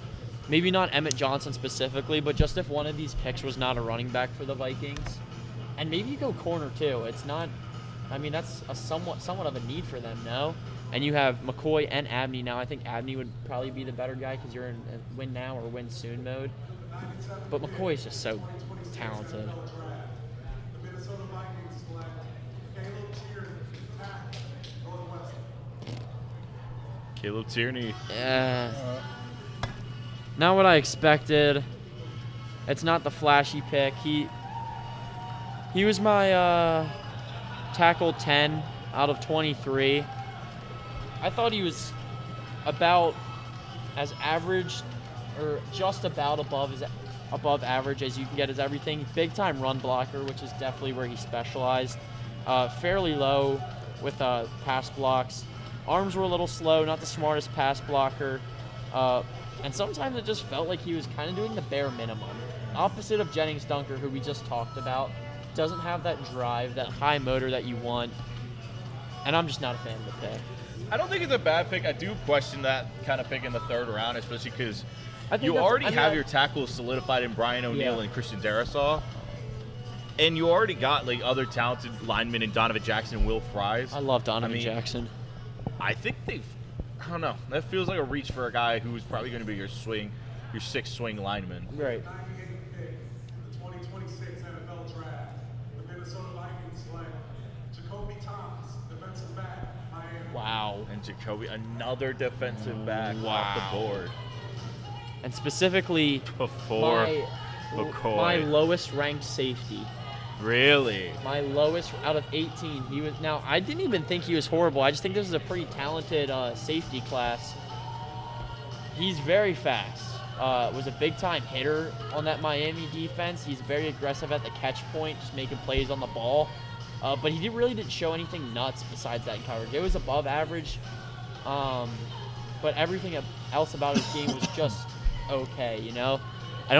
I think he can be a little bit of a flashy player. Maybe he'll be one of those fan favorites, just not some guy that's going to be constantly making plays. It'll be every now and then again, oh, look at the hit. Oh, look at the play he made on that ball. So, yeah. I'm not a huge fan of the pick. It's been a very questionable I'm not a draft for huge Minnesota. fan of those picks in general. I don't know how you didn't take a running back there. Maybe it's just because there's so many still available. I don't know how early they are. They are in the fourth round tomorrow, but we'll get back to that. I know you want to focus in on this one, Nick. All right, Nick, here you go. There we go. McCoy? Maybe? McCoy, maybe? In the 2026 NFL Draft, the world champs Seattle Seahawks select Julian Neal, DB, Arkansas. Let's go, Swells. Let's go. Well, There must be something I'm missing on Abney. I Julian really was Neal. impressed by Keith Abney. I'm a little confused by that one, especially because I've watched Arkansas football here and there, and their defense was really bad. I did like Julian Neal. I had him in the top half of my corner rankings, just around near half, but he's very big. I think he's like 6'2", 6'3". Okay. Which he keeps up very well on deeper routes given that. Super quick instincts, and similar to Jacoby Thomas, he'll make plays on the ball. He's just very physical, which is, I know, what Seattle wants. Tremendous upside as a run 100%. defender.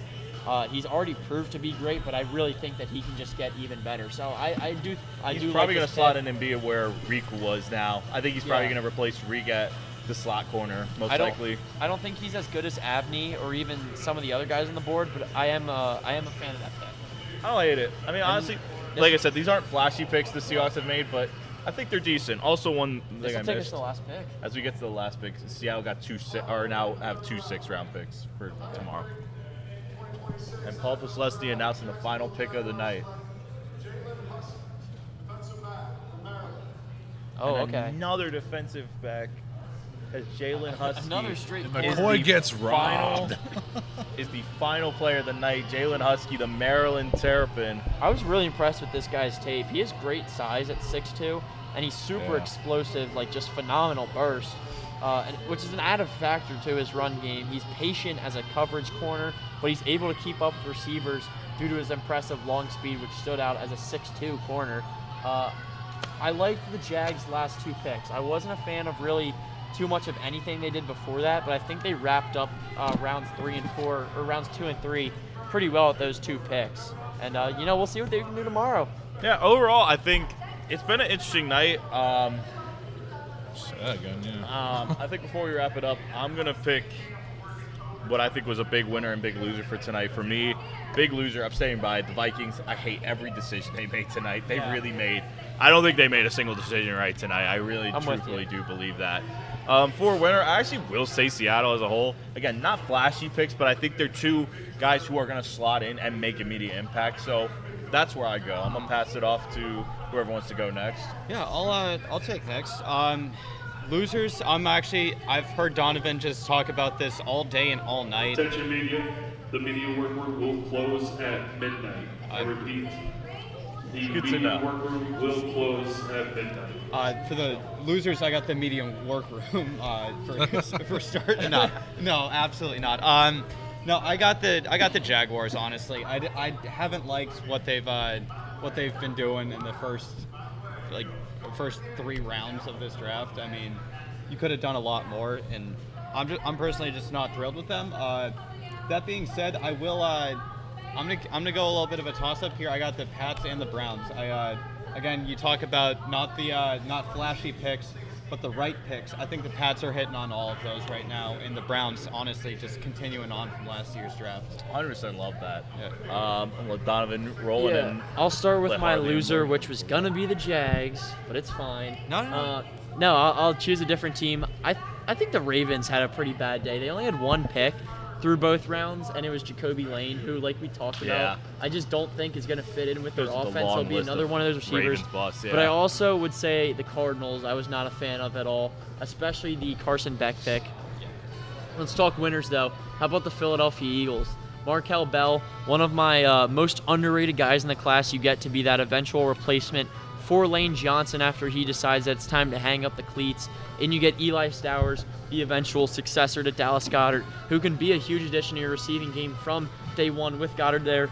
On top of that, all you give up is a late 3rd-round pick, and you get Jonathan Grenard, who can be a huge addition to your pass rush that you need with really only Nolan Smith, Jalix Hunt, and Arnold Ebiketie. So I think the Eagles had a phenomenal day. I think Howie cooked yet again.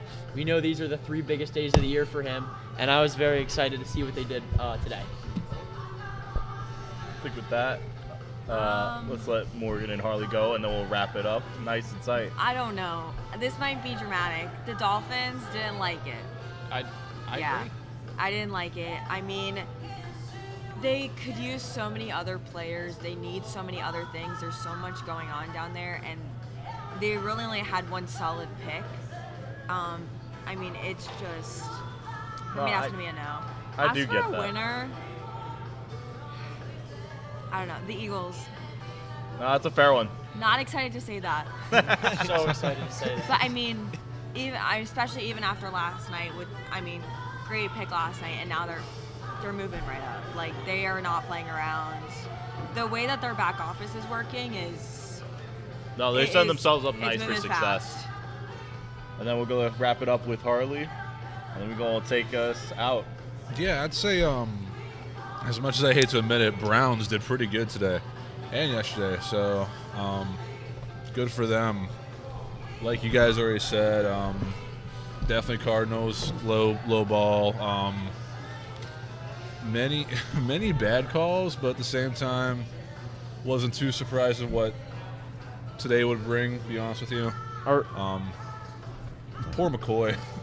Are we just going to ignore the elephant in the room that I think the Steelers were a clear loser of today? In a way. I'd agree. I think the picks might have upside, but I really was not a fan of a lot of them. Yeah. Dalen Everett, I did not like. I'll take anything. I did like Dunker. I love Dunker, but yeah. I wasn't a fan. I mean, we'll see with Drew Aller. I think it's a weird situation for him. I'm not a Bernard fan, so I'll throw that out there to enlighten all my Steeler fans who already aren't happy with me after the Flyers and Mekhi Lemon. They had a bad night, 100%. I just think other people had a worse night. That's true. Yeah. I just think other people had it worse. I don't think they did well. I just don't think. Yeah, I don't think they're a worse one. The world's not ending. Yes, it is. And Drew Aller, I don't like it, but I don't work for the Steelers, so. I'm not saying that they did good, but I'm not saying they didn't do bad. So. Well, with off that, you, Nick. I think we're going to wrap this up. I know me and Harley will probably not be here tomorrow. Will and Donovan will. I don't think Morgan will be either. I want to say one last shout-out to everybody here because tonight is actually mine and Harley's final night. Yep. Me, Harley, and Jack are all graduating, but I want to say thank you to everybody who has helped make this year special, not just here at DSTV, but on DSR as well. It's been just a phenomenal year from start to finish. I'm so grateful to have worked with all four of y'all, along with everyone else that I've had the chance to work with. Jason, all the staff from VODL, Brendan, Leo, among others. Everybody's been just phenomenal. So I'm forever grateful to have these opportunities. And I actually, not to be too sentimental, but I actually kind of just wanted to reflect that back on at least you, Nick. I couldn't have asked for a better year just to kind of hit the road running with my career, and honestly, I wouldn't want to do it again with anyone else. So just thank you for everything this year, brother. I appreciate that. But with that out of the way, we're going to get out of here for the night.